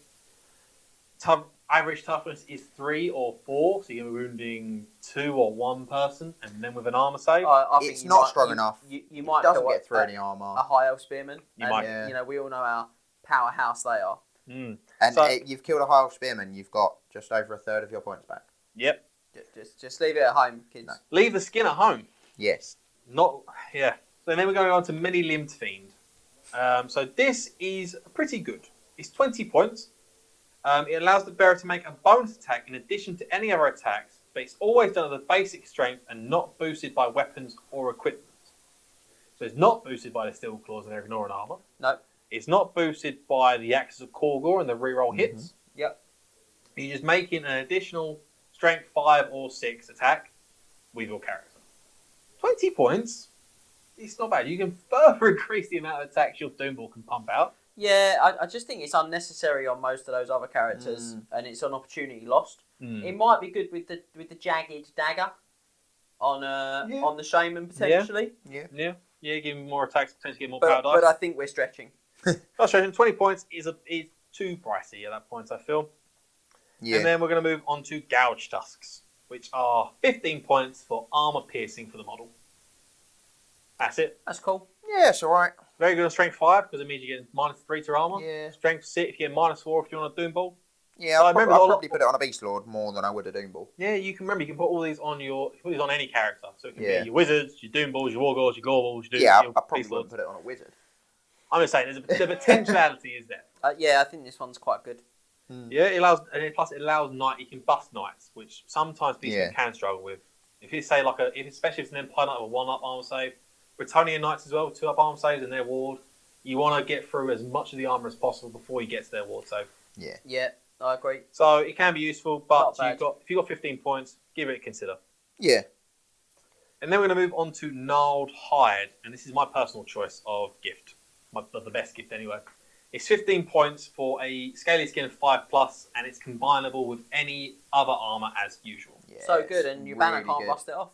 Your banner cannot, your Toe of Rust cannot rust it off if you've taken that item. The comparison I'm going to give here is the exact same item from the Warrior's Chaos, a scale skin. And you look at that and see what character you can build that sort of thing. And now look at Beastman and think you can build that sort of character. You can build your flying Doomball at that point. Armor Destiny, you give him the 4-up, you give him a shield for the... Sorry, 4-up with Armor Destiny with a shield for the 4-up. Give him Scale Skin, he's got 2-up arm save, 3-up ward save. Yeah, very strong. He's got Marcus Inch. Again, I think this is very good with your Beast Lord. Again, with your Steel Claws, heavy armor, 5-up. Gives you Ramhorn Helm. That adds 1 again, doesn't it? And then the Scale Skin, he's on 2-up. That's lovely. So you can put Beast Lord, for example. You got heavy armor, shield, Ramhorn Helm, and this for a 1+ arm save, all for 39 points. Excellent. And the Ramhorn Helm, obviously, if you pass those arm saves in combat, not in shooting, in combat, you obviously get to make an additional strength 5 attack. Do you know, I think my favourite part is that they clarified that because someone possibly did it against a wizard. Someone's punched a wizard from 24 inches He made that save against that fireball from 36 inches away. Yeah. So this is 1+ on your general or your main combat character. Yeah, I agree. I like this item. And then we're going to move on to Rune of the True Beast. So for 15 points, you cause all monsters, war beasts, cavalry mounts, the steeds pulling chariots, and swarms to have -1 to hits against the bearer. This is alright. Yeah. If you've got the points spare, it's a good choice. So it's alright if your beast will fancy soloing a dragon or something like that. Do you know what though? It's not bad for like a shaman because you can drop it on. It's just a little bonus. And how often do people use like a little flying monster and I'll chuck a couple of attacks on the shaman and try and kill him, or again like those cavalry mounts. Certainly with things like Wild Riders, Bretonnians, all their characters, all their horses. The mounts are doing. Particularly against something like a wizard that doesn't necessarily have the sort of save to survive getting kicked in the head by a horse or a deer. Yeah, he's struggling, you know. So I don't think it's bad. I wouldn't be a first choice, but if I've got a few spare points, it's worth considering. Also, this is what if you do again. I keep going back to Doom Ball with a lot of these things. You get on a Doom Ball can then just go after any monster it wants. It's weapon skill 5 or 6 on a Doom Ball. They got -1 to hit it. The only thing I think the only monster I think it's got weapon skill 6 is the Frostar, and he's hit on 5s. Dragons. Weapon skill 7 on your Star Dragon, so he's hit on 4s. Rah. But everything else is hit on 5s against a Doom Ball. Yeah. And then he is tough enough and strong enough to solo Particularly a monster. takes a great weapon. Yeah, he is tough enough and strong enough to do it in. So yeah, Rune True Beast, you can use it if you know you're going to be playing against a lot of monsters. If you're playing against Empire, maybe not so much. Yeah. Apart from the Knights, maybe. That's good against the Griffs. I don't see Griffins at all. No, Demi-Griffs. Oh, Demi-Griffs. Oh, sorry. Sorry, I forgot that Griffins. Yeah. And then we're going to move on to Uncanny Senses, which is 10 points for +1 initiative. I just feel like it's just slightly too expensive. Yeah, I just don't think they need it. I think it gives your Beast Lords that edge over most characters and push them to initiative 6. But I do like that. Yeah, I was just about to say, but I do like the fact that I can push into initiative 6. It's cheap at 10 points as well. Yeah, it's not massively expensive. It's just a standard. There's not a lot to say about it. It's just a standard. I'm not sure they need it, but initiative 6 is nice. So. Initiative 6 is nice. Not to say apart from unless you're new to the game, don't take it with a great weapon. Don't do it. Yes. Don't take a great weapon.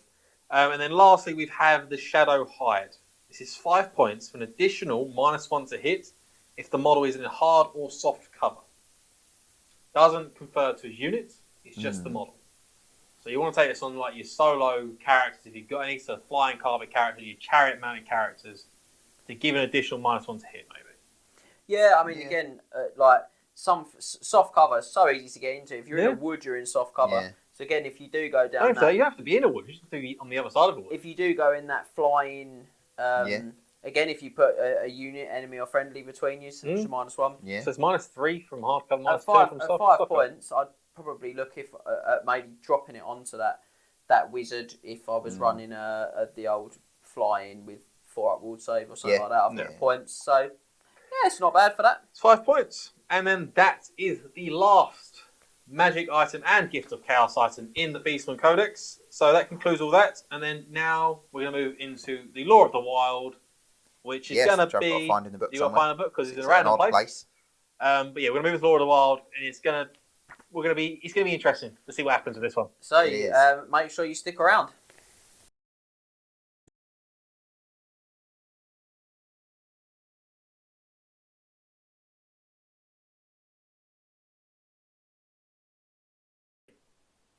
So, now that we've got magic items and gifts of chaos out of the way, we're going to move on to the Law of the Wild, which is the Beastman-specific Law of Magic. The way we'll do this is our Magic Law rating system, which can be found on triplecrownwargaming.com/ratings. But to put it simply, we'll give the law a score of 24, like all other units, based on the following 6 criteria. The variety of spells, the power and frequency of the law attribute, the average spell range, spell flexibility, and average casting value, and the quality of the signature spell. So before we begin, we're going to look at another cow in the room for this one. Because it is an older book, the Law of the Wild does not have a law attribute at all. And that will affect the rating of the law negatively, which unfortunately cannot be circumnavigated. No. You can't get around this. It's just an unfortunate side effect of the book being one of the old ones. The 7th edition book with law attributes didn't exist. In general, all those older laws of magic, as a consequence, just aren't quite as good as the newer laws of magic. So, yeah, and they also don't have a traditional signature spell, but the wizards can swap out any spell for Bestial Surge. So I'm going to treat that as the signature spell. Yeah. So with that out of the way, let's get rolling. So we'll start with Bestial Surge itself. It's cast on the 7. And as we discussed earlier on with the Horn of the Hunt, I believe it's called, Horn of the First Hunt, wherever it is. Yeah. It allows all friendly units within 6 inches to move d6 plus 1 inches towards the nearest visible enemy unit. And yeah, as we discussed with the item, with this being only 6 inches, it makes it significantly worse. It allows for, if you are a tight, compact army, to be very aggressive, but it's very unreliable. It's just, you can't go into combat, which makes total sense because you can't with other spells like that. But you can't go into combat. You don't get a lot of movement from it. No, not really. I mean, most of those other types of spells have got fixed movement. Yeah. Which is normally more than 7, which is the maximum of this spell. Yeah, or it's like your movement value. Yeah. So even that. The fact it's random, I really dislike. Also, because it's a signature, you can take on multiple casters and just move multiple D6 plus 1 inches. Yeah, but then you've taken the Law of the Wild more than once. And you've probably already got it once too many times. Maybe. Harsh. So, yeah, again, it's a very small range for this spell as well. It's a 6-inch range. And that's going to be a common factor across the majority of all these spells in the Law of the Wild. Very short range. Yeah. Unfortunately. So, Bestial Surge, not a great signature spell, if we're honest. And then we're going to move on to Vile Tide, which is cast on a 7+ again. And again, same as the Staff of Darkoff. I remember what it's called. Yeah. It's 5d6 strength 1 hits. It's good at chaff clearance and potentially War Machine hunting. It's just good with the Hag Tree Fetish. Good, yeah, and the Hag Tree Fetish. You can combine it with Hag Tree Fetish, you can get the rerolls to wound. Yeah. 24 inches is the longest range in this lore. It's a lot of hits you can potentially get. But it is only strength 1. Yeah, it should average around about 17 hits. Mm-hmm. It's a lot. Which is basically a dead War Machine. Yeah. Or very close to it. You would probably expect to kill a War Machine with it. Yeah. So that's why because it's strength 1, it's going to be wounding anything on 6s anyway. You might as well chuck it on a War Machine. It does concern me that what I'm about to say, the strength 1 magic missile is one of the better spells in the lore, and it really is one of the better spells in the Lore of the Wild. I'm afraid. Yep. That's that. And so then we're going to move on to the next one, which is Devolve. It's cast on a 9+, and all enemy units within 12 inches take a leadership test or suffer a number of wounds compared to the difference in the dice rolled and the leadership test, or if I read this properly, the failed leadership, how much you failed it by. Yeah, there you go. That's a better way of saying it. That's a better way of saying it. You take a number of wounds equal to how much you failed the leadership test. With no arm saves allowed. Yeah. It's the exact same as the Jebel Slice Aura of Madness, and we would have discussed how that can be unreliable in itself. Yeah, it's okay. It's not great range. No. You've got you've got the sort of shenanigans we discussed earlier with like Malagor and Malagor and Malagor, as the Bretonians would say. Malagor, and also the Magic Banner. The Magic Banner. Yeah. So there is some scope to make that like have a bit more potential, but you've got to actually get it. And like we said, Malagor's far better on death. Because of the fact he flies. Than he is on this lore. So you've got to have another wizard who's got this, who's also within range of that, and within range of the debuffs from that. It's they're stacking the synergies, and then there's just an obscene amount of stacking that you have to get to actually make any of this worthwhile. I mean, yeah, it could be terrifying like that.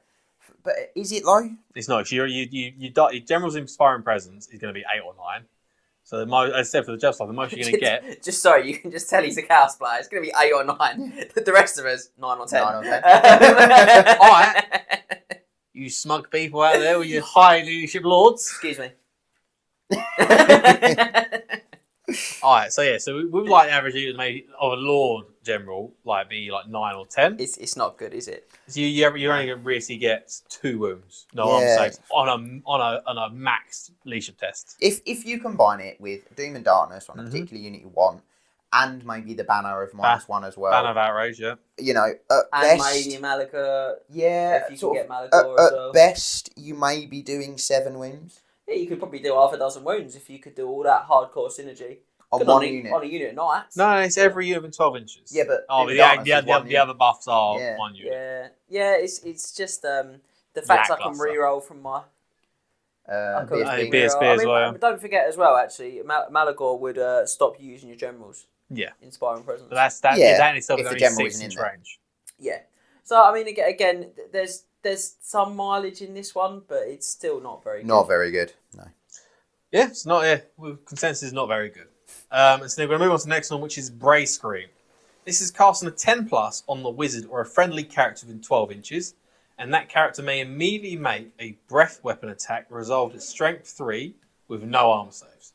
And we've discussed this previously. We said by all accounts, this can be used in combat. Yeah. I didn't see any FAQ say it can't be used in combat. Quite good with the jagged dagger. Yeah. No, it's immediate. So the jagged dagger only works in combat. Only works in combat phase.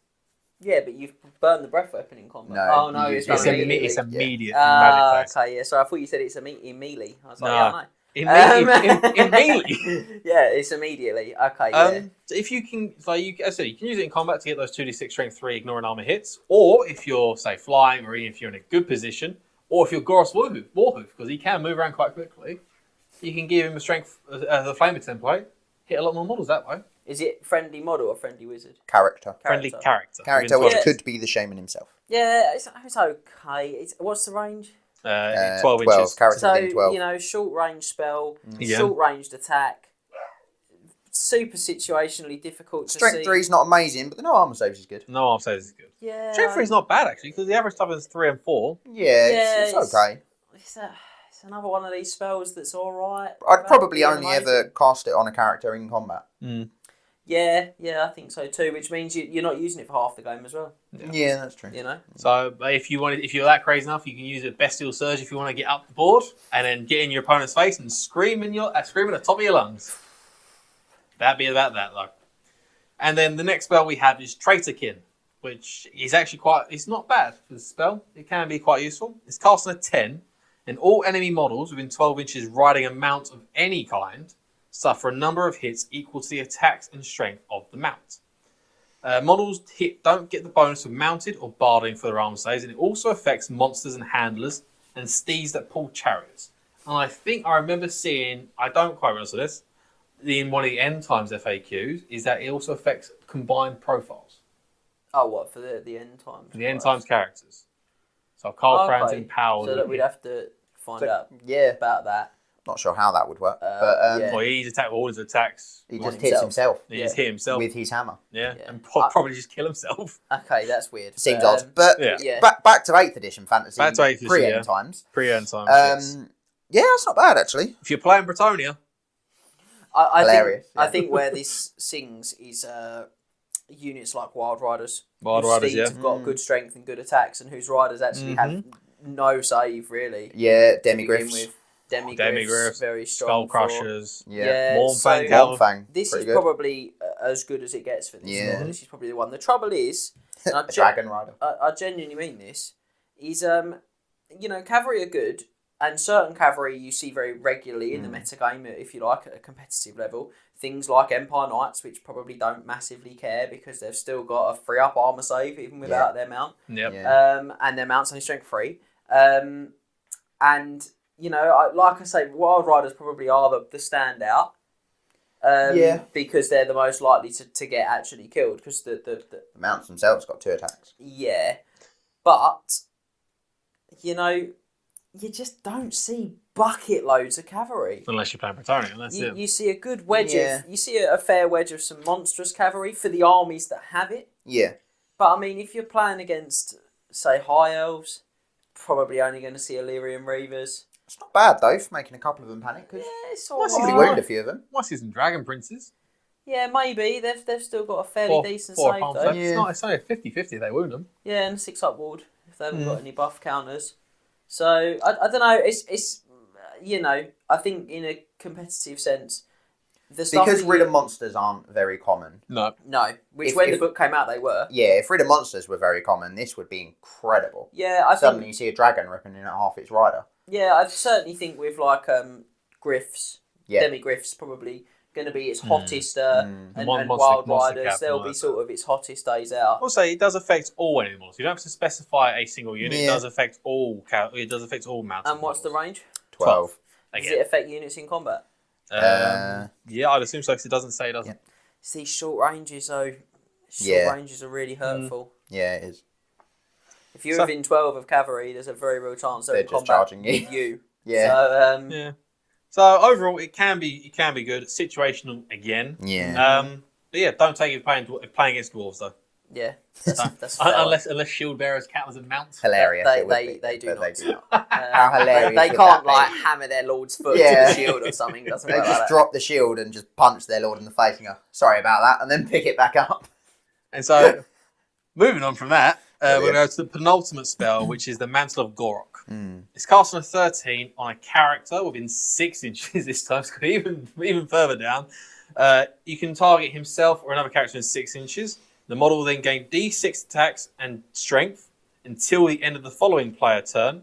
If one or more sixes are rolled for that model, they also suffer a wound with no saves of any kind possible. Why did I have to have the last bit on the end? Yeah. Why do I have to take a wound if I roll good for a change? Like that though, if you do have the Jagged Dagger, that would affect the Jagged Dagger. Yeah, it would be good with the Jagged Dagger. The problem I've got is that I don't want to risk taking wounds.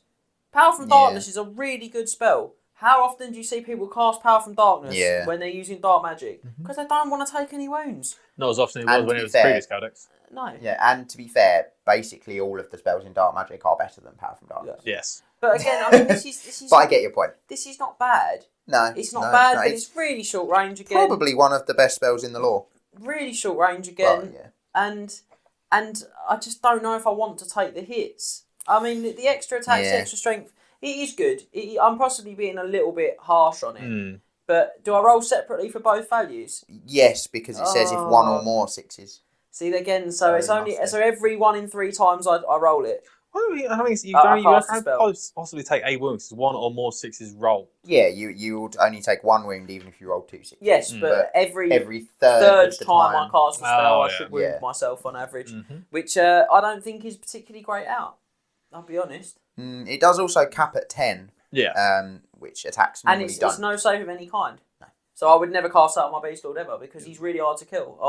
I'm certainly not going to make it easier for you by knocking one of his really hard to get off of him wounds off him. So you can buff your maybe your hero level that you've not got as much of a save on. That's 50% of his wounds if I roll a 6 though.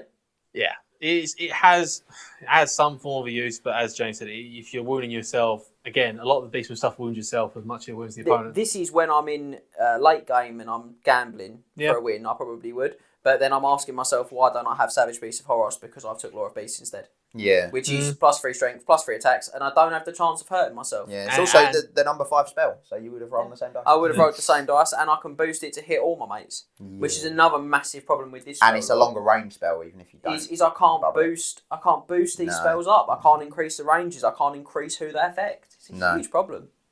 So yeah, and then lastly, for the Law of the Wild, we have Savage Dominion. I mean, this is just a comedy of errors. If you thought if you thought the last spell of the Law would be a powerhouse, you're sorely mistaken. Yeah, it's cast on a 16, so it's the biggest casting value of this law. Which is a lot for the old books as well, I should point out.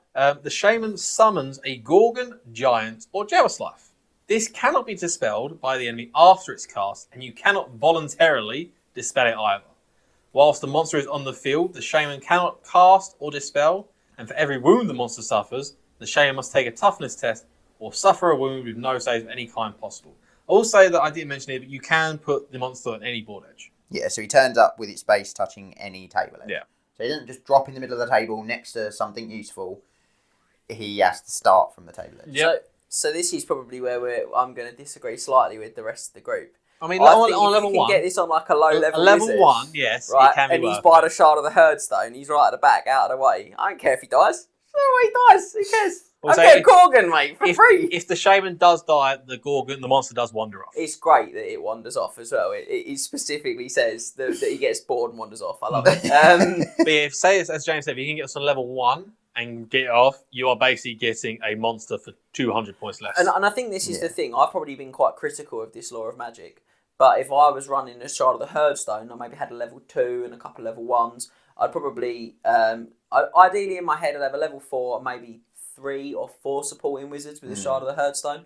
I'd probably have a Shadow Wizard level 1, I'd have a Beast Wizard level 1, I'd probably have my level 4 on Beast or Death, depending on how I was going to run it. I probably wouldn't run the Shard with the Death Wizard, I'd probably run the Shard with the Beast Wizard, and I'd run the Death Wizard on his own without the encumbrance of the Shard, because the lore attribute of death. Yeah. But, these are side points. But I think if I had a level 2, I probably would take a punt on this lore.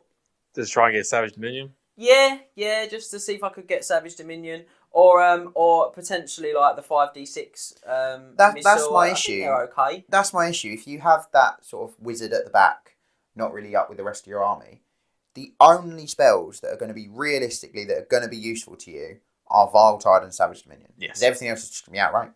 Yeah. Yeah. So you've got to roll those spells. Yeah, and one of them isn't even the signature. And the thing is, if I stick him in that, if I stick him in the unit that goes up in my army, in a normal game, or if I put it on my level 4, I've got a terrible law of magic on him. Yeah. Because in general, the rest of the laws the law's just not very good. I mean, it's just the law of the wild. We're going to go to the rating of the score. I want to be positive, I really do, but I know I'm probably coming across the most negative. But yeah. It's just the rulebook laws that they've got access to are not rubbish ones either. No, they're not. Like, Beasts is not necessarily a top law, I suppose, in my opinion. I know you're a huge fan of Beasts. Rate Beasts. I think it's hugely underrated. But I'm not sort of necessarily in the same bracket as you on that. But it's better when my army gets +1 to cast all the spells. Yeah. For nothing. It's also a hell of a lot better than Law of the Wild. It's better than that, and I've also got access to some really apex laws. Yeah, Law of Death Shadow, is Law of Death. arguably the best law in the game. Yeah, well, most people would agree with that. Yeah, and I think the only real contender for rulebook law is Life. Yeah, rulebook law. Yeah, I think there's other. I think Law of High Magic is the best law in the game for me.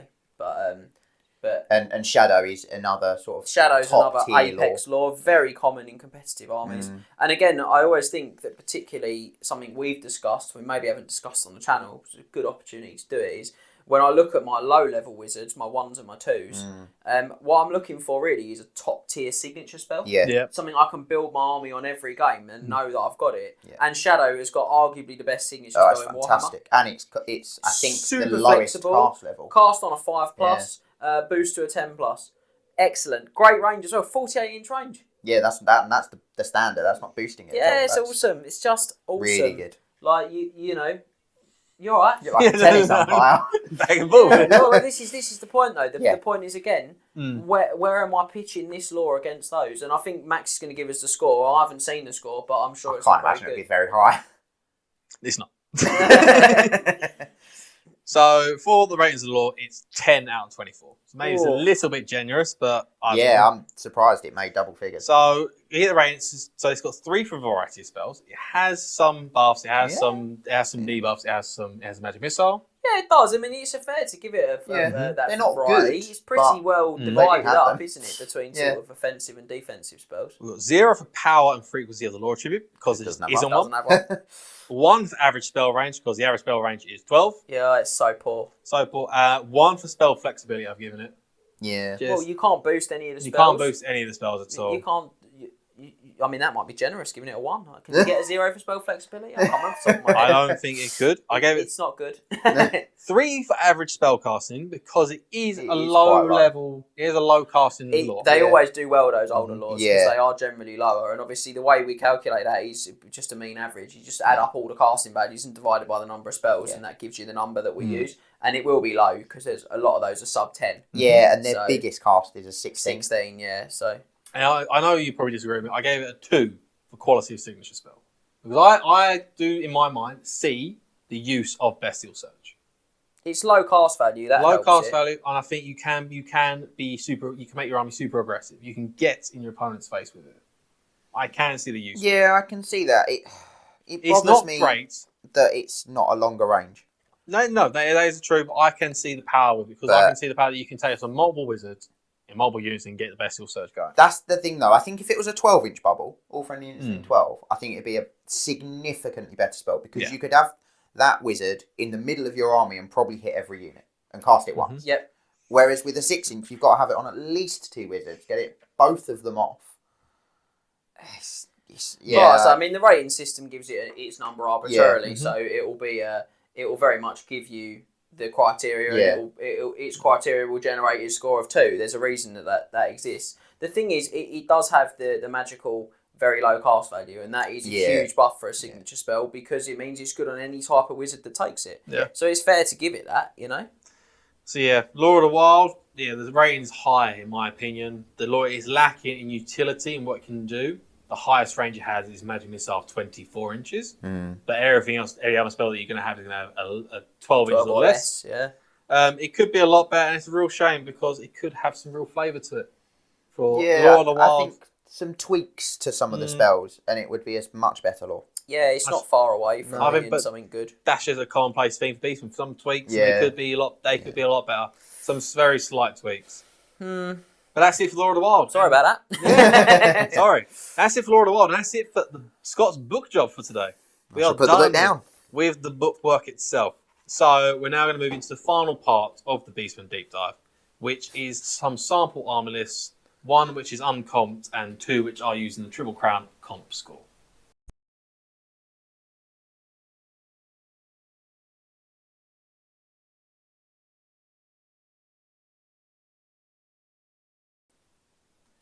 So, we finish up with some sample army lists. We have 3 different 2,500 points lists, a standard at Triple Crown Wargaming Grand Tournaments. Yeah. One of them is completely uncomped, ensure what one of us would likely to take if there was no restrictions on the army composition. And then we have 2 lists using the Triple Crown GT comp, one which is an aggressive player list and one which is a defensive players list. First up, we have the uncomped list. So leading it, we have a Doomball with heavy armour, additional hand weapon, the Arabian Carpets, a Talisman of Preservation, and the Marker's Inch. Who doesn't love the Flying Cow? Doomball A. Doomball A. We have a Great Bray Shaman with the level 4, Lore of Beasts, and the Marker's Inch. Bray Shaman, level 1, Lore of Beasts, Chalice of Dark Rain, and the Marker's Inch. A Bray Shaman, level 1, Lore of Beasts with the Spell Scroll, Marker's Inch. A Bray Shaman, level 1, Lore of Beasts with the Shard of the Hearthstone and the Marker's Inch. A Wargore with the BSB, the Armour of Fortune, the Gnarled Hide, a Shield, and the Marker's Inch. 35 Gores with Shields, Full Command, Marker's Inch. 3 Tuskor Chariots with the Marcus Nesh, something different now for the Marker's Inch. 3 times 5 Ungor Raider units with the Marcus Nesh.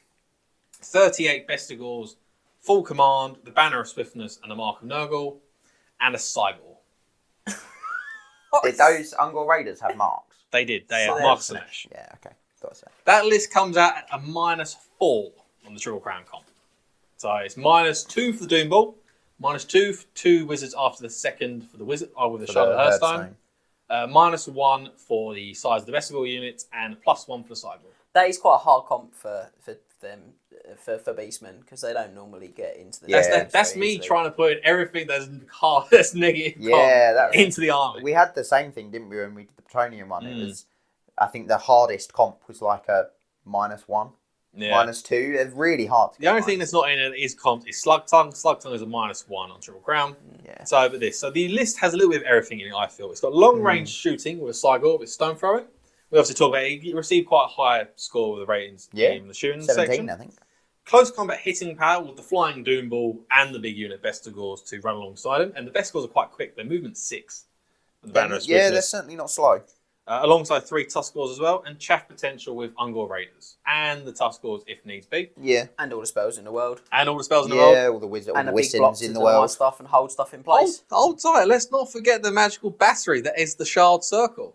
The Shard Circle. If all 4 wizards are sitting next to it, on average, you're going to get 11 power dice. If you just roll an average 7, you get 11 power dice. If you roll awful, you roll 5, you get 9 power dice. Plus, you've got 4 channels. Plus 4 channels. And all of these are going to be, all level 1s are probably going to be taking level Wissons. So, I mean, I'd roll my level 4 first. Probably. Yeah. Well, I don't know, actually. I probably wouldn't. I'd probably roll my level 1s first. I would, if one of them got sort of some spells that I definitely wanted on my level 4, then I'd swap for Wissons. Mm-hmm. If they rolled Flock of Doom, which is number 1, I'd probably keep it. So it meant my level 4 wasn't going to have it. Because it's not a bad spell. But yeah, maybe I want my level 4. Of Kadon would be one I'd think about keeping as well, just to keep it off my big wizard. Maybe. If I don't roll any doubles. Yeah. But then you've always got a swap for Wissons. Yeah. And Wissons is such a good... Even if you have it 4 times, it's not going to be that terrible for you. You know? Transformation of Kadon's basically a slightly better version of the Savage Dominion. Yeah, and you never see anyone cast that. Yeah. So and then with marks as well, with basically you almost like the amount of points you save because basically you get marks of chaos with it and everything. I don't know whether I should put marks of chaos in this because it's not a comps list. So this is we've put it through the comps system just to get a picture, but this was your on comps just taking the like list. Yeah. Yeah, I mean, assuming that they're letting you have the marks. They let have the marks, so you're getting so many points saved with the marks. So Marker's Inch on all your wizards just for a cheeky 6 award.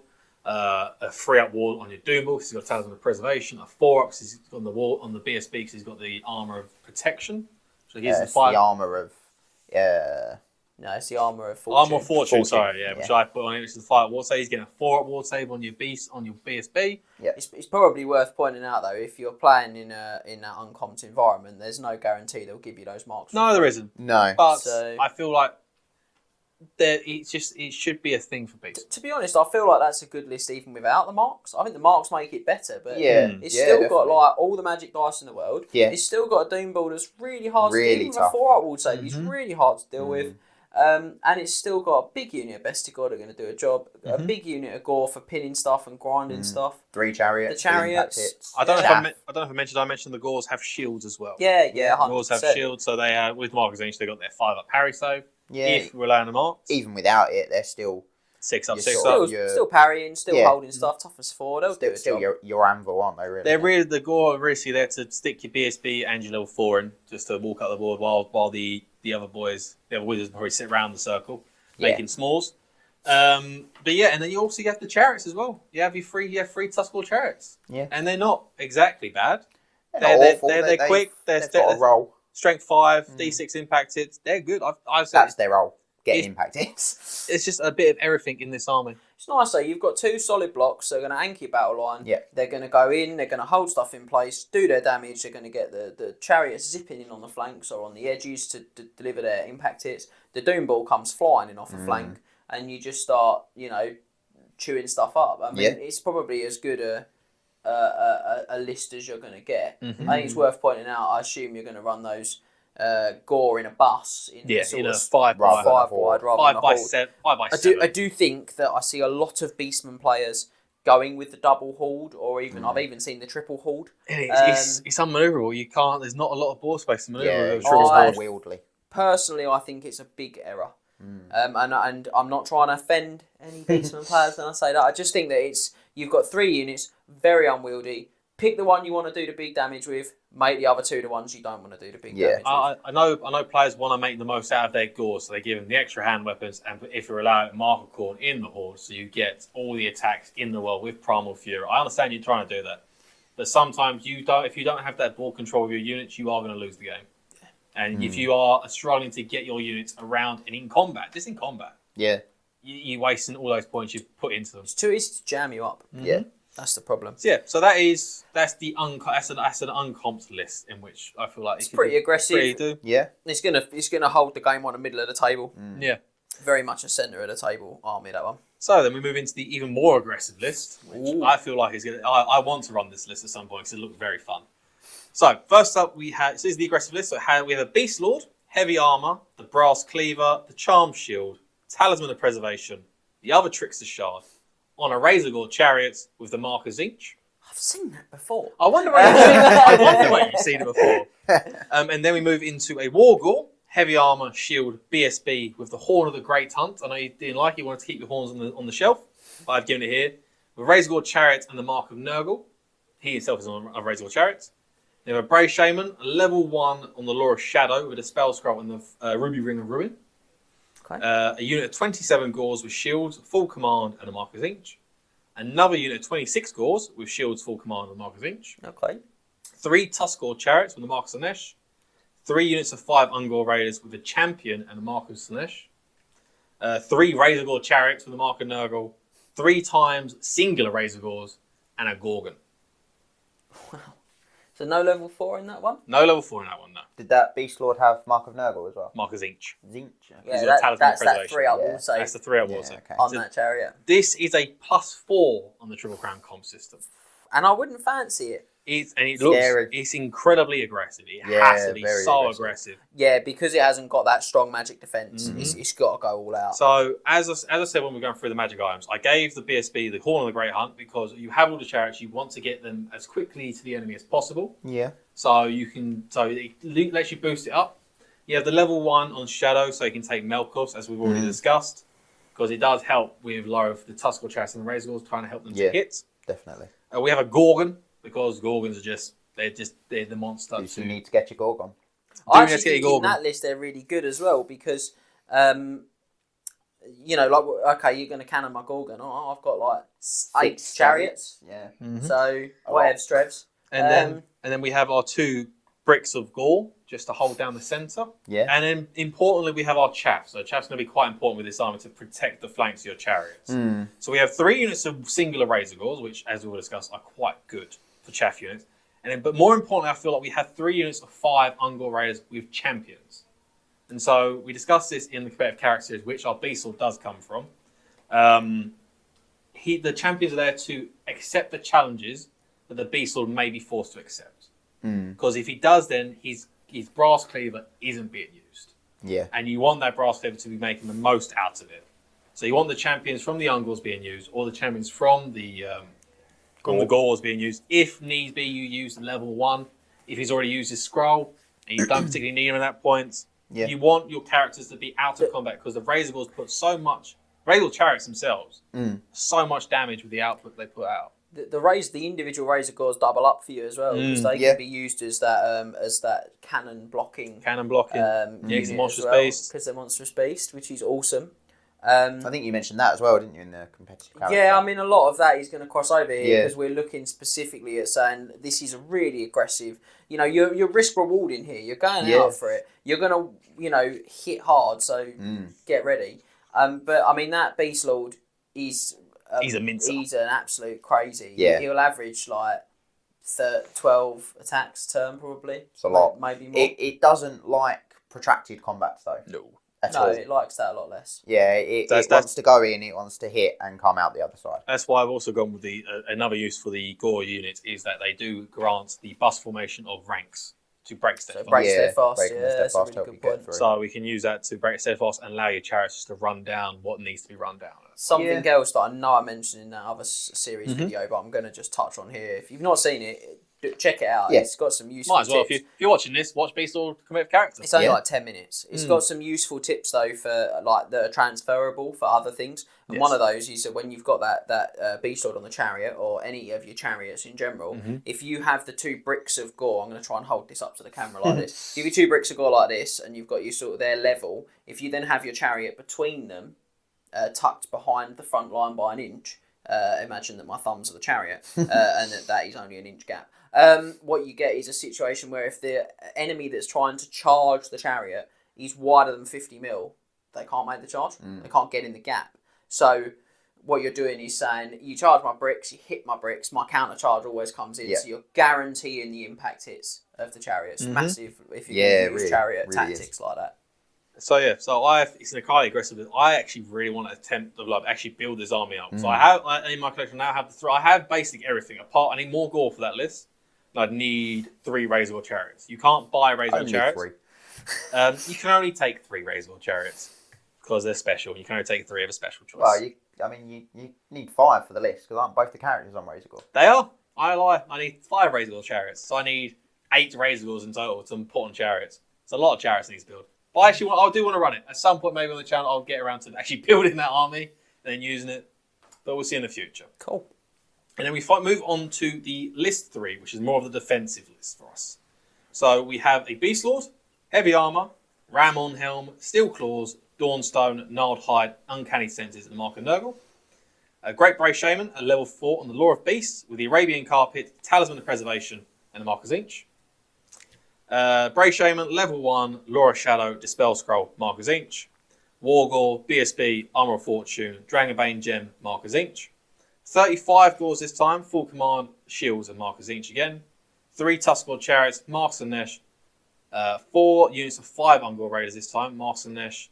37 Bestigor, full command, Standard of Discipline, the Mark of Nurgle, and 2 Gorgons. You'll notice there that the core, basically all my list doesn't particularly change because it's a fairly solid core. You got your gore, you got your chariots. It does what it needs, doesn't it? You've got a brick that does its job of providing ranks, holding stuff up, all those useful tools. You've got some chariots for extra flanking damage, and you've got some craft which you need to take. I mean, it's solid. I'd be tempted actually with those chariots to try them on Khorne as well. Possibly, just to give the output of the riders up top because they do only have one attack. The gore and the Bestigor that do mount the chariots. And does a lot of the same things because they're frenzied, they're not suffering the fear, terror and panic either. So. And so this comes in at +2 on the Triple Crown comp. Slightly more defensive taste to it. The Doom Ball I swapped is similar to the first list as well. There are similarities between it.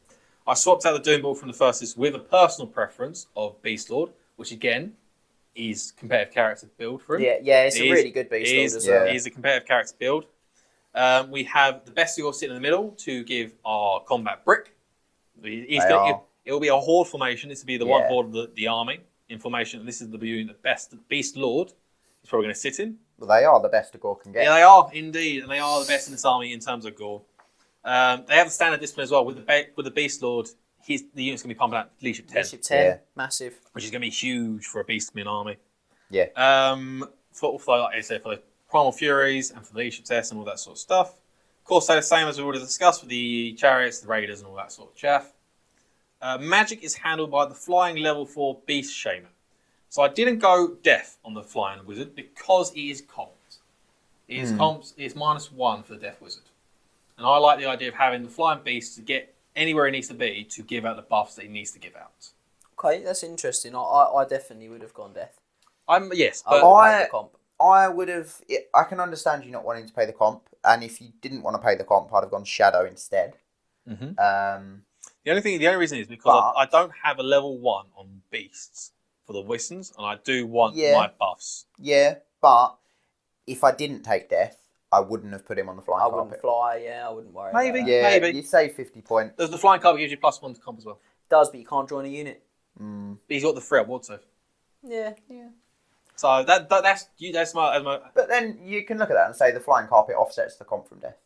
It's difficult, isn't it? Because, I mean, my initial feeling is that's not a particularly defensive list, but how do you do a more defensive list? Yeah, it's just two Cygors that chuck stones, I suppose. Beastmen can't do defensive that well because they haven't got the armour to sustain a defensive list. Well, they haven't got the ranged threat either. Why am I advancing? I don't care. Yeah, I think you could maybe make that list more defensive by swapping the... You had 2 Gorgons. 2 Gorgons, so one maybe... swapping the 2 Gorgons for 2 Cygors. Maybe. Yeah, maybe. But, I mean, again, it's probably still not enough to make me come at you. No. And I think the thing that's good about that list is it's going to be really solid when it comes together.